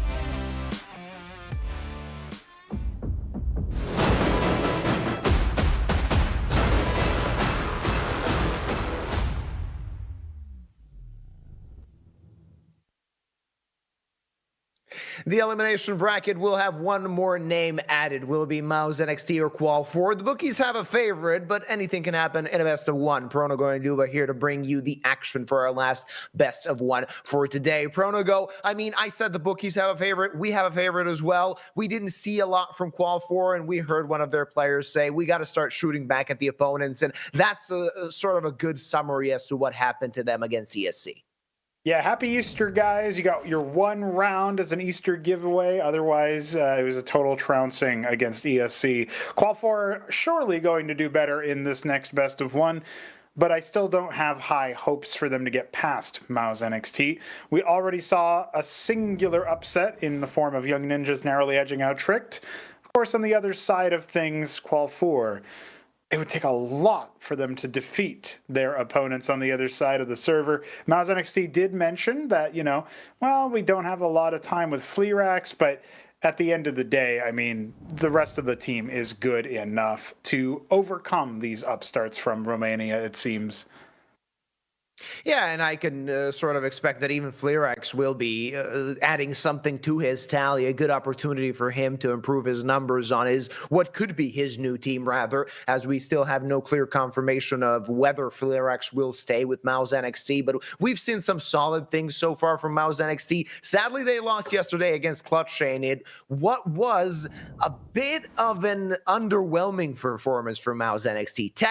Tactically, everything was all right. It's just that they couldn't individually perform well enough. We'll see, of course, what they can do against Qual 4, but we can move on to the picks and bans. Overpass, Mirage, Anubis not gonna go. Dust 2 as well, and it seems like everything is hinting towards Ancient. No, we're not gonna be looking at Ancient. It's gonna be Nuke. I think for the first time since the beginning of this competition, we will be watching Nuke Pronogo. Yeah, I like that. Nuke is really transformed from the tactical-heavy masterpiece that many thought it was in early CSGO into what it is now, which is very much a map where everybody has already learned all of the utility lineups they need to be as puggy or as tactical as they want to be. So I'm looking forward to seeing what happens. I think you will see a difference between these two teams, and you can already see our bookies nodding towards MOUZ NXT, as we said earlier on.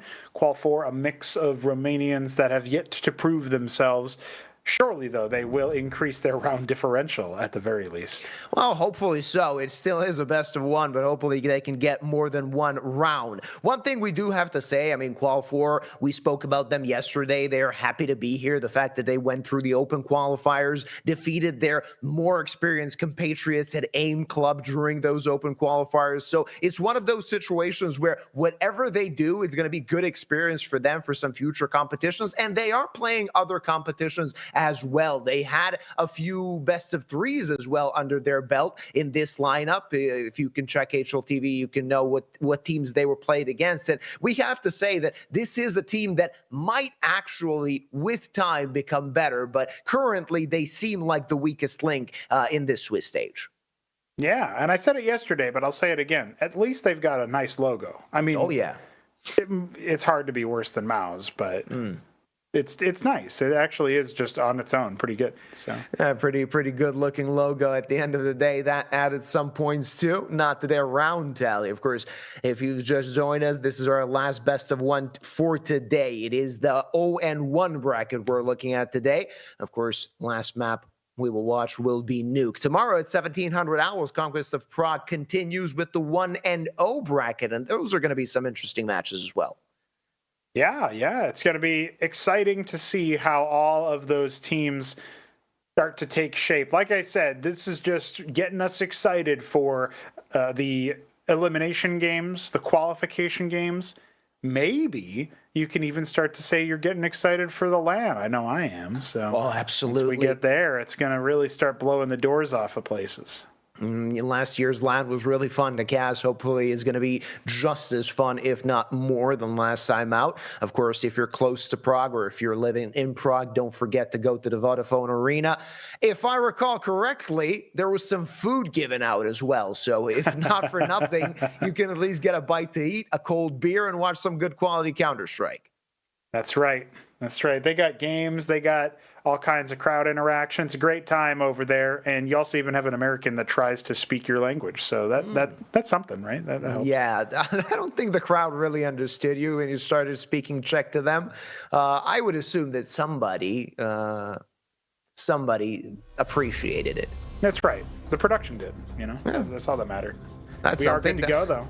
We're getting That's why we're here one more year. All right. Yeah. It's time for our last best of one of today. Round 2 started today, and after this, we will be at the halfway point of this part of the Swiss stage. It's MOUZ NXT against Qual 4. The bookies said that the MOUZ boys have a big advantage, but that needs to transition to the server. They are starting on the favored CT side of Nuke.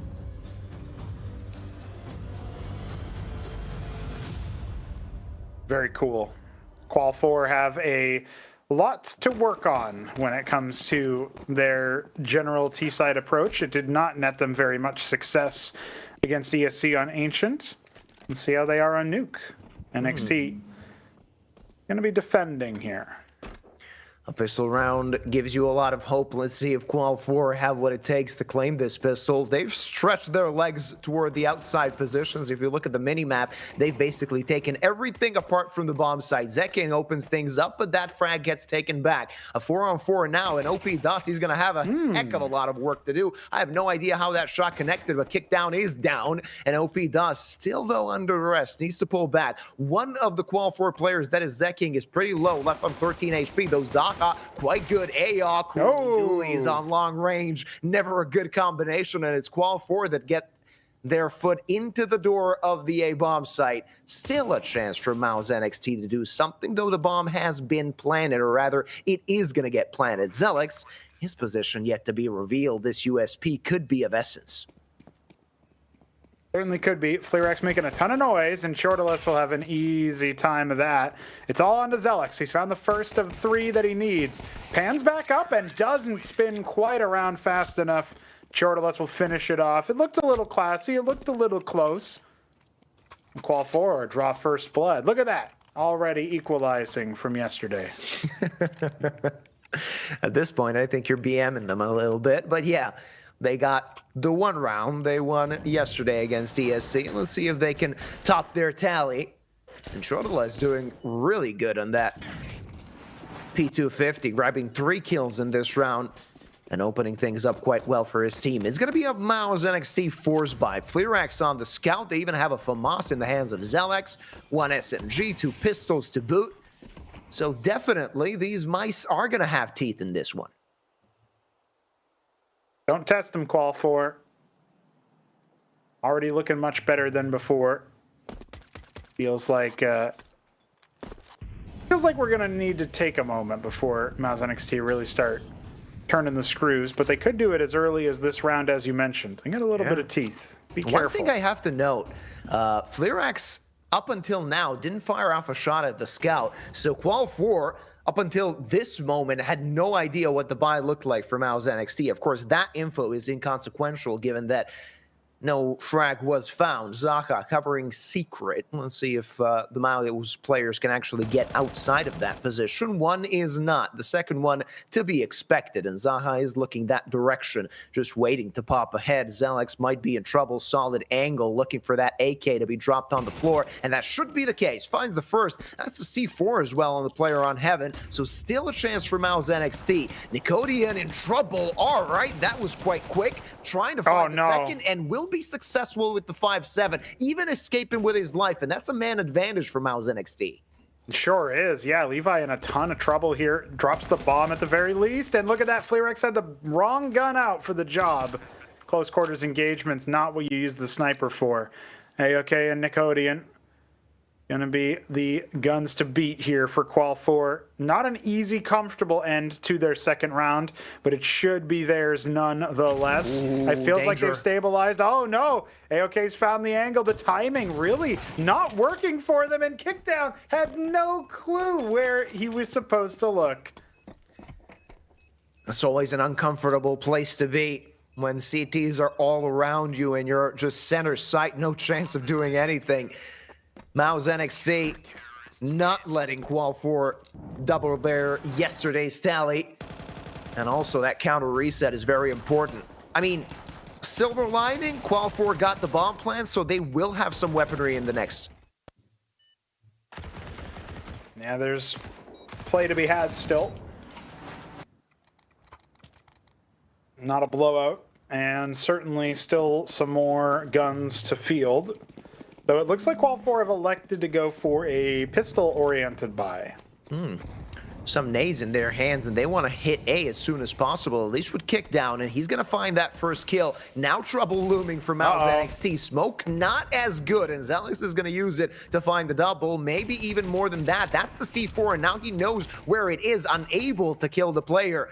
And somehow Levi will escape with his life. Zaha looking for a kill, unable to connect on Zelix completely. That Deagle missing its mark just by a small margin. And he should be a dead man. 1 HP for Zaha, hoping to get the good peek, but that's not going to happen. And it's only Levi alive. He does have the bomb on his back at 51 HP. Tech 9 as well in his hand, so he still is a threat, a danger to MOUZ NXT. But against 3 fully equipped players, your chances are quite slim, especially in this crossfire. And that's going to be the case as MOUZ NXT grab the lead.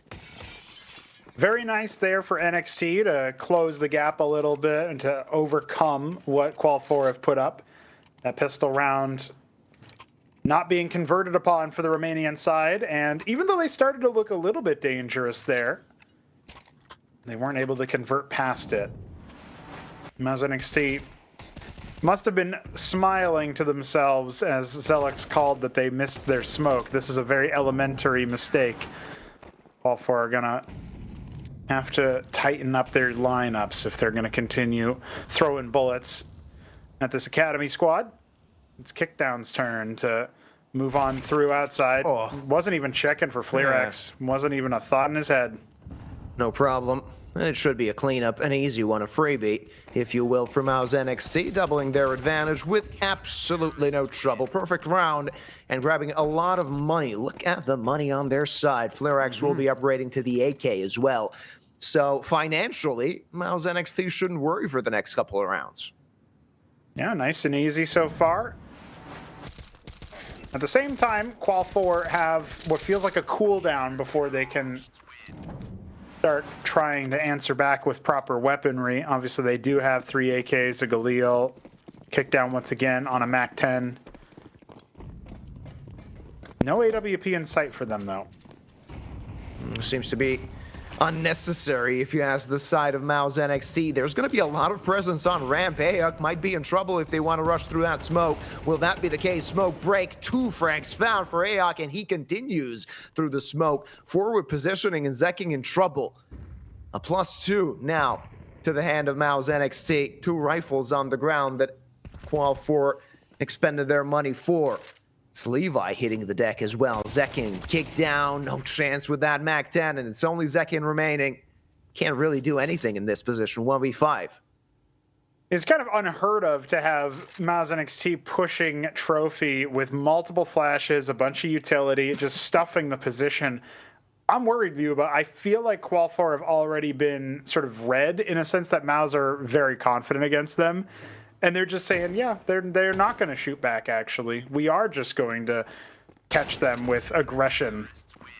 Show them no mercy, no respect. And Zelix will take Zekking's head as I say that. We're going to need to see if Qual 4 can rally, because that has been relatively uninspired so far.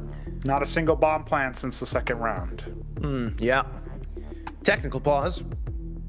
An opportunity for the side of Qual 4 to maybe cool their heads a little bit. But to your point, you could see that in these first few rounds that MOUZ NXT, just on the basis of the eye test of those micro plays they made, those micro decisions, it's what makes the biggest difference. Qual 4, that play on ramp that led to a double for MOUZ NXT, they did not see that smoke break coming. No chance in the world for that to happen.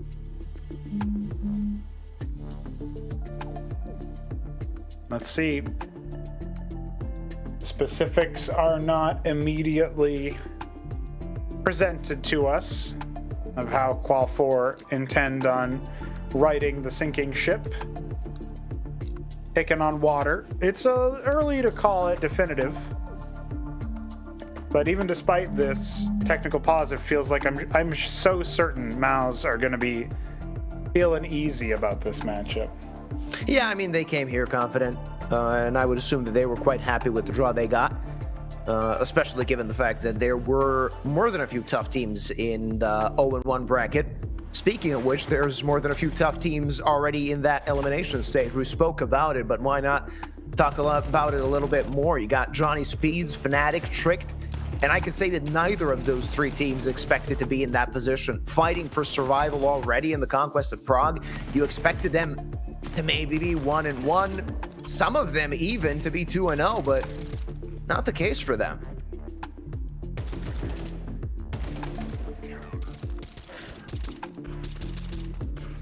Yeah, Qual 4 haven't shown us that much worth commenting on just yet. It felt like maybe they were feeling it when it came to the pace of their attacks. I can't say that their aim has necessarily been on point. They've had a lot of opportunities, particularly I'm thinking of Zaha, a number of moments where he had the advantage of peeking his opponent with the earlier timing, or his opponent had the nade out or something to that effect, and yet still, everything was nice and easy. Sir Levi, who you barely saw on screen there because of the pixelation count, was having some camera issues, waiting on that to be resolved shortly. Maybe it hasn't been resolved after all, but we saw his feed for a moment. Yeah, just for a bit. Did we get info as to, oh yeah, there you go. Camera issues, says the production team, which is the reason that we're currently in a technical pause. And I have to say that there have been a few technical pauses today. We were a lot luckier yesterday. Yeah, online Counter-Strike. It's like you said a few moments earlier when we were casting Eyeballers versus Fnatic, and you had the random disconnection of Bartok. A little bit not as fun as what we wanted it to be, that's for sure. Absolutely. And I was just wondering, we just saw OP Dust's camera. He's Portuguese. What time is it in Portugal that there's still sun out? You could see it through his window that it's still sunny. Oh, I thought it was always sunny in Portugal, isn't it? It's always sunny in Portugal? Well, I've heard that as well. Yeah. Given that there are people that really like their peace of mind, as far as I know. A lot of, breaks during the day. Everything's very slow. That's a country I want to live in. No rush. Everything's fine. Yeah, it sounds terrible.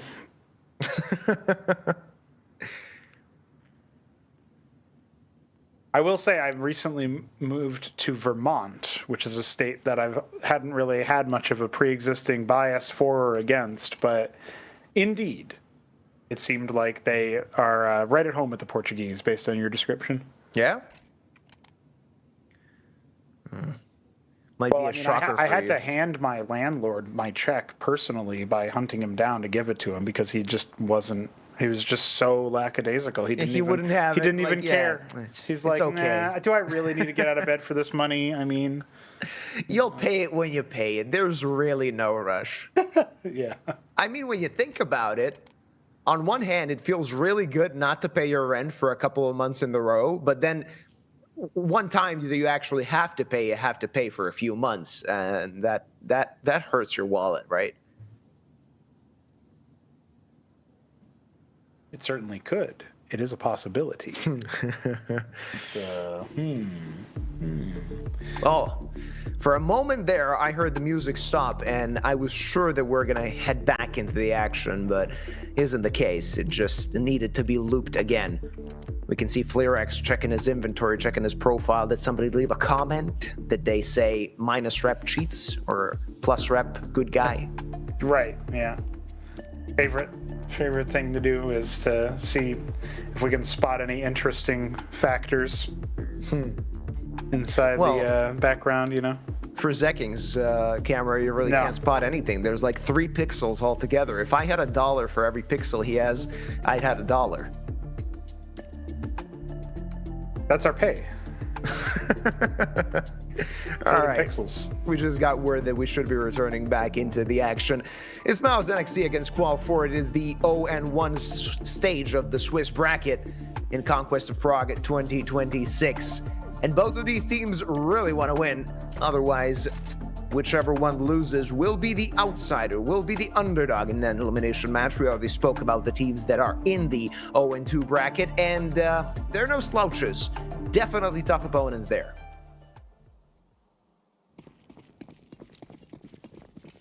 We're back, boys. MOUZ NXT looking to avoid the tougher stage, which would be the elimination stage. Qual 4, on the other hand, have posted one round so far. It was the pistol. Struggling to convert, or indeed to do much of anything else after.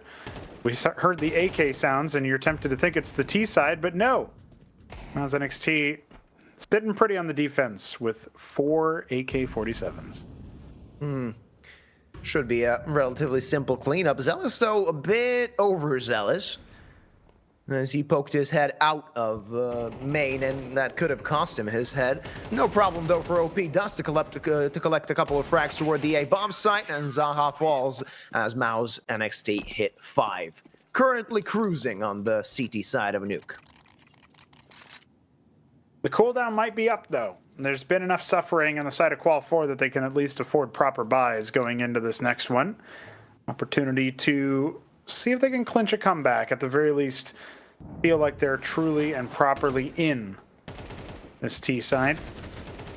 I guess if you somehow went through a time machine, you'd be like, I don't know what you guys are talking about. They already won a T round. That's really good for Nuke, but no, I promise you it's a lot more even than it once was. Oh, yeah, Zealous. Oh, that's audacious. Yeah. That's dirty. He does not want to continue, though, but almost had an opportunity to collect a double should the timing had been on his side. Ayok, worried about his head, just exchanging a few shots with the player on Silo. Neither one finding the frag. Ayok seems to be knowing where the opposing player is. He'll be pulling back shortly, as he does not want to lose his head so early in the round. Minute and 15 on the clock. Ooh, that op shot missed. That was an opportunity for Qual 4, to get the initial pick of this round. Still waiting on some activation here from Zaha. Hasn't had a great map so far. This is a slow burner of round number 7. Started off with some audacious peaks, some audacious moves. At least MOUZ NXT are feeling themselves. They've burrowed a couple players into the lower site. That's where a lot of the action is going. This is probably the best opportunity Qual 4 have gotten so far since the pistol. 30 seconds. Time is of the essence. Now they got to hurry up. They have to pick a side. It will be the A-bomb side. OP Dust might be in trouble, but that incendiary was very important. Zekin got the better of Nicodian, but OP Dust still alive, collecting a head. And there's another one. The Portuguese machine does not want to stop. Finally halted, and they got to the site just in the nick of time. Zelix wants to stop that bomb plant. Not going to happen. Cost him his head. And Ayok and Fleerax trying to scramble something in this one. There's the kill. And it's back into a 2v2. 30 seconds on the bomb, so they still have more than enough time to fight this out. Fleerax dead, and it's all down to Ayok. Let's see what the Latvian can do. Needs to collect 2, has the kit, so time is not really of that much importance, but unable to find the first. And that will be the second round for Qual 4. There we go. Glad we can say that on this map of Nuke. MOUZ NXT have finally had a moment of a hiccup, a momentary pause in their otherwise inevitable ascent, it seems like. Oh no, Luba. They only got to 11k money on the whole team before they had to buy again. Oh man. They're not going to hit 16k. Ah, jeez. Yeah. A bit sad for MOUZ NXT. Qual 4 crawling to their second round. Let's see what they got in store. Zaha on the boost, looking for that first pick. Not going to happen just yet. Hoppers facing each other. Fleerax wants to find the kill. Missed shot again by Fleerax. Zelix wants to pop that smoke. Not going to do anything. Inconsequential so far. Both teams taking their sweet time, exchanging shots, but not exchanging blows just yet. When you think about how MOUZ NXT really wanted to push the issue, force the problems to arise on the side of Qual 4 and make things uncomfortable, it actually makes perfect sense that the T side would prefer a slower start. But you can't really anti-strat a player who just decided he'd stand in at the last moment, so hard to figure out where Fleerax is going. Meanwhile, Zaha just trying to post up. Name like a crunchy granola mom's cereal brand. What? See if he can make things happen here, or if he's just going to be expiring on the shelf. All right. Did not expect to hear that. All right, that's a nice first shot. OP Dust unable to connect on the second as Zaha survives with 3 HP. Chordeles still lurking toward the outside position. Nicodium quite quick onto Splitter. Not going to stop that bomb plant, though. Looking to find the next frag is MOUZ NXT, but it goes to the way of Qual 4 as Fleerax hits the deck. Nicodium now activates from Splitter, so it's only a one-man disadvantage for MOUZ NXT, but they need to set foot in the site, and they have no intention of doing that. Already you can see some hunting being made here by Chordeles, and he's looking to relieve them of these rifles.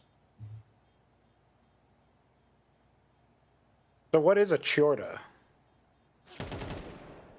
Oh, it kills things. That's what it is. I was just going to say, I mean, I know that I live close to Romania, but I don't really speak Romanian. You know, the people in Europe don't all speak the same language. That's not true. You all say Diakuyu. Every one of you. I've said it to like 3 different people. Yeah, and everybody understood. Yeah. They're like, oh, yeah, you're welcome. Yeah, thanks.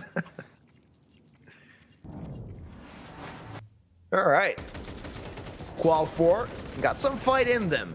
And this T side is looking very solid so far. I have to say I'm surprised. I mean, we had low expectations due to that yesterday's best of 1 they played, but this is them punching well above their weight. Yeah, so far so good. We can be happy with what they've put forth after the technical break. It feels like they maybe settled into things a little bit nicer. MOUZ NXT having to change up their strats. Definitely been less forward in their positions, and it's not because Qual 4 punished them. It's because they just played back, made it so that it was pointless, and then waited out the clock long enough. Look at this position from Fleerax, though. Are they going to be checking him red? Very minimal outside control. This is a position where the Opera might actually go for a little bit of a poke. And that will be the case. Qual 4 taking their sweet time with this one, waiting for a MOUZ NXT egress, and I don't blame them at all. I mean, MOUZ NXT were very aggressive so far, but after losing a couple of rounds, they have decided that Qual 4 is a formidable enough opponent that you need to show them some respect.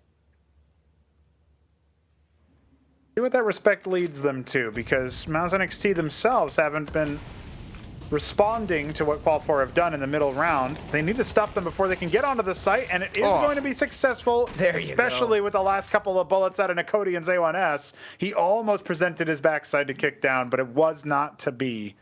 And all of a sudden, a 1-on-4 required. Something tells me he's not going to double his kill count in this round. Qual 4 looking like they're about to be down by 3 rounds. Seems like it, and the op get the better of him. It's MOUZ NXT on 6 as they get the ball rolling again on the CT side, feeling a bit better. And I just have to say, I mean, they lost 2 rounds in a row, and yet their economy looks unscathed, untouched. Yeah, they might as well still be rocking out close to full money. No worries or troubles afoot. MOUZ NXT can pretty comfortably make things happen here, yeah. 2 bullets. He didn't have much to work with there. I thought for sure he was going to be stuffed at 2, but poor reaction there from Qual 4 as MOUZ NXT take their first tactical pause. Talking over their options.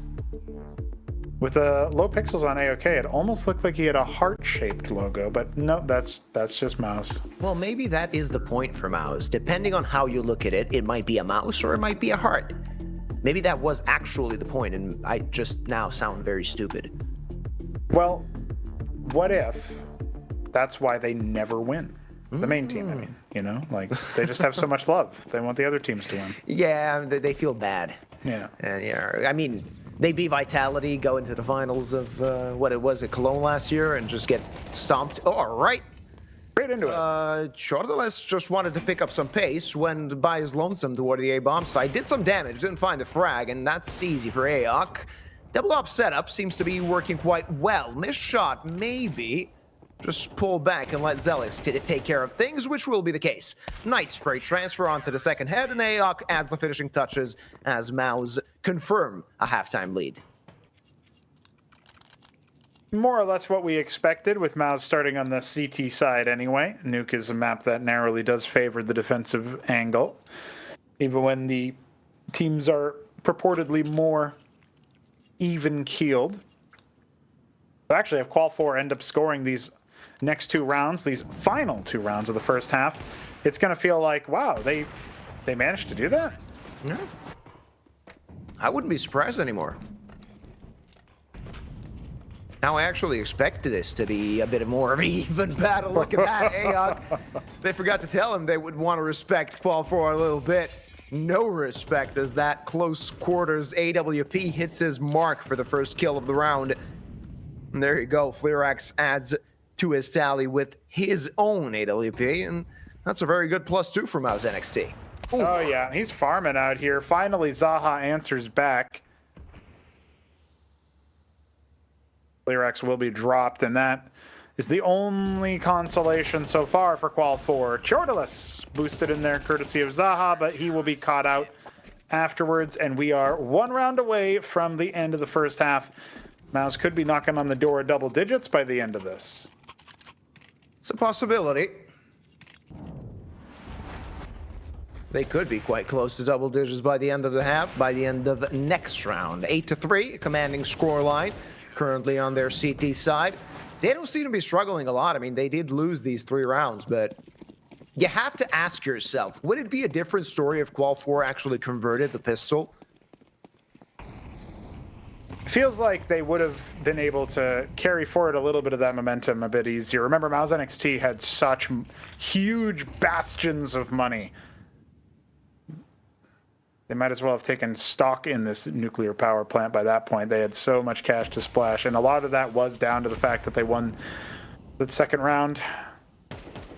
Oh, okay. Are you kidding? Easy. Game sense. Yeah, check him PC. Aok, he's going to have his hands full here with that AWP. 3 T's there for the taking. There's the first through the railing, rails the second, and looks for more. Why not? Why pull back? There's no need with Fleerax covering your back. It's 9-3 at the half, and it's MOUZ NXT taking the driver's seat of this best of 1.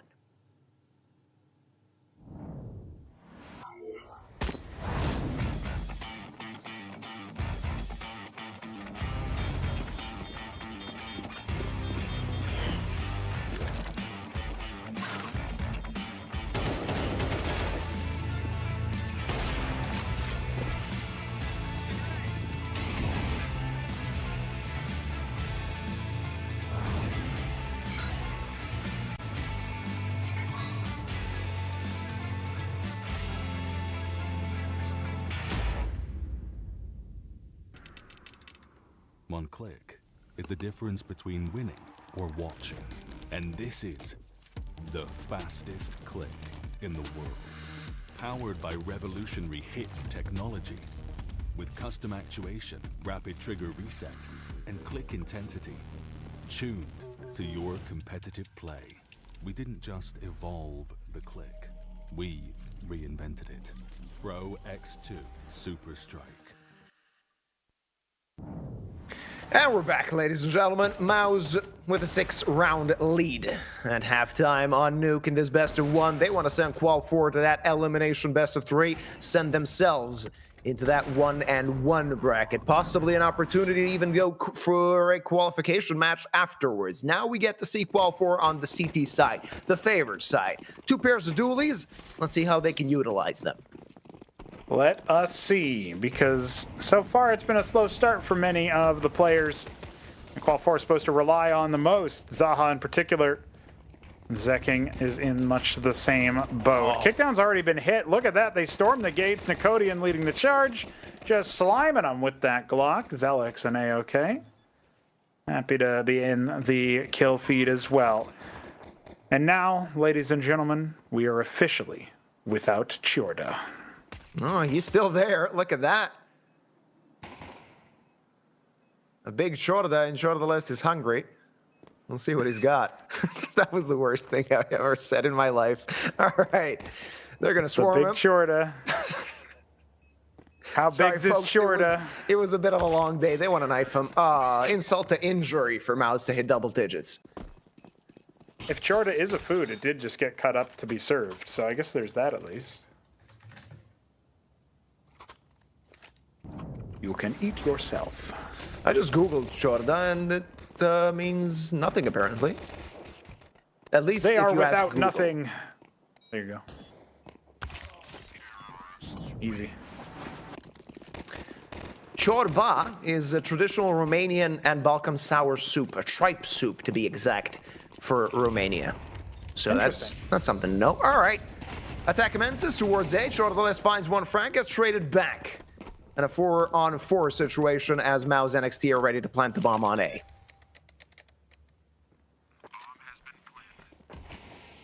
Should be a pretty easy finishing for 11 rounds for MOUZ.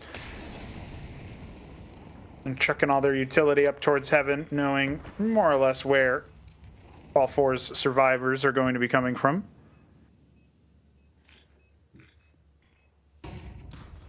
Ooh, they want to try their hand at this retake. Not going to be so lucky with Zelix and Ayuk serving them on a platter, and it's only Zaha pulling back with that scout. He actually wants to go towards CT spawn, maybe even look for an exit frag. Might even be the death of him, and that will be the case. It's MOUZ NXT on 11. It's Qual 4 with basically no money heading into the next round. I mean, you could expect them to buy, right, in this position? The gap is so big. Yeah, this feels like it's all or nothing at this point. If they don't win a few miraculous rounds in a row, there's no chance of them even getting close to making this look competitive. I'm telling you, Zaha could open up like a granola brand. Do numbers. 8-round lead for MOUZ NXT. Pistols all around for the side of Qual 4. They decided to save up some cash. Okay. For the next rounds. Well, that's audacious. Hoping to find that knife kill. Oh, almost landing it. I think he switched to the pistol in the worst possible time. Kicked down, gets knocked down, and another kill goes MOUZ's way as they can stretch their legs on that B bomb site. And it's going to be number 12, it seems, and a plethora of match points for them to utilize. Should be a fairly easy, straightforward move to the 1-1 bracket for MOUZ NXT. Enjoying their draw in the 0-1 stage. For Qual 4, Swiss Cheese has some holes, and they went right through them all. Straight into the 0-2, it feels like, unless some absolutely miraculous things happen. Starting now. If you want to get started, now is a very good time. Another round, and it might be too late.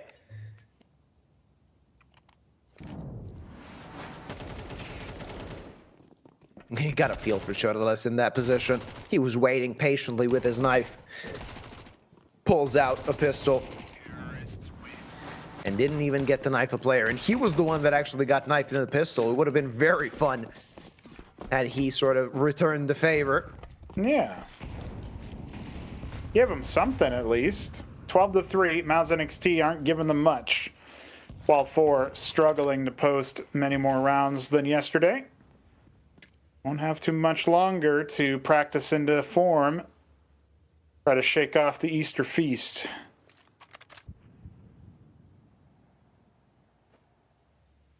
Zelix getting some space toward the outside positions. Basically, MOUZ NXT collecting the room necessary. Qual 4 just waiting on the sights and hoping that MOUZ will walk into a trap. A MOUZ trap, if you will. Snap. Oh, now they want to poke their head towards the lobby. Chorda will be spearheading this sort of a lobby push. Not going to do him any favors, though kick down gets the trade. Gets traded back right away, and Zekking down as well. It's a 4 versus 2, and MOUZ are on the precipice of claiming this best of 1. Levi did see one player, and that one player is carrying the C4. Zaha takes care of Nicodia, and this might still be an active round Pronogo, but they're going to have to click a few heads if they want to get to number 4. Levi finds a frag. There's still a chance here for Qual 4, though MOUZ went toward the other side. Now they can plant the bomb. It's a 2-on-2 post plant. Sure is. And with the AWP, long-range engagement here could favor Zaha. Let's see if he can find the spot. It feels like everybody's exfilled already. MOUZ NXT can slowly turn the screws as the bomb continues to tick. They've got 25 seconds before detonation. Qual 4, can you extend play to at least get 4 rounds? The defuse has started, but the Opper has fallen. He's coming off the bomb, and that's it. The stand-in stands up and finishes off Qual 4, sending them to that 0-2 bracket. 13-3, Qual 4 will be fighting for survival next time we see them on Conquest of Prague. MOUZ NXT have one more best of 1 to play. Will that send them to a qualification or elimination match? Well, the bracket will show us. They will show us. MOUZ NXT claiming their first victory at this event. They received a battering 2 days ago, rather yesterday, right? Now they're picking up the pieces and feeling much better after they were the ones that did the battering. MOUZ NXT finishes this day off by a convincing victory. Yeah, a bit of a drubbing, and that is what we called out as to be expected. At the very least, Qual 4 looked a little bit more competitive, a little bit more like they were awake, and they had some closer rounds, admittedly some unlucky ones. The problem is, even setting those aside, the best that they maybe could have done is 13-5, 13-6. I don't think they would have gotten much further, even had they been on the luckier end of the spectrum. That will do and dust them. We can take a look at the schedule and to see how the day bore out. 13-3, our fastest match today. Of course, our longest being the Young Ninjas versus Tricked, and certainly also ECSTATIC versus Johnny Speeds on behalf of that being on Inferno. Well, yeah, Fnatic against Eyeballers, when it comes to time, was probably our longest one, given that we had some technical difficulties. Eyeballers ended up having to field an emergency substitute, and in the end, still managed to beat Fnatic and knock them down into that 0-2 bracket. Tomorrow at 1700 hours CEST, we will have the 1-0 bracket. Clutch Chain starting it out against Sinners, and I would say that that is probably match of the day, Pronogo. I have to agree. That's the one where all eyes are going to be on, front-loading it once more. However, I do have a soft spot in my heart for Alliance versus Unity. Slight upset with Unity taking on Eyeballers and successfully finishing them off in overtime, while, of course, Malo9 and the other Star Swedes over on Alliance should be able to comfortably work again. Otherwise, Unity are going to be like, yeah, we just defeat Swedish teams. That's all we do here. So it's one or the other, and so I think that's worth tuning in as well. Some of those guys in the middle are more likely to be the 1-3 or 2-3 teams in this tournament, but they've done well to get here so far. It's all best of ones for tomorrow. Yeah, we're going to have a few more best of 1 days tomorrow, and I would assume the day after tomorrow, whenever the 1-1 pool will be played. It doesn't really matter at this point in time. Tomorrow, we are going to find out which will be the first teams that actually enter the qualification matches, which is very important. Some of those teams could indeed end up in Prague, and that's what makes us happy. Those guys we will see on LAN. Those guys we will see on LAN, and I'm looking forward to it, Luba. I feel like overall today has been a day where the favorites mostly endured, Tricked being the outlier, and there were some very nice Counter-Strike played. So this just gets me more and more excited for those elimination games, those qualification matches, the ones with all the stakes, and of course the play-in and the LAN.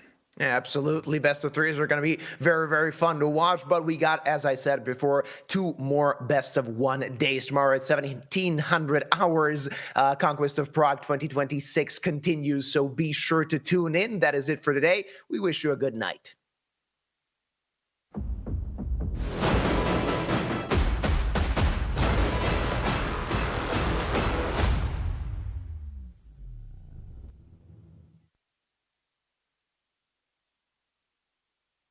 Nový Straight Wild Beat. Zažij divokou jízdu. Zažij to napětí. Zažij ten beat. Zažij Wild Beat. Novou vůni od Straight.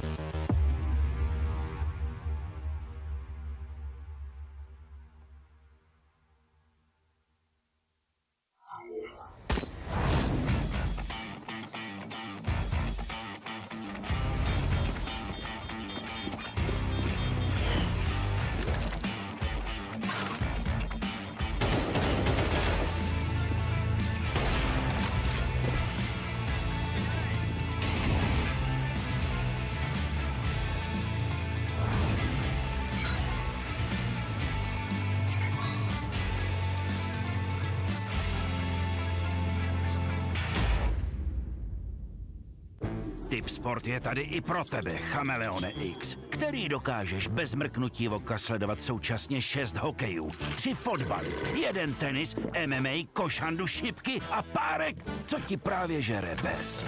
Nejvíc exkluzivních streamů na jednom místě. Tipsport, největší komunita sázkařů.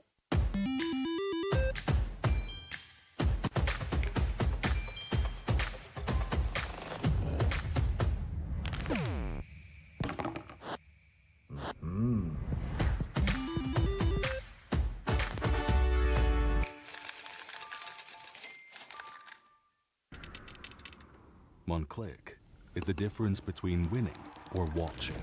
And this is the fastest click in the world. Powered by revolutionary hits technology. With custom actuation, rapid trigger reset, and click intensity. Tuned to your competitive play. We didn't just evolve the click. We reinvented it. Pro X2 Super Strike. Tati, už jsem to vymyslel. Nemusíme tady mrznout, už vím, jak můžeme letat. No to půjde těžko bez křídel. Máš pravdu, ale proto tady mám Red Bull.